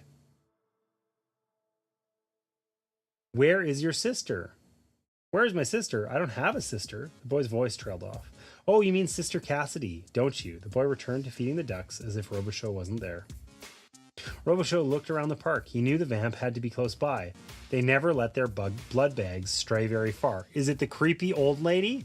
The positively ancient woman? No, surely not. We're investigating, I guess. We're going to spend 1 extra die. See what we get. We got 2 stars and a 1. So we got the worst roll again. The amount of times that we... Like, I think these dice are legit unweighted, like not random. Because, God, we get that a lot. And we get it exactly wrong where our cool under pressure doesn't work. It's super irritating. We took that to even out low rolls because we've been getting lots of them. But these are 1s, but don't count as 1s for this. So anyhow, we got 3, which is 1 success. But still. Robichaud felt the hairs on the back of his neck stand up and he spun around, catching a casket girl stalking towards him, fangs bared. There she is. She wants to play with you. Nice guy. Nice girl. Fight the casket girl. Okay. Let's use one of our things, our last one, and let's fight this casket girl. We got 3, 5, 6. Which is 1 success. We could use our crowbar, and that would make it 3 successes, which I think is probably worth doing. So we're going to try that out. We're going to... We got a long history of smashing casket girls in the face with crowbars. I don't think we actually used the crowbar last time, but still. So we got 3 successes. Bonk. The sister shrieked as she looked at the bloody stump where her right hand used to be. She turned and ran, leaving her severed hand behind. It was already beginning to shrivel and dry out, and Robichaud easily picked it up. Take a vampire hand. Rad. Upgrade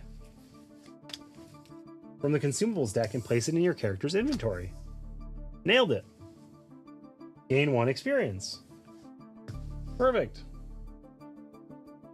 Alright, the boy is gone and our turn is over. What I had been wanting to do was just waste some time until we arrive here with Constance as well. But that kind of worked out a little differently than expected. I didn't want to use up all my dice, but I did. Okay, so Constance is here. Or can be here, because this is really the only other place to be. And she's going to talk to the old lady. Positively ancient old woman. What do you got for us? The woman, who must have been pushing 90, was wrapped in a purple robe and wore a garish turban on her head. She muttered quietly to herself until Moreau approached and she looked up. A fortune for a coin for a fortune. Do you want to know the truth, Constance? Ooh, she knows our name. If she wants money, we don't have any. How the hell did this woman know her name? Just like the creepy little girl. Give the woman money. We don't have any money to give, so we have to refuse. Moreau refused to give the charlatan any money. No coin, no fortune, a shame, like the shame of an unvisited grave. She went back to her muttering and paid Moreau no more mind. Your turn ends. Okay, well, John also doesn't have any money, so We're just going to ignore the woman. And we're going to go to the other part of the cemetery. What are we doing?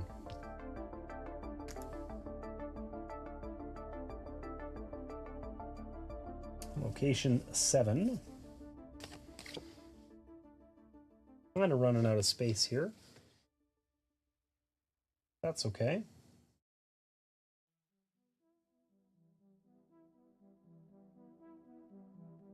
Marble tombs lined the walkway, chiseled with the names of rich and powerful New Orleans families who could afford to be buried in style. There's an offering plate. In front of a particularly ornate tomb, somebody had laid out an offering plate. There's a dug-up grave. That sounds highly suspicious. An open grave, a discarded shovel, and a workman's lamp. Someone had been digging, and recently. Okay, surely we check out the dug-up grave first.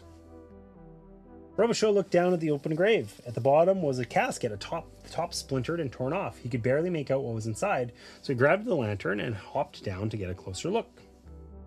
Robichaud was looking so intently that he didn't hear the footsteps behind him until it was too late. Perfect.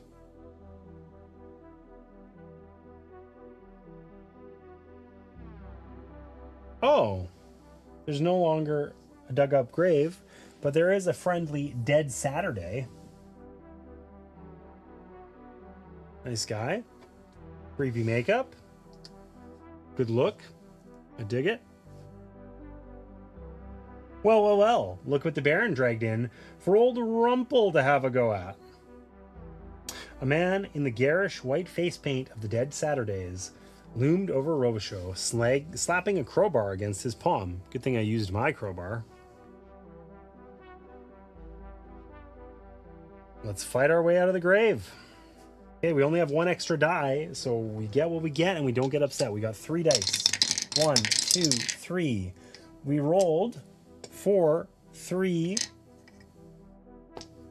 1. So that's 8, which is in fact 3 successes because we put all our points into upgrading fighting because we anticipated this moment.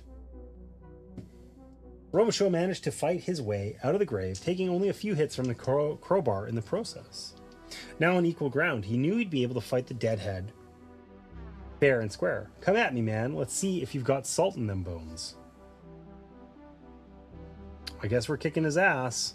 We do not have any extra things to use. We got our main dice and that's it.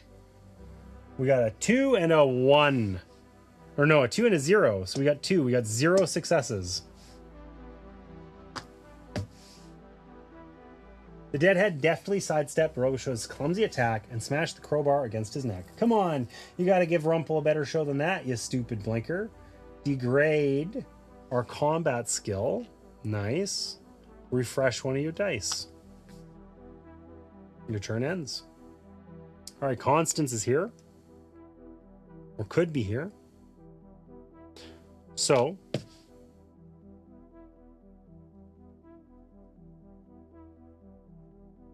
I mean, her combat skills suck. So I think she is going to wander on over to that offering plate and just ignore what's happening. He'll be fine. He's tough.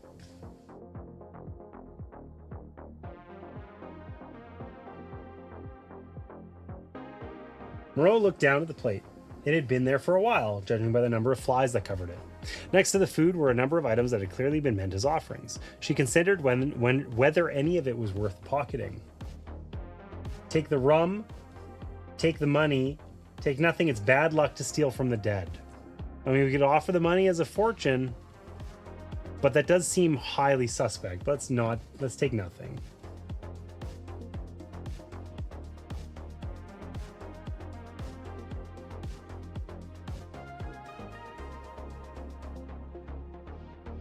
All right.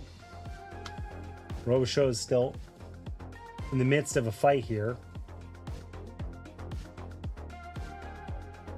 Kick his ass. Okay, we got 2 extra dice this time. Let's do it.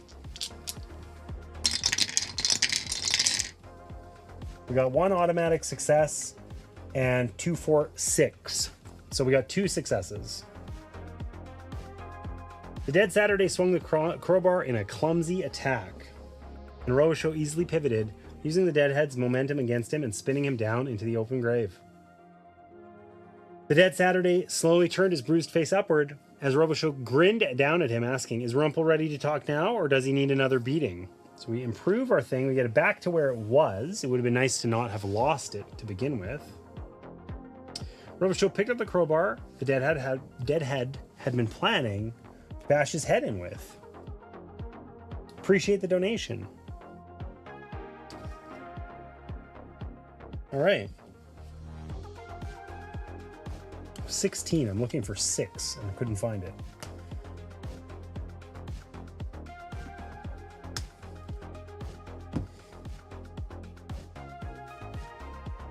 The dead Saturday looked up at Robichaud, the blood on his face making his white makeup run in red streaks.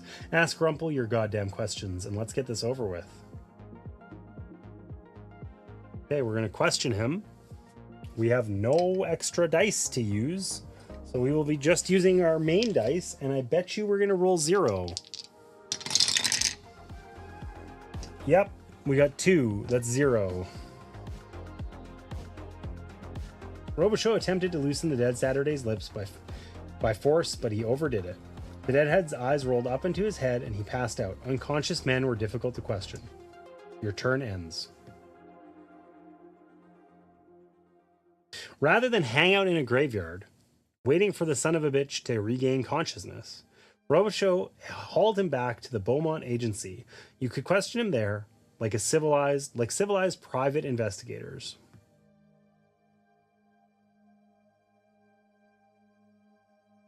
Okay.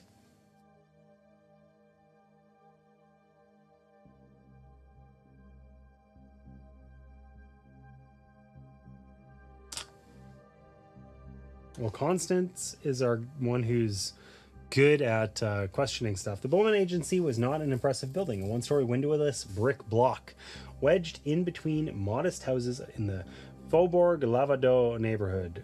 It looked like the kind of run-down structure that could either house a small church or a strip club, depending on who was leasing it. The lack of flash was by design, though. Beaumont agents routinely attracted the worst kind of attention, so anything that might increase the attention was a liability, hence the shitty, unassuming exterior. Still, as Moreau walked through the front door, she couldn't help but wonder why Sophie didn't at least spring out for a fresh coat of paint. Okay, so we can interrogate the guy, we can ask some questions, or we can get a hint, which we were explicitly told not to do, because she's grumpy. So let's question this guy. We're just going to roll all of our dice. No, we don't even need to roll all of them. We're going to roll 4. Star, star, star, 3. So each star is worth how many stars there are. So we just rolled 12. We get 3 successes.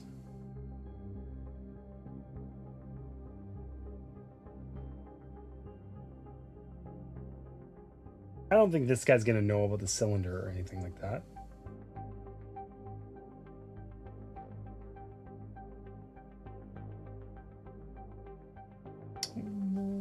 What can you tell me about the Baron? The deadhead started laughing maniacally. Manically. That is not a word. Manically. Anyways, I hope you get a chance to meet him, fuckwad. I would pay to see that. Let's intimidate this guy. Moreau ground her heel into the man's fingers and he screamed, "Jesus Christ, fuck!" He held his swollen hand to his chest. "Damn it, you want to know about the Baron? He loves cigars and rum and long fucking walks on the beach." Moreau lifted her foot again. Okay, Jesus, you summon him. You better have tobacco or a bottle of top shelf rum. And a dirty joke. He's a crass motherfucker. You don't come with one of those things, you're in deep, deep shit.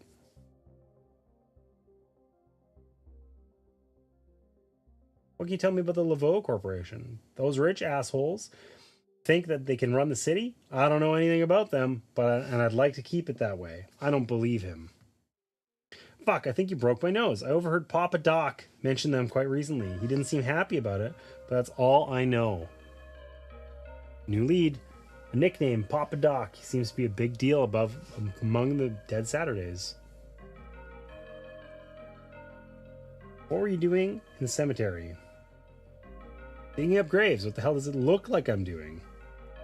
Jesus, that hurt. We need the ingredients for our rituals, and the only things the Baron likes more than tobacco and rum are the bones of dead folks. We got finger bones. The dead Saturday stared dully from behind the bars of the agency's single holding cell. Ask your questions and then fuck off. All right. So Robo also can come back here, I guess.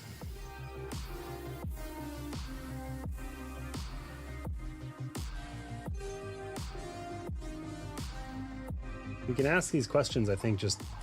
I don't know if this takes our turn or not. Probably. Details. You want some fucking details? The director grimaced. I had a run-in with Criminal. He goes by that name when he's feeling particularly sadistic.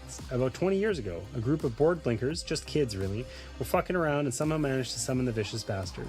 I never figured out how the pack of stupid kids did it. Summoning awed is beyond the power of most voodoo priests. The Baron had them dousing live chickens in gasoline and lighting them on fire.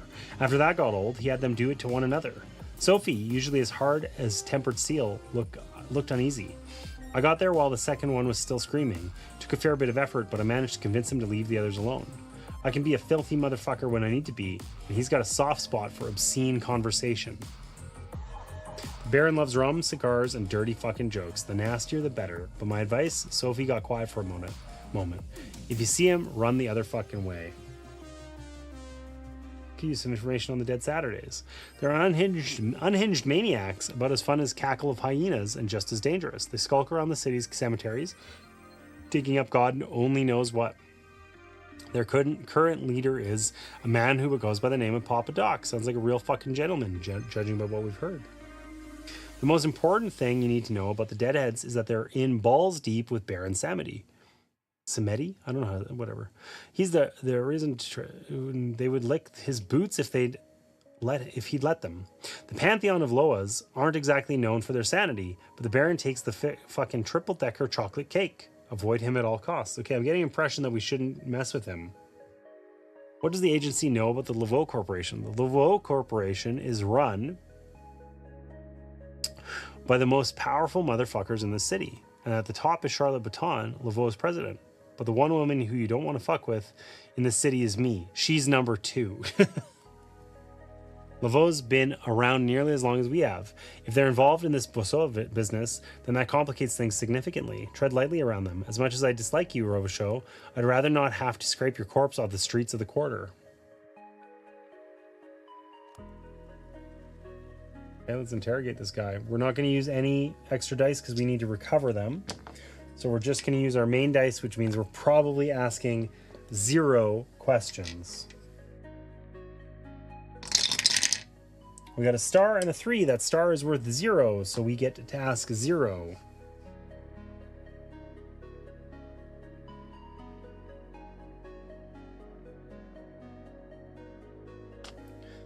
Okay, we're doing the same thing. We're not doing any extra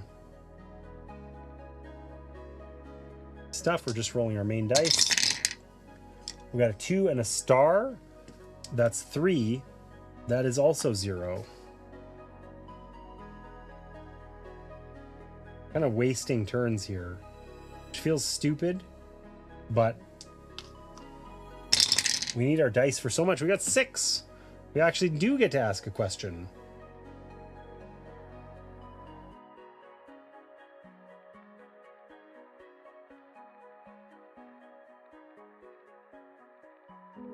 Where can I find the rest of the dead Saturdays? I think I'd give up my brothers just like that? You got another thing coming, you blinker piece of shit. Well, time to hit him again. God damn it, stop hitting me. They're at St. Louis number 3, Papa Doc and the rest of the Saturdays. But they aren't going to like it when you show up. Okay, so we gained an XP. One of the oldest cemeteries in the city. Boom.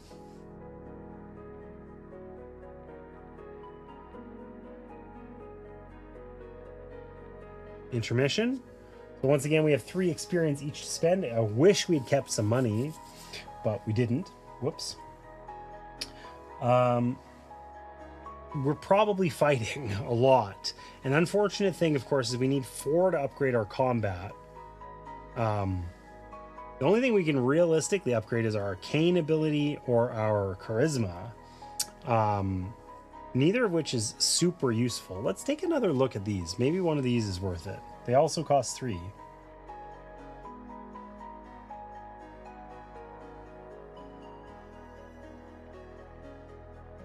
Yeah, I don't think so.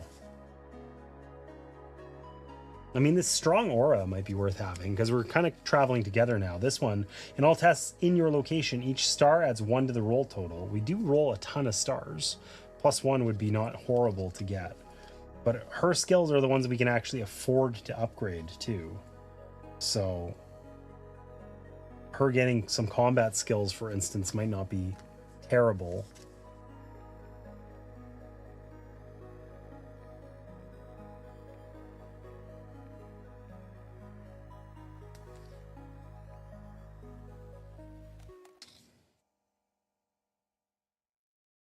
Okay, so we're either upgrading charisma or arcane. Let's just do the arcane.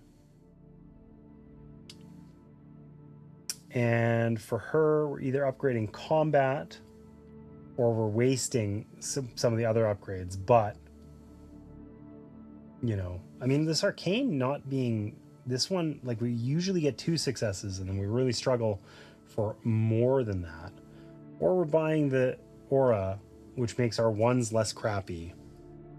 Let's just do the aura thing, because we've been struggling so hard with rolls. I guess that means we got to discard the Mystic Haggler, because the telepathy one is a good wombo combo, potentially. So, okay, so in all tests in your location, each star adds 1 to the roll total, and we share that. So, stars add +1 and 1s add +1. Both good. Okay.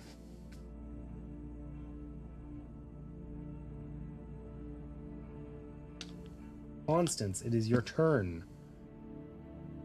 We're going to interrogate this guy. There's not a lot left to ask him. We're just going to use our main dice and 1 other one, because we will get that one back.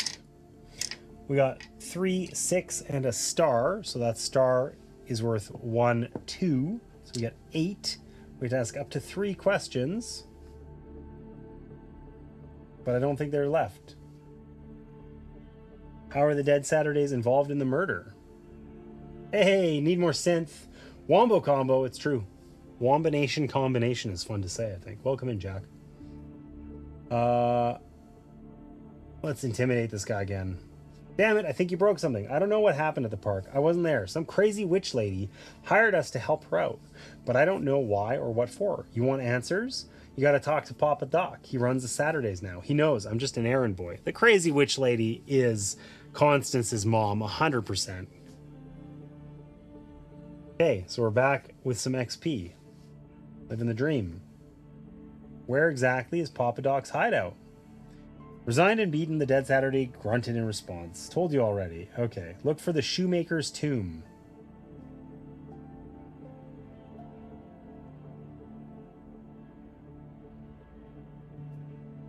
We can ask him about the rope or something. I don't think this guy's going to know anything. Let's ask him about this strand of rope. No clue what that is. Never seen it before. Jesus, I think you broke something. I said I don't know anything about that. We've broken like every bone on this guy's body. Okay, so we don't have anything else to ask.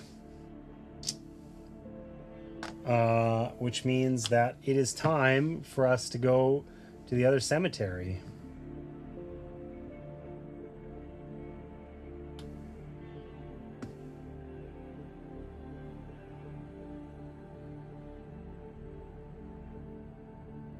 We need card number 8, should be this guy. They're not as popular as St. Louis cemeteries number 1 and 2. Number 3 was still an impressive burial ground. Row after row of above-ground tombs stood sentry like gateways to the underworld. Various names were chiseled above the sealed entrances. Place the 8 point of interest on the top of the tombs as indicated.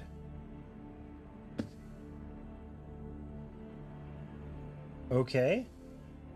Damn, that's a lot. Suddenly we got some stuff to do. And there's a gravedigger smoking a cigar.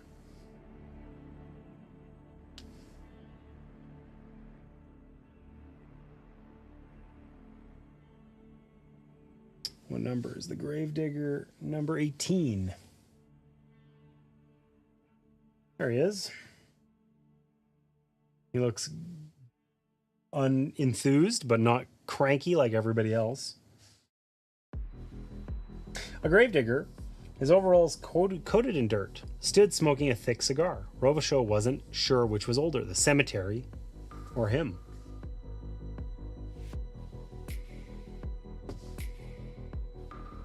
I mean, we'll wait for her to come talk to the gravedigger because she's got more charisma. And I guess let's go to Venta. Let's just start working our way across these. Because none of these are the shoemaker's grave. So I guess we got to figure out who of these is a shoemaker.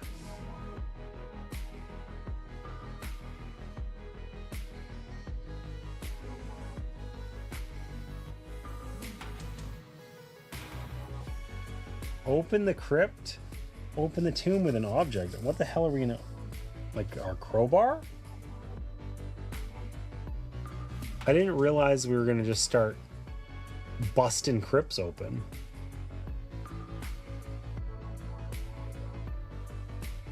Open the tomb with an object. Let's try and see if we can crowbar our way in. Rovachot wedged the crowbar down into the door and put all those weight into it. The door shuddered, groaned, and then without warning, the crowbar snapped in two as if it was a twig. Fortunately, the door had opened enough to get a handhold and he was able to open it the rest of the way. We didn't want a crowbar when we're about to get in a big fight anyway. Crowbars always break at inopportune times.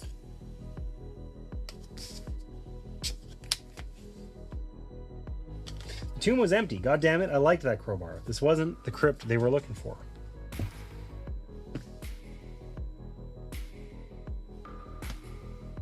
Okay, no more Venta. Turns over. Okay, so Constance is gonna come and talk with this guy because she's very charismatic. No crowbar for you. It's true. It's true. She's going to talk to the gravedigger.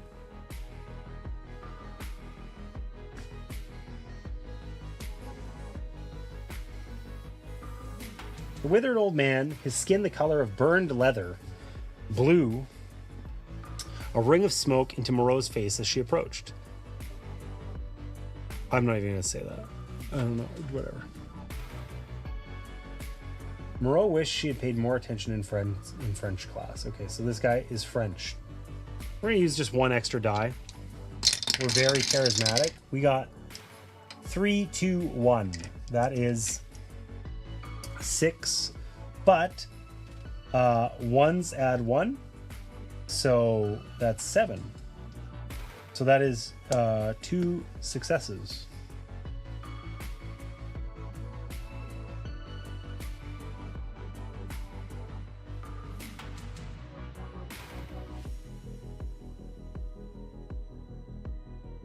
Yes, what you want. Crowbars are only for crows. Everybody knows that. And everyone knows birds aren't real. We got a problem here. All right, let's ask, where is the shoemaker buried? Ah, Cordonnet. He gestured with his hand toward a tomb. Okay. He's interred over there.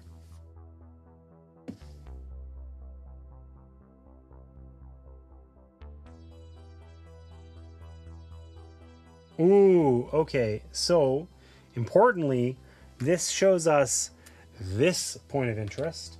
This is the final act. That once we do it, there's no take backsies, essentially.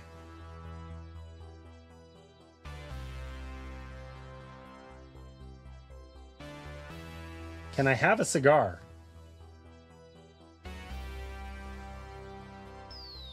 The gravedigger grunted non-committally, but pulled another cigar out of his pocket and handed it to her. Okay.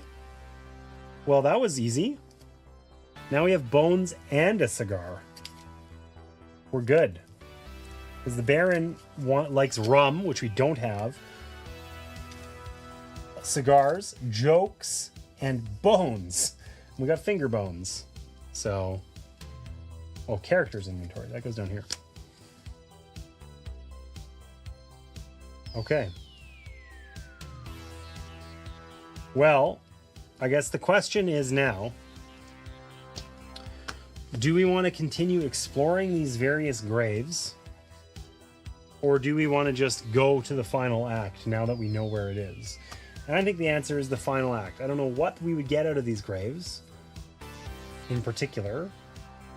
We may gain more experience by exploring them. Or something otherwise bad might happen. I don't know. When we opened the one, we got some experience. Maybe we try opening one other one and see. Because if we can just like stack a bunch of experience, then that would be really good for us. Right now, if we got to spend our experience, I don't know if that happens or not as part of doing the final thing. But if we did get to spend our experience, we would basically be able to get nothing. Very little. So I don't know. It's worth a shot. Let's try opening one and see what happens. We'll open that one last.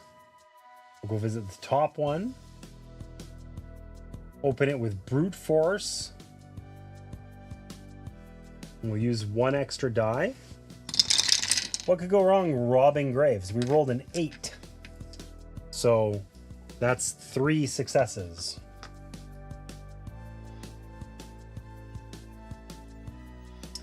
Robichaud put all of his strength into opening the crypt, but the door refused to budge. The tomb was sealed up tighter than a nun's asshole, and it wasn't opening anytime soon. This wasn't the crypt that they were looking for. Okay, but we did get an XP, so we can just stack XP, you know, slowly by going through these, I think. So I think we should do that. So let's just we're going to open all the wrong crypts, because we're building character here. We're building character. We're going to open it using the arcane. We're always going to use one extra die. And we got 5 and a star. Stars are worth the number of stars. That's 1 plus 1, so 2. So 5. We got 7, which is enough for 2 successes. The spell that Moreau had used was supposed to open the door, but instead it dissolved the granite as if it had been made of sand.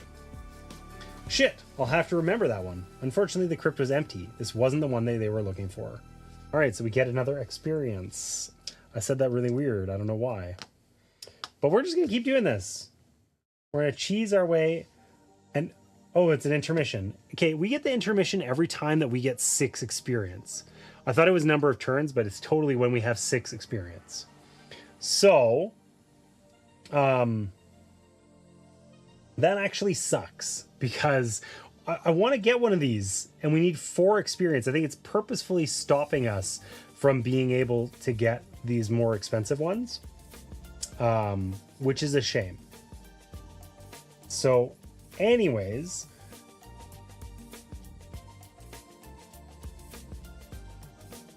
we can't upgrade this. We can't upgrade this. Our combat is maxed out. We can make our arcane suck less or our charisma suck less. But that's it. Let's upgrade our charisma. And then we know we're coming up to a fight. Our investigation skills, we suck over here.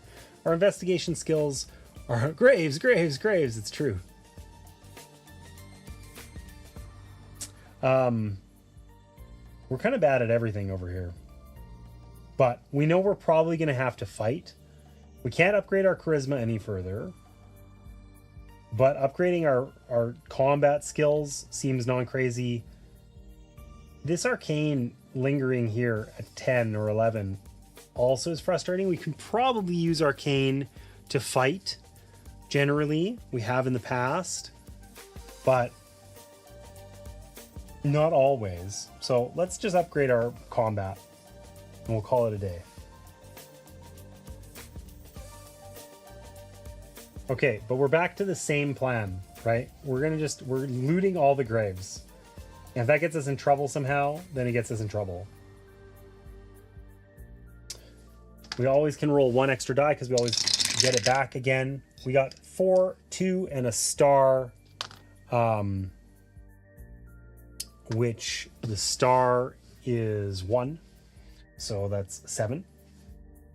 So 7 is 2 successes. Robichaux threw everything into the opening of the door. It didn't move at all. Fuck. Yelling profanity at it didn't work either. Fucking fucker.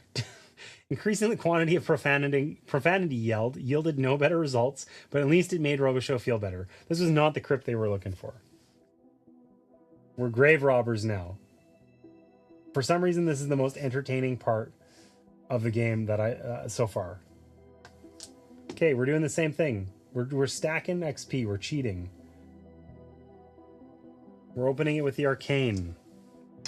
We're rolling our dice. We got a star, a 1, and a 3. So the 1 is actually a 2.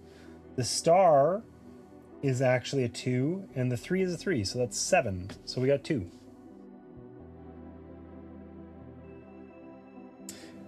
Moreau's incantation summoned a whip of fire that lashed the heavy granite door and cut it in two like it was made of butter. As the heavy slabs fell outwards, she eagerly stuck her head inside. Instead of the dead Saturdays, however, she found a mass of cobwebs and discarded bones. This wasn't the crypt they were looking for. Could we pick up those bones to offer the Baron? No.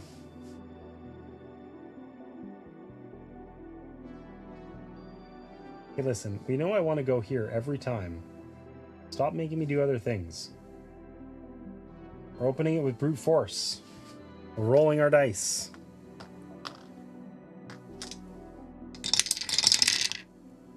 We got 9. That's 3.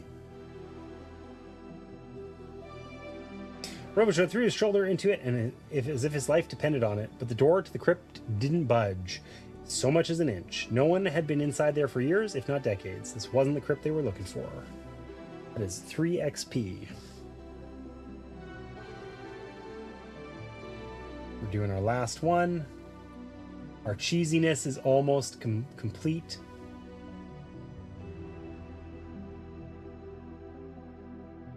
I feel perfectly fine about cheating the system here. We got 7. That's 2. The spell that Moreau used was supposed to open the door, but instead, okay, we've seen this one before. These were also fun to read, but that one less so. All right. We're down to the final one. It is time to enter the final act.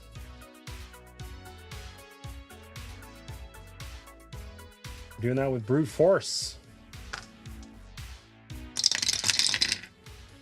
We got an automatic success, a 2, and a star. The star is 1, 2, so we got 4.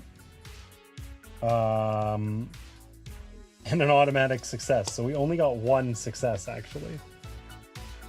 But this should be easy to open. Adds in 5 minutes, it's true. The door budged slightly, but Robichaux couldn't tell whether it just needed a bit more effort or if it was never going to open. That's like a low-key, you suck. Okay.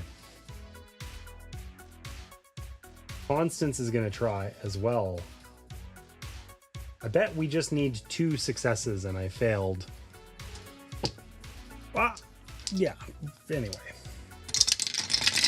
We got an automatic success and 6. So we got 3 successes. This will open for sure. Kaboom. Moreau may have overdone it. Purple tendrils of arcane energy wrapped around the granite slab and yanked it free with enough force to fling it 20 yards away. Gain 1 experience for each character in play. Moreau looked inside.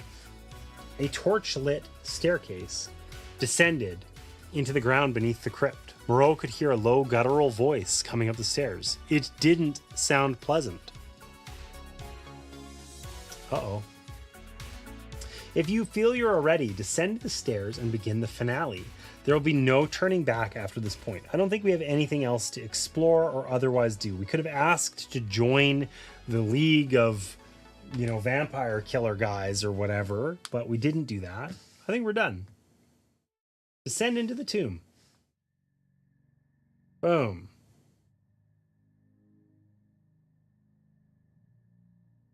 Okay.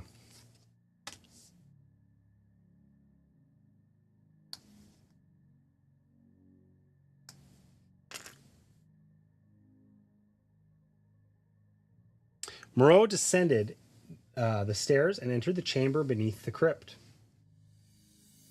Robichaud followed close behind. All players, place your character miniatures on location card 9. Okay, so we are here now. This is us. This is our lives now. Join the League of Vampires, not Vamp Killers. They were definitely Vamp Killers. All right, there's Papa Doc. Which just makes me think of 8 Mile. Anyways. Crouched in the dirt. That's a weird thing to do. The low voice they'd heard belonged to a man with the garish white face paint of a dead Saturday, crouched low in the dirt. He was drawing symbols in a thick red liquid that might be blood.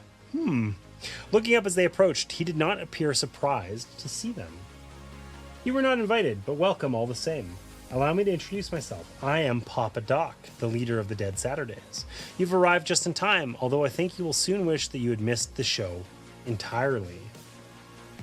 Too late, the agents realized the symbol that he was completing in the dirt was a vive. I don't know what that is. The same one found outside, on the outside of the tomb. Oh. The Loa of Death and Resurrection, Baron Samedi.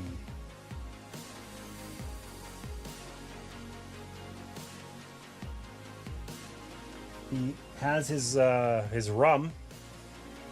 He looks like he knows how to party, you know?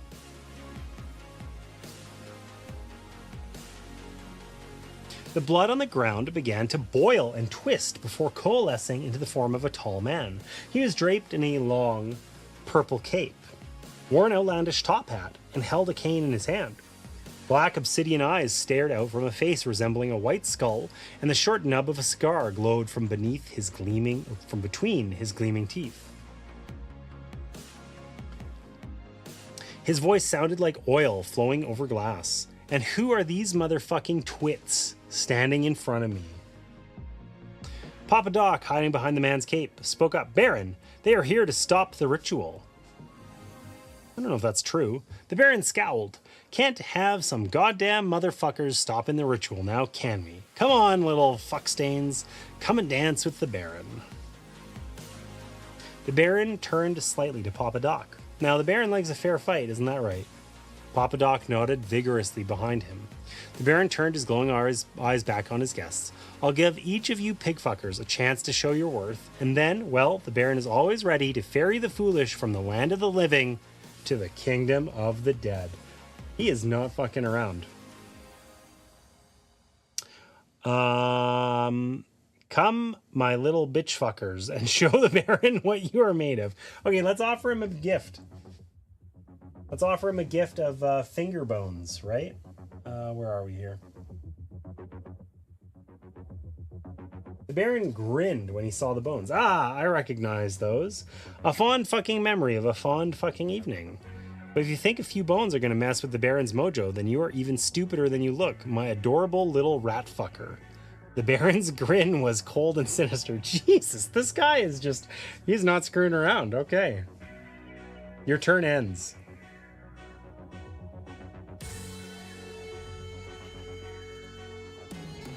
Okay, we can also offer him a gift of a cigar. We're freely allowed to trade when we're on the same spot, so... Baron took the cigar and examined it. Maybe you're not so bad after all, shitstain. He spit out the nub of his cigar and replaced it with the one Robichaud had given him. Behind the Baron, Papa Doc looked mortified. Discard the cigar. The Baron closed his eyes briefly, but it was enough for Robichaud to see that the Dark God was close to giving in. He just needed to be entertained a bit more. Is this where we tell him a joke? Surely, now is our moment.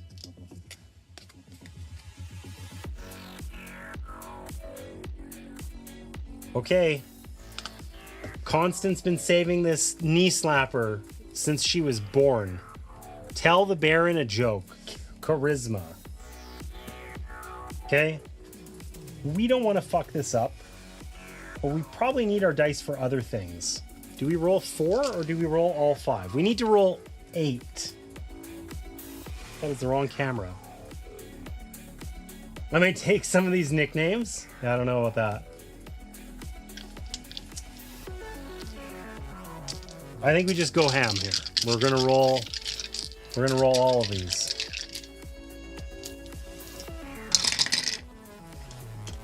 Oh, we got a 2 and a 1. That's not ideal. And a 2, and a 3. Okay, so we got 3, 5, 7, 8, 10, 11. So we only needed 8 to get 3. Let's give it a whirl.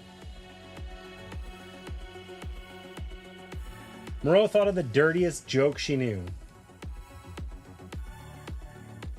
There was a doctor who had sex with one of his patients. Please tell me we get the rest of the joke. Sounds like my kind of doctor. Moreau ignored the interruption and continued. Afterwards, the doctor felt terrible. He'd betrayed his oath. However, a comforting inner voice told him, "Relax. You're not the first doctor to sleep with a patient, and you won't be the last. Everything's fine." And then felt better for a little bit. But then another voice brought him back to reality, whispering, "Yeah, but you're a vet." When the punchline landed, the Baron roared with laughter. That is a damn good joke. Wait until I tell Bridget that one. The Baron grinned, and it sent rivers of ice down Moreau's spine. But behind that chilling smile, the Dark God was about ready to give in. A glance at Papa Doc confirmed it. The dead Saturday was about to shit himself. He knew that the Baron was close to packing it up and heading back to whatever dark realm he came from. If they could just reach the Ɂawed once more, it would all be over. Your turn ends. Okay, I don't want to fight with him. I don't have any rum to give him.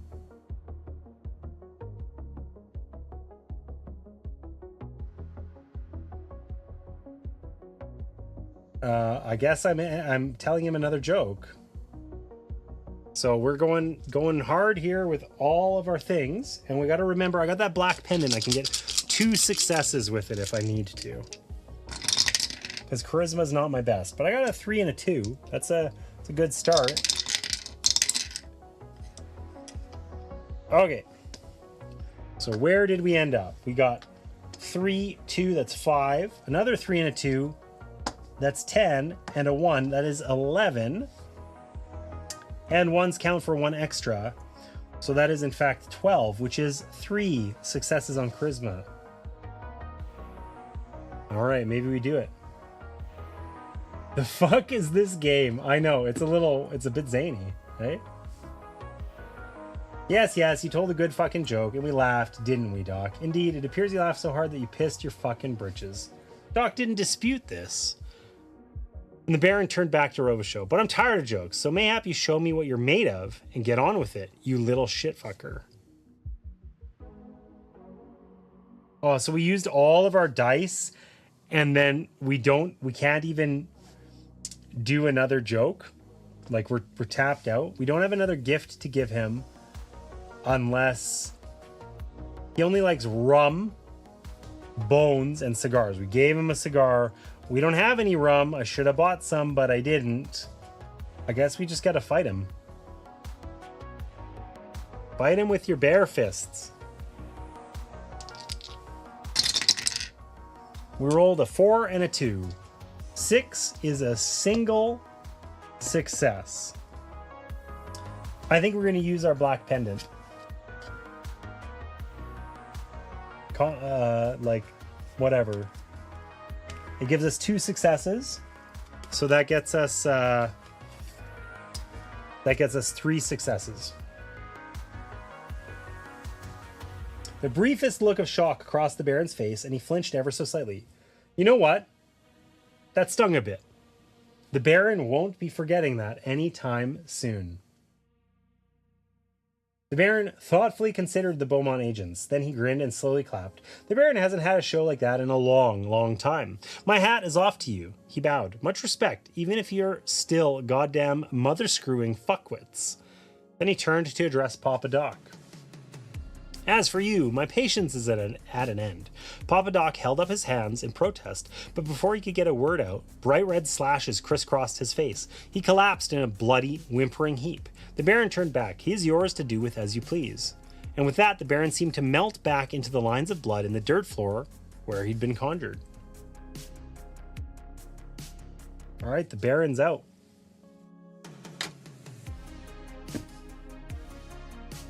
The agents approached Papa Doc, who was barely moving on the ground. Moreau grabbed him by the collar and roughly lifted him into a sitting position against the wall of the tomb. You're going to answer our questions now, you little prick. Blood drenched his face, and he was on the verge of losing consciousness.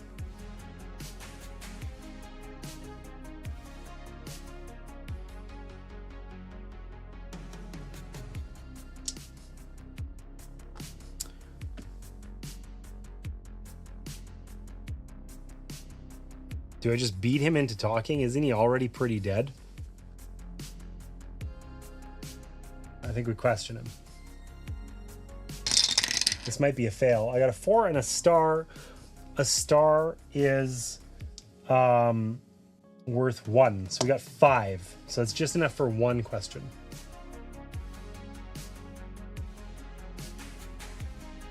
Anyone ever tell you that you have the charm of a brick and not a pretty brick or anything, but a really poorly made piece of shit brick? Yeah, you got the charm of an ugly ass brick.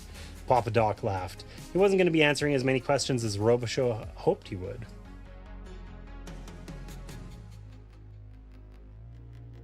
Who is the woman who hired you?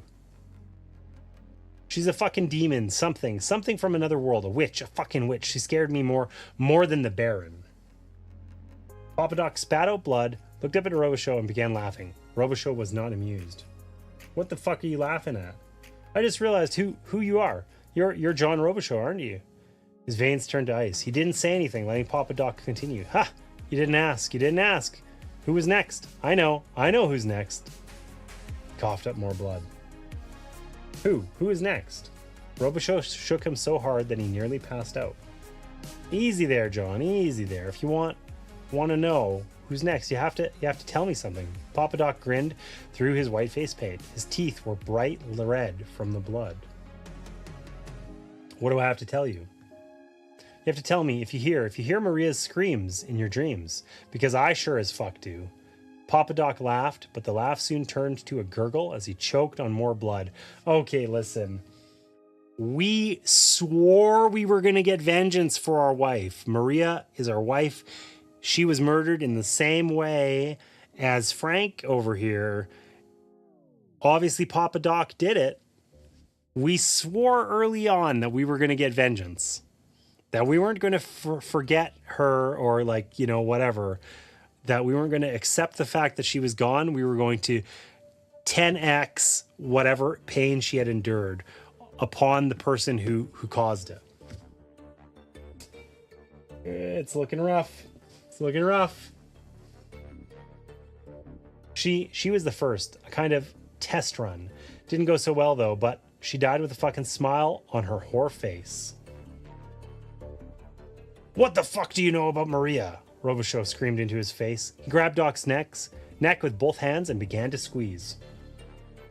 Nuh-uh-uh, Papa Doc managed to croak out. If you kill me, you won't know. Who's next? Robichaud barely heard him. All he could hear was the sound of his own blood rushing in his ears.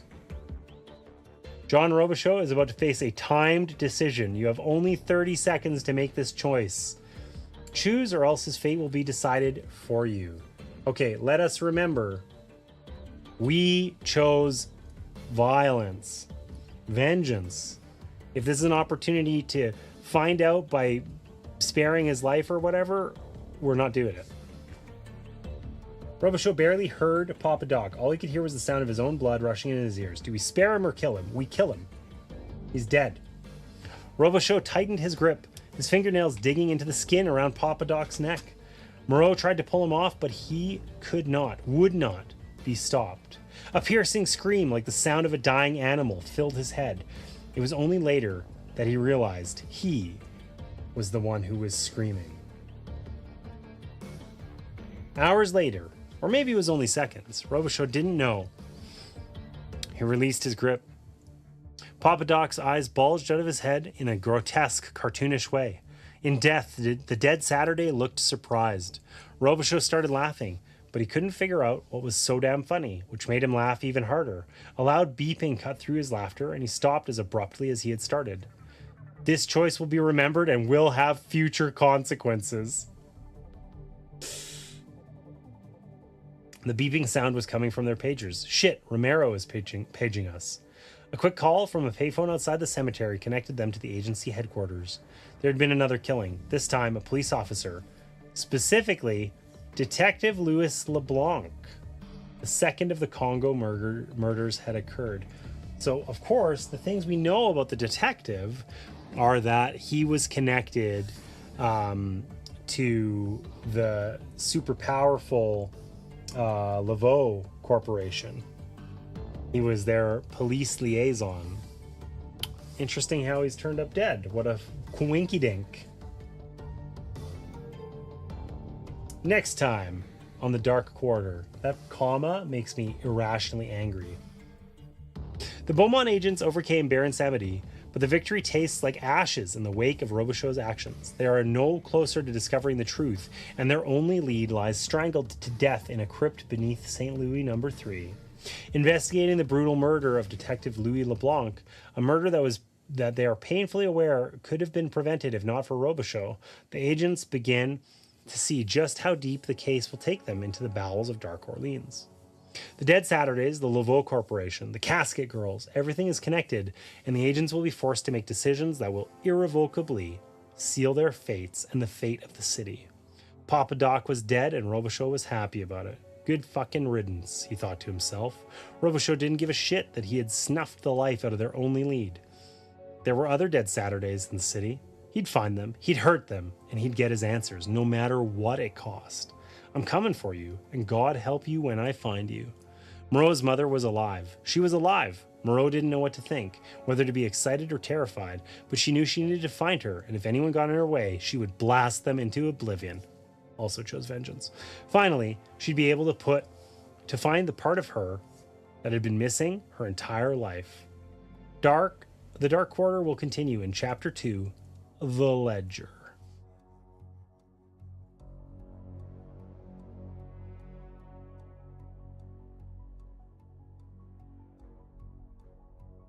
Evidence related to Baron Samedi no longer felt significant. The agents stored it away in the Beaumont archives. Discard the combined symbols. So probably we could have used those symbols. We could have shown them to somebody as a way of, moving things along a little faster. But we did not. Intermission. Divide experience. Draw new abilities if the first intermission of that scenario. Upgrade. Okay, so basically we have 3 XP each to spend, and we don't have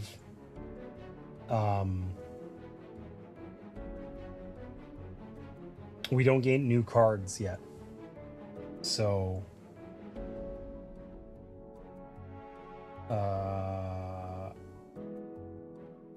3 is exactly the wrong amount again,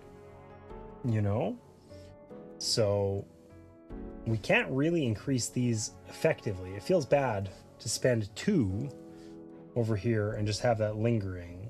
We don't really need combat. We can't get charisma or any of these. I think we just I think we just suck it up and put it into our arcane. We've been wanting to do that the whole time and haven't done it. And over here we can increase our charisma. And we're kind of tapped out there. And I think this is the time to save and exit.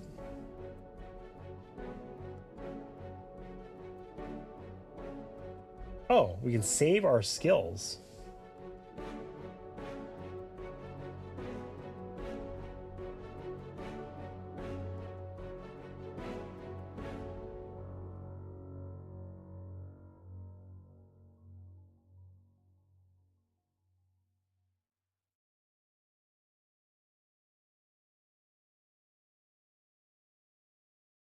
Nice. I thought I was gonna have to take a photo or something. I didn't realize this was gonna like store it for me.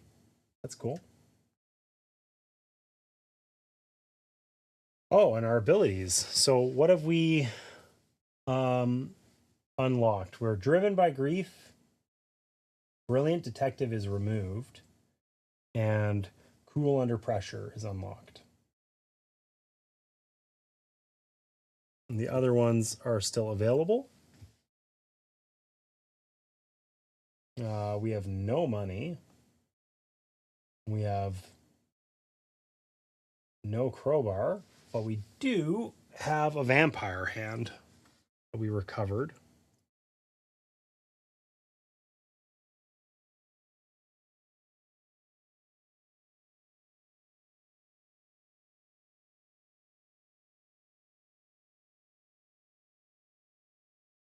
The number of your available effort dice, I think, is 0, and we have no experience because we just spent it all. Okay, so our friend here on 8 and 9 and 11, 5 and 6. We really improved our charisma a lot. This is a cool little save feature. This is like nice. This is handy. What did we take? We took touched by magic. We took strong aura. I don't know why I said it that way. Swift to adapt, and we got rid of arcane prodigy and the mystic haggler. And telepathy is still available. And we have the open locket, the sealed cylinder, and that's it. And we have neither of these available. There's no experience in our team inventory. And that's it. Okay, and it just like closes it down. All right. Well, that was fun. What an interesting game so far. I was like thoroughly surprised by this from a content perspective. It does say on the front, yeah, whatever. It says like, mature audience only or like 18 plus or whatever. But historically, like that really hasn't been a thing in other board games that I've played. Like usually if they come with some sort of content warning, it means that they're not like made for, 6-year-olds, but they might have a bad word or something, right? So the fact that this was like very obviously like a more adult story, they said mature and did not stutter exactly, right? So yeah, it was interesting. I feel like the gameplay was like sort of like, I feel a little bit mixed about it. I think there's some things that are like really awesome. The fact that you can just kind of go to points of interest and you're not, moving around a map per se, like taking turns just moving or things like that. It was good. There was lots of surprises in terms of like constantly I was stuck with, well, like, do I try to save these dice for later? Or am I using them now? Because I'm not really sure what's going to happen. Right. And I think that that's a great idea, but I worry about it kind of as I continue to play. If these skills were significantly upgraded, I think I would be getting like 2 or more successes most of the time. Right. And maybe that then puts in like an opportunity to be a little bit more kind of diligent about when I use these and make some decisions. I don't know. Because like overall, it just felt like a little bit clumsy where I kind of had like it was so often that I was like, it basically felt like abusable where I had to find actions where I was purposefully kind of like alternating between doing something I think is going to be important and doing something and kind of half-assing it just so I could get dice back, because without the dice, I would basically fail for sure. And it does like throw you a bone where it's like, oh, take one of your dice back when you just outright fail. But that just felt like I'm kind of spinning my wheels a little bit, which compared to the relative ease of the rest of it felt a little out of place, you know? So it was kind of like a bit of a mixed bag in that regard. And overall, I liked this story sorta. Like I didn't, I'm not like put off by the kind of the swearing and the adult content and whatever. But the story was a little like linear, I guess, if nothing else. Most detective games have some compulsion where they're trying to get you to complete things by a certain time or whatever. Whereas this felt more like I'm going to be punished by not being a completionist, which is fine. I'd rather be a completionist anyway. Maybe that time pressure thing would have changed that, but I'm pretty sure that only affects those decisions where the pivotal decisions, like killing or not killing Papa Doc, for instance. I think that's the only thing that the time pressure affects, but I don't know for sure. Anyways, overall, I enjoyed the story, but it felt almost like completely irrelevant that this was a board game. Like, it's app driven, and like, this would just be more fun to play in an app and not have to like manage the pieces. Because I'm not like the locations, I can just go to any of them and, you know, whatever else. Putting the pieces on the board is really functionally just bookkeeping. Like, you could absolutely like play this game with dice and the app or roll dice on in the app and not have anything physical. Obviously, you need the cards and so on in order to actually get there. But it sort of like feels like almost gatekeepy in a way, where it's like if they had built those decks into the app and sold this as an app instead, that would be a better play experience than the play experience I get playing it as a board game. But it would be $5, not $50, you know? And it feels like a little weird in a way. Like, what benefit did I have by experiencing this as a board game? Well, I had to do twice as much bookkeeping because I had to look at the pieces in the app and then set them up physically. And then physically, they really didn't matter because I'm interacting with them primarily in the app and then just mirroring that out here, you know? Is there anything you think the board itself added? I don't know. I mean, like, not really. I mean, like I said, you're interacting with the game primarily in the app, and like the components and stuff are okay, but like everything's duplicated, right? You see the board in the app with the points of interest on it. You see all the art from each of these locations in the app with the individual things kind of available and on them. The only thing that's happening physically that's interesting is you're rolling dice, and like that's kind of it, you know. And it was more narrative than like visual. There was a lot of reading in this game.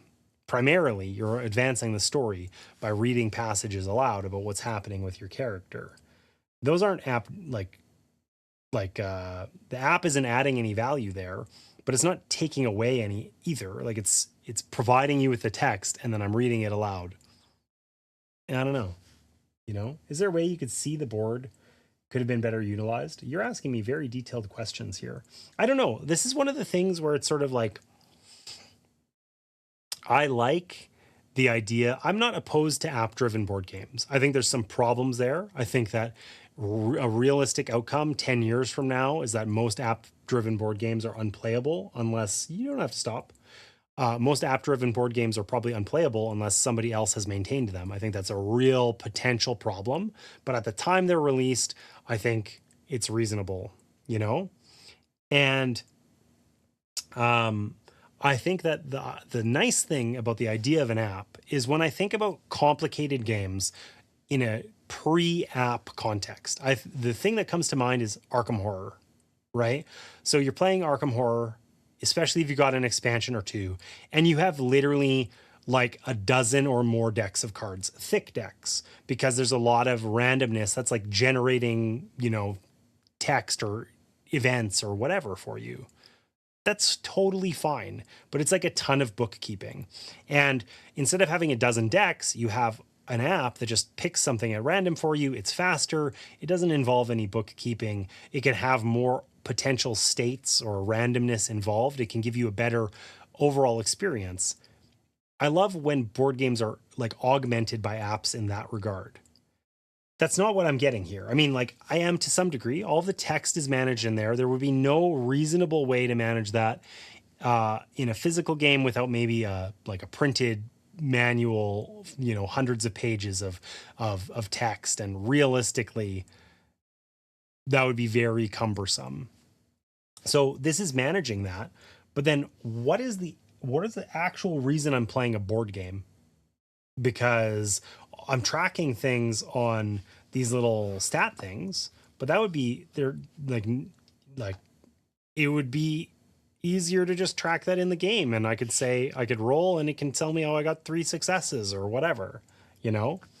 So it feels like this is an app which has a board game with it instead of the other way around. It's not a board game where it's interesting and atmospheric and whatever that then is supported by an app that takes away bookkeeping. It's an app where we put in a board game and then the board game's actually adding more bookkeeping.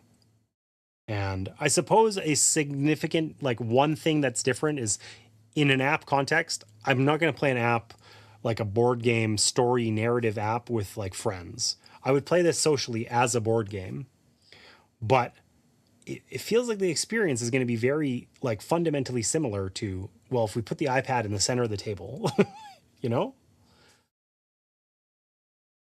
Snooze the ad so I can hear your full thought. Oh man, I'm so not used to ad management, but I appreciate that, Trombone.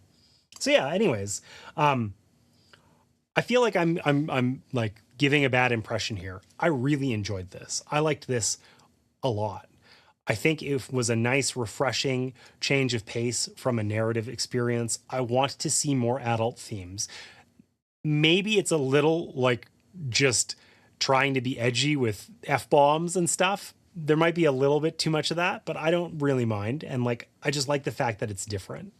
So overall, I was really happy with this as an experience, but I just find myself wondering, like, why a board game? I could have played this in half the time if the app did the management, and I think I would have had as much or more fun doing it that way.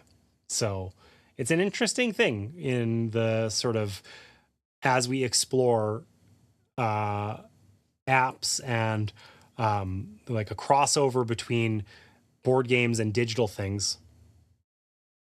No, I think that that's one of the things that remains to be seen, right? There are key aspects of playing games, physical games, that are enjoyable, tangible pieces that are fun to move around, or enjoying them as a social experience. I didn't get any of those here. If I was playing this with more players, maybe it would be different, but not a ton, I don't think. So I get that you enjoyed it, but wish it was better executed. Yeah, I don't even know. It's funny. I couldn't say how it could be better executed. I just find that it's sort of like, I had a similar experience with Slay the Spire, actually. So Slay the Spire is like a really good video game that I really like. I think you've played it, Trombone. I feel like I've seen you playing it on Steam, but I'm not sure. Don't quote me on that. Anyways, the Slay the Spire board game came out, and it is basically a 1-to-1 version of the video game, right? One difference is that you can play it with multiple people, where the Slay the Spire video game is solo only. But otherwise, it's a 1-to-1 approximation. It's extremely, extremely similar. When you play that game, when I was playing it on stream even, it was like, well, why the hell am I doing this instead of just playing the video game? I have to, like, in the time I could set this up, I have to, like, I could have done a run in the game digitally, right? And I have to like have a bunch of overhead with like rules management. I can make mistakes, all sorts of shit like that. That's never going to happen in the video game, right? So it was sort of like, this gives me a similar vibe where it's like the Slay the Spire board game is a great adaptation of a video game. There's no reason, other than the fact that it could be multiplayer, there's no reason why I would ever play it instead of just firing up Slay the Spire on my computer. And honestly, I never played Slay the Spire and thought, I wish this was multiplayer. So it was just kind of like, it was like a weird oddity. This gives me a similar vibe. Why is this a board game? I don't know. It'd be like, this feels like a well-produced, really great game that I would have paid $20 for and played on Steam. Anyhow, I also played the board game, and it was 1-to-1 version, except it has multiplayer and it's lots of management. I said if I owned it, I would have to keep it set up long term. Yeah, exactly, right? Because it's like the Slay the Spire game, it's like the overhead of a board game is significant. Like if I want to open the game on my computer, I double click the icon, I'm done here. I don't have to think about it. I'm playing in 60 seconds. I couldn't get Slay the Spire set up in 10 minutes if I tried, right? If I was familiar with it and my table was ready to go and whatever, you know? So there's like a significant investment there. And exactly that. It's the sort of thing where like there's these decks of cards and you got to like keep them organized and shuffled and like all of that. And that any of those individual things don't seem like a lot, but when you actually have to do all of those and like, oh, this is the correct deck here and it has the correct cards and I put them away correctly and whatever, it actually takes like a surprising amount of time and effort. And I'm never going to do that ever, you know? So anyways, Slay the Spire is really fun in multiplayer, I think. Really? Interesting. I am surprised to hear that. Like, so to be clear, I haven't tried playing Slay the Spire multiplayer. And I do think that there's like I would play the board game in a multiplayer context. I just feel like there's other games I'm likely to play, which is probably why I haven't played it other than solo, you know? So it's kind of interesting to hear that. Have you played Dead Cells? Because the Dead Cells board game is one of the best board gaming experiences I've had like in like a long time. But with exactly 3 players, right? Because Dead Cells is likewise, you know, like kind of roguelite that you would play solo on PC.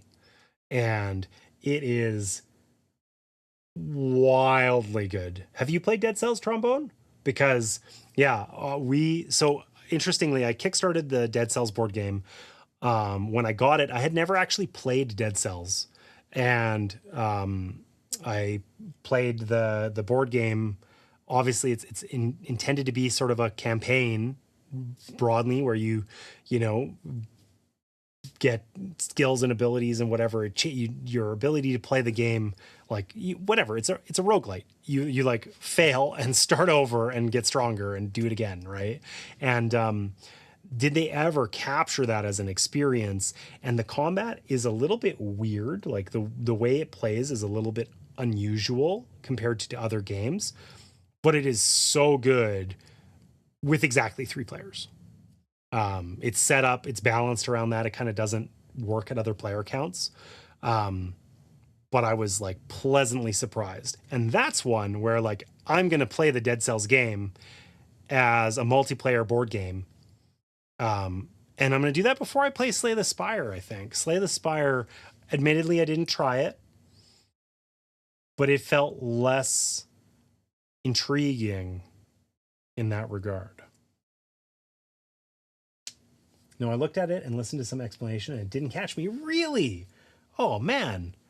Okay. Played the PC version and watched Timey play the board game. I need to have the brain space to learn it on BGA, which is the only reason I didn't play it there yet. Nice. Nice. Yeah, I loved it, Dead Cells, the board game, and I wonder. I mean, I hadn't really considered how that would work, kind of solo. I feel like an important aspect of the multiplayer experience for me was that there was like some moderate disagreement where it didn't feel like solo. I think that would be lost to like it was like it's cooperative. And don't get me wrong, it's not like it was adversarial or something, but there was like definitely times where we had to sort of like figure out what we were going to do, and we weren't necessarily like, it wasn't like a game that played itself. Like the decisions I would have made solo and what we actually did as a group were definitely different things, right? So I kind of appreciated that aspect of it. And it's very campaigny, and there's a lot of discovery involved that is like quite enjoyable. Anyhow, I think we're all wrapped up here.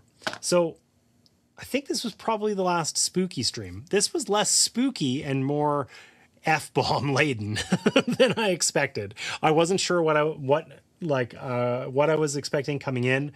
Honestly, I was going to play this game with my parents. I'm pretty glad that I didn't, because I think that they just wouldn't have really enjoyed the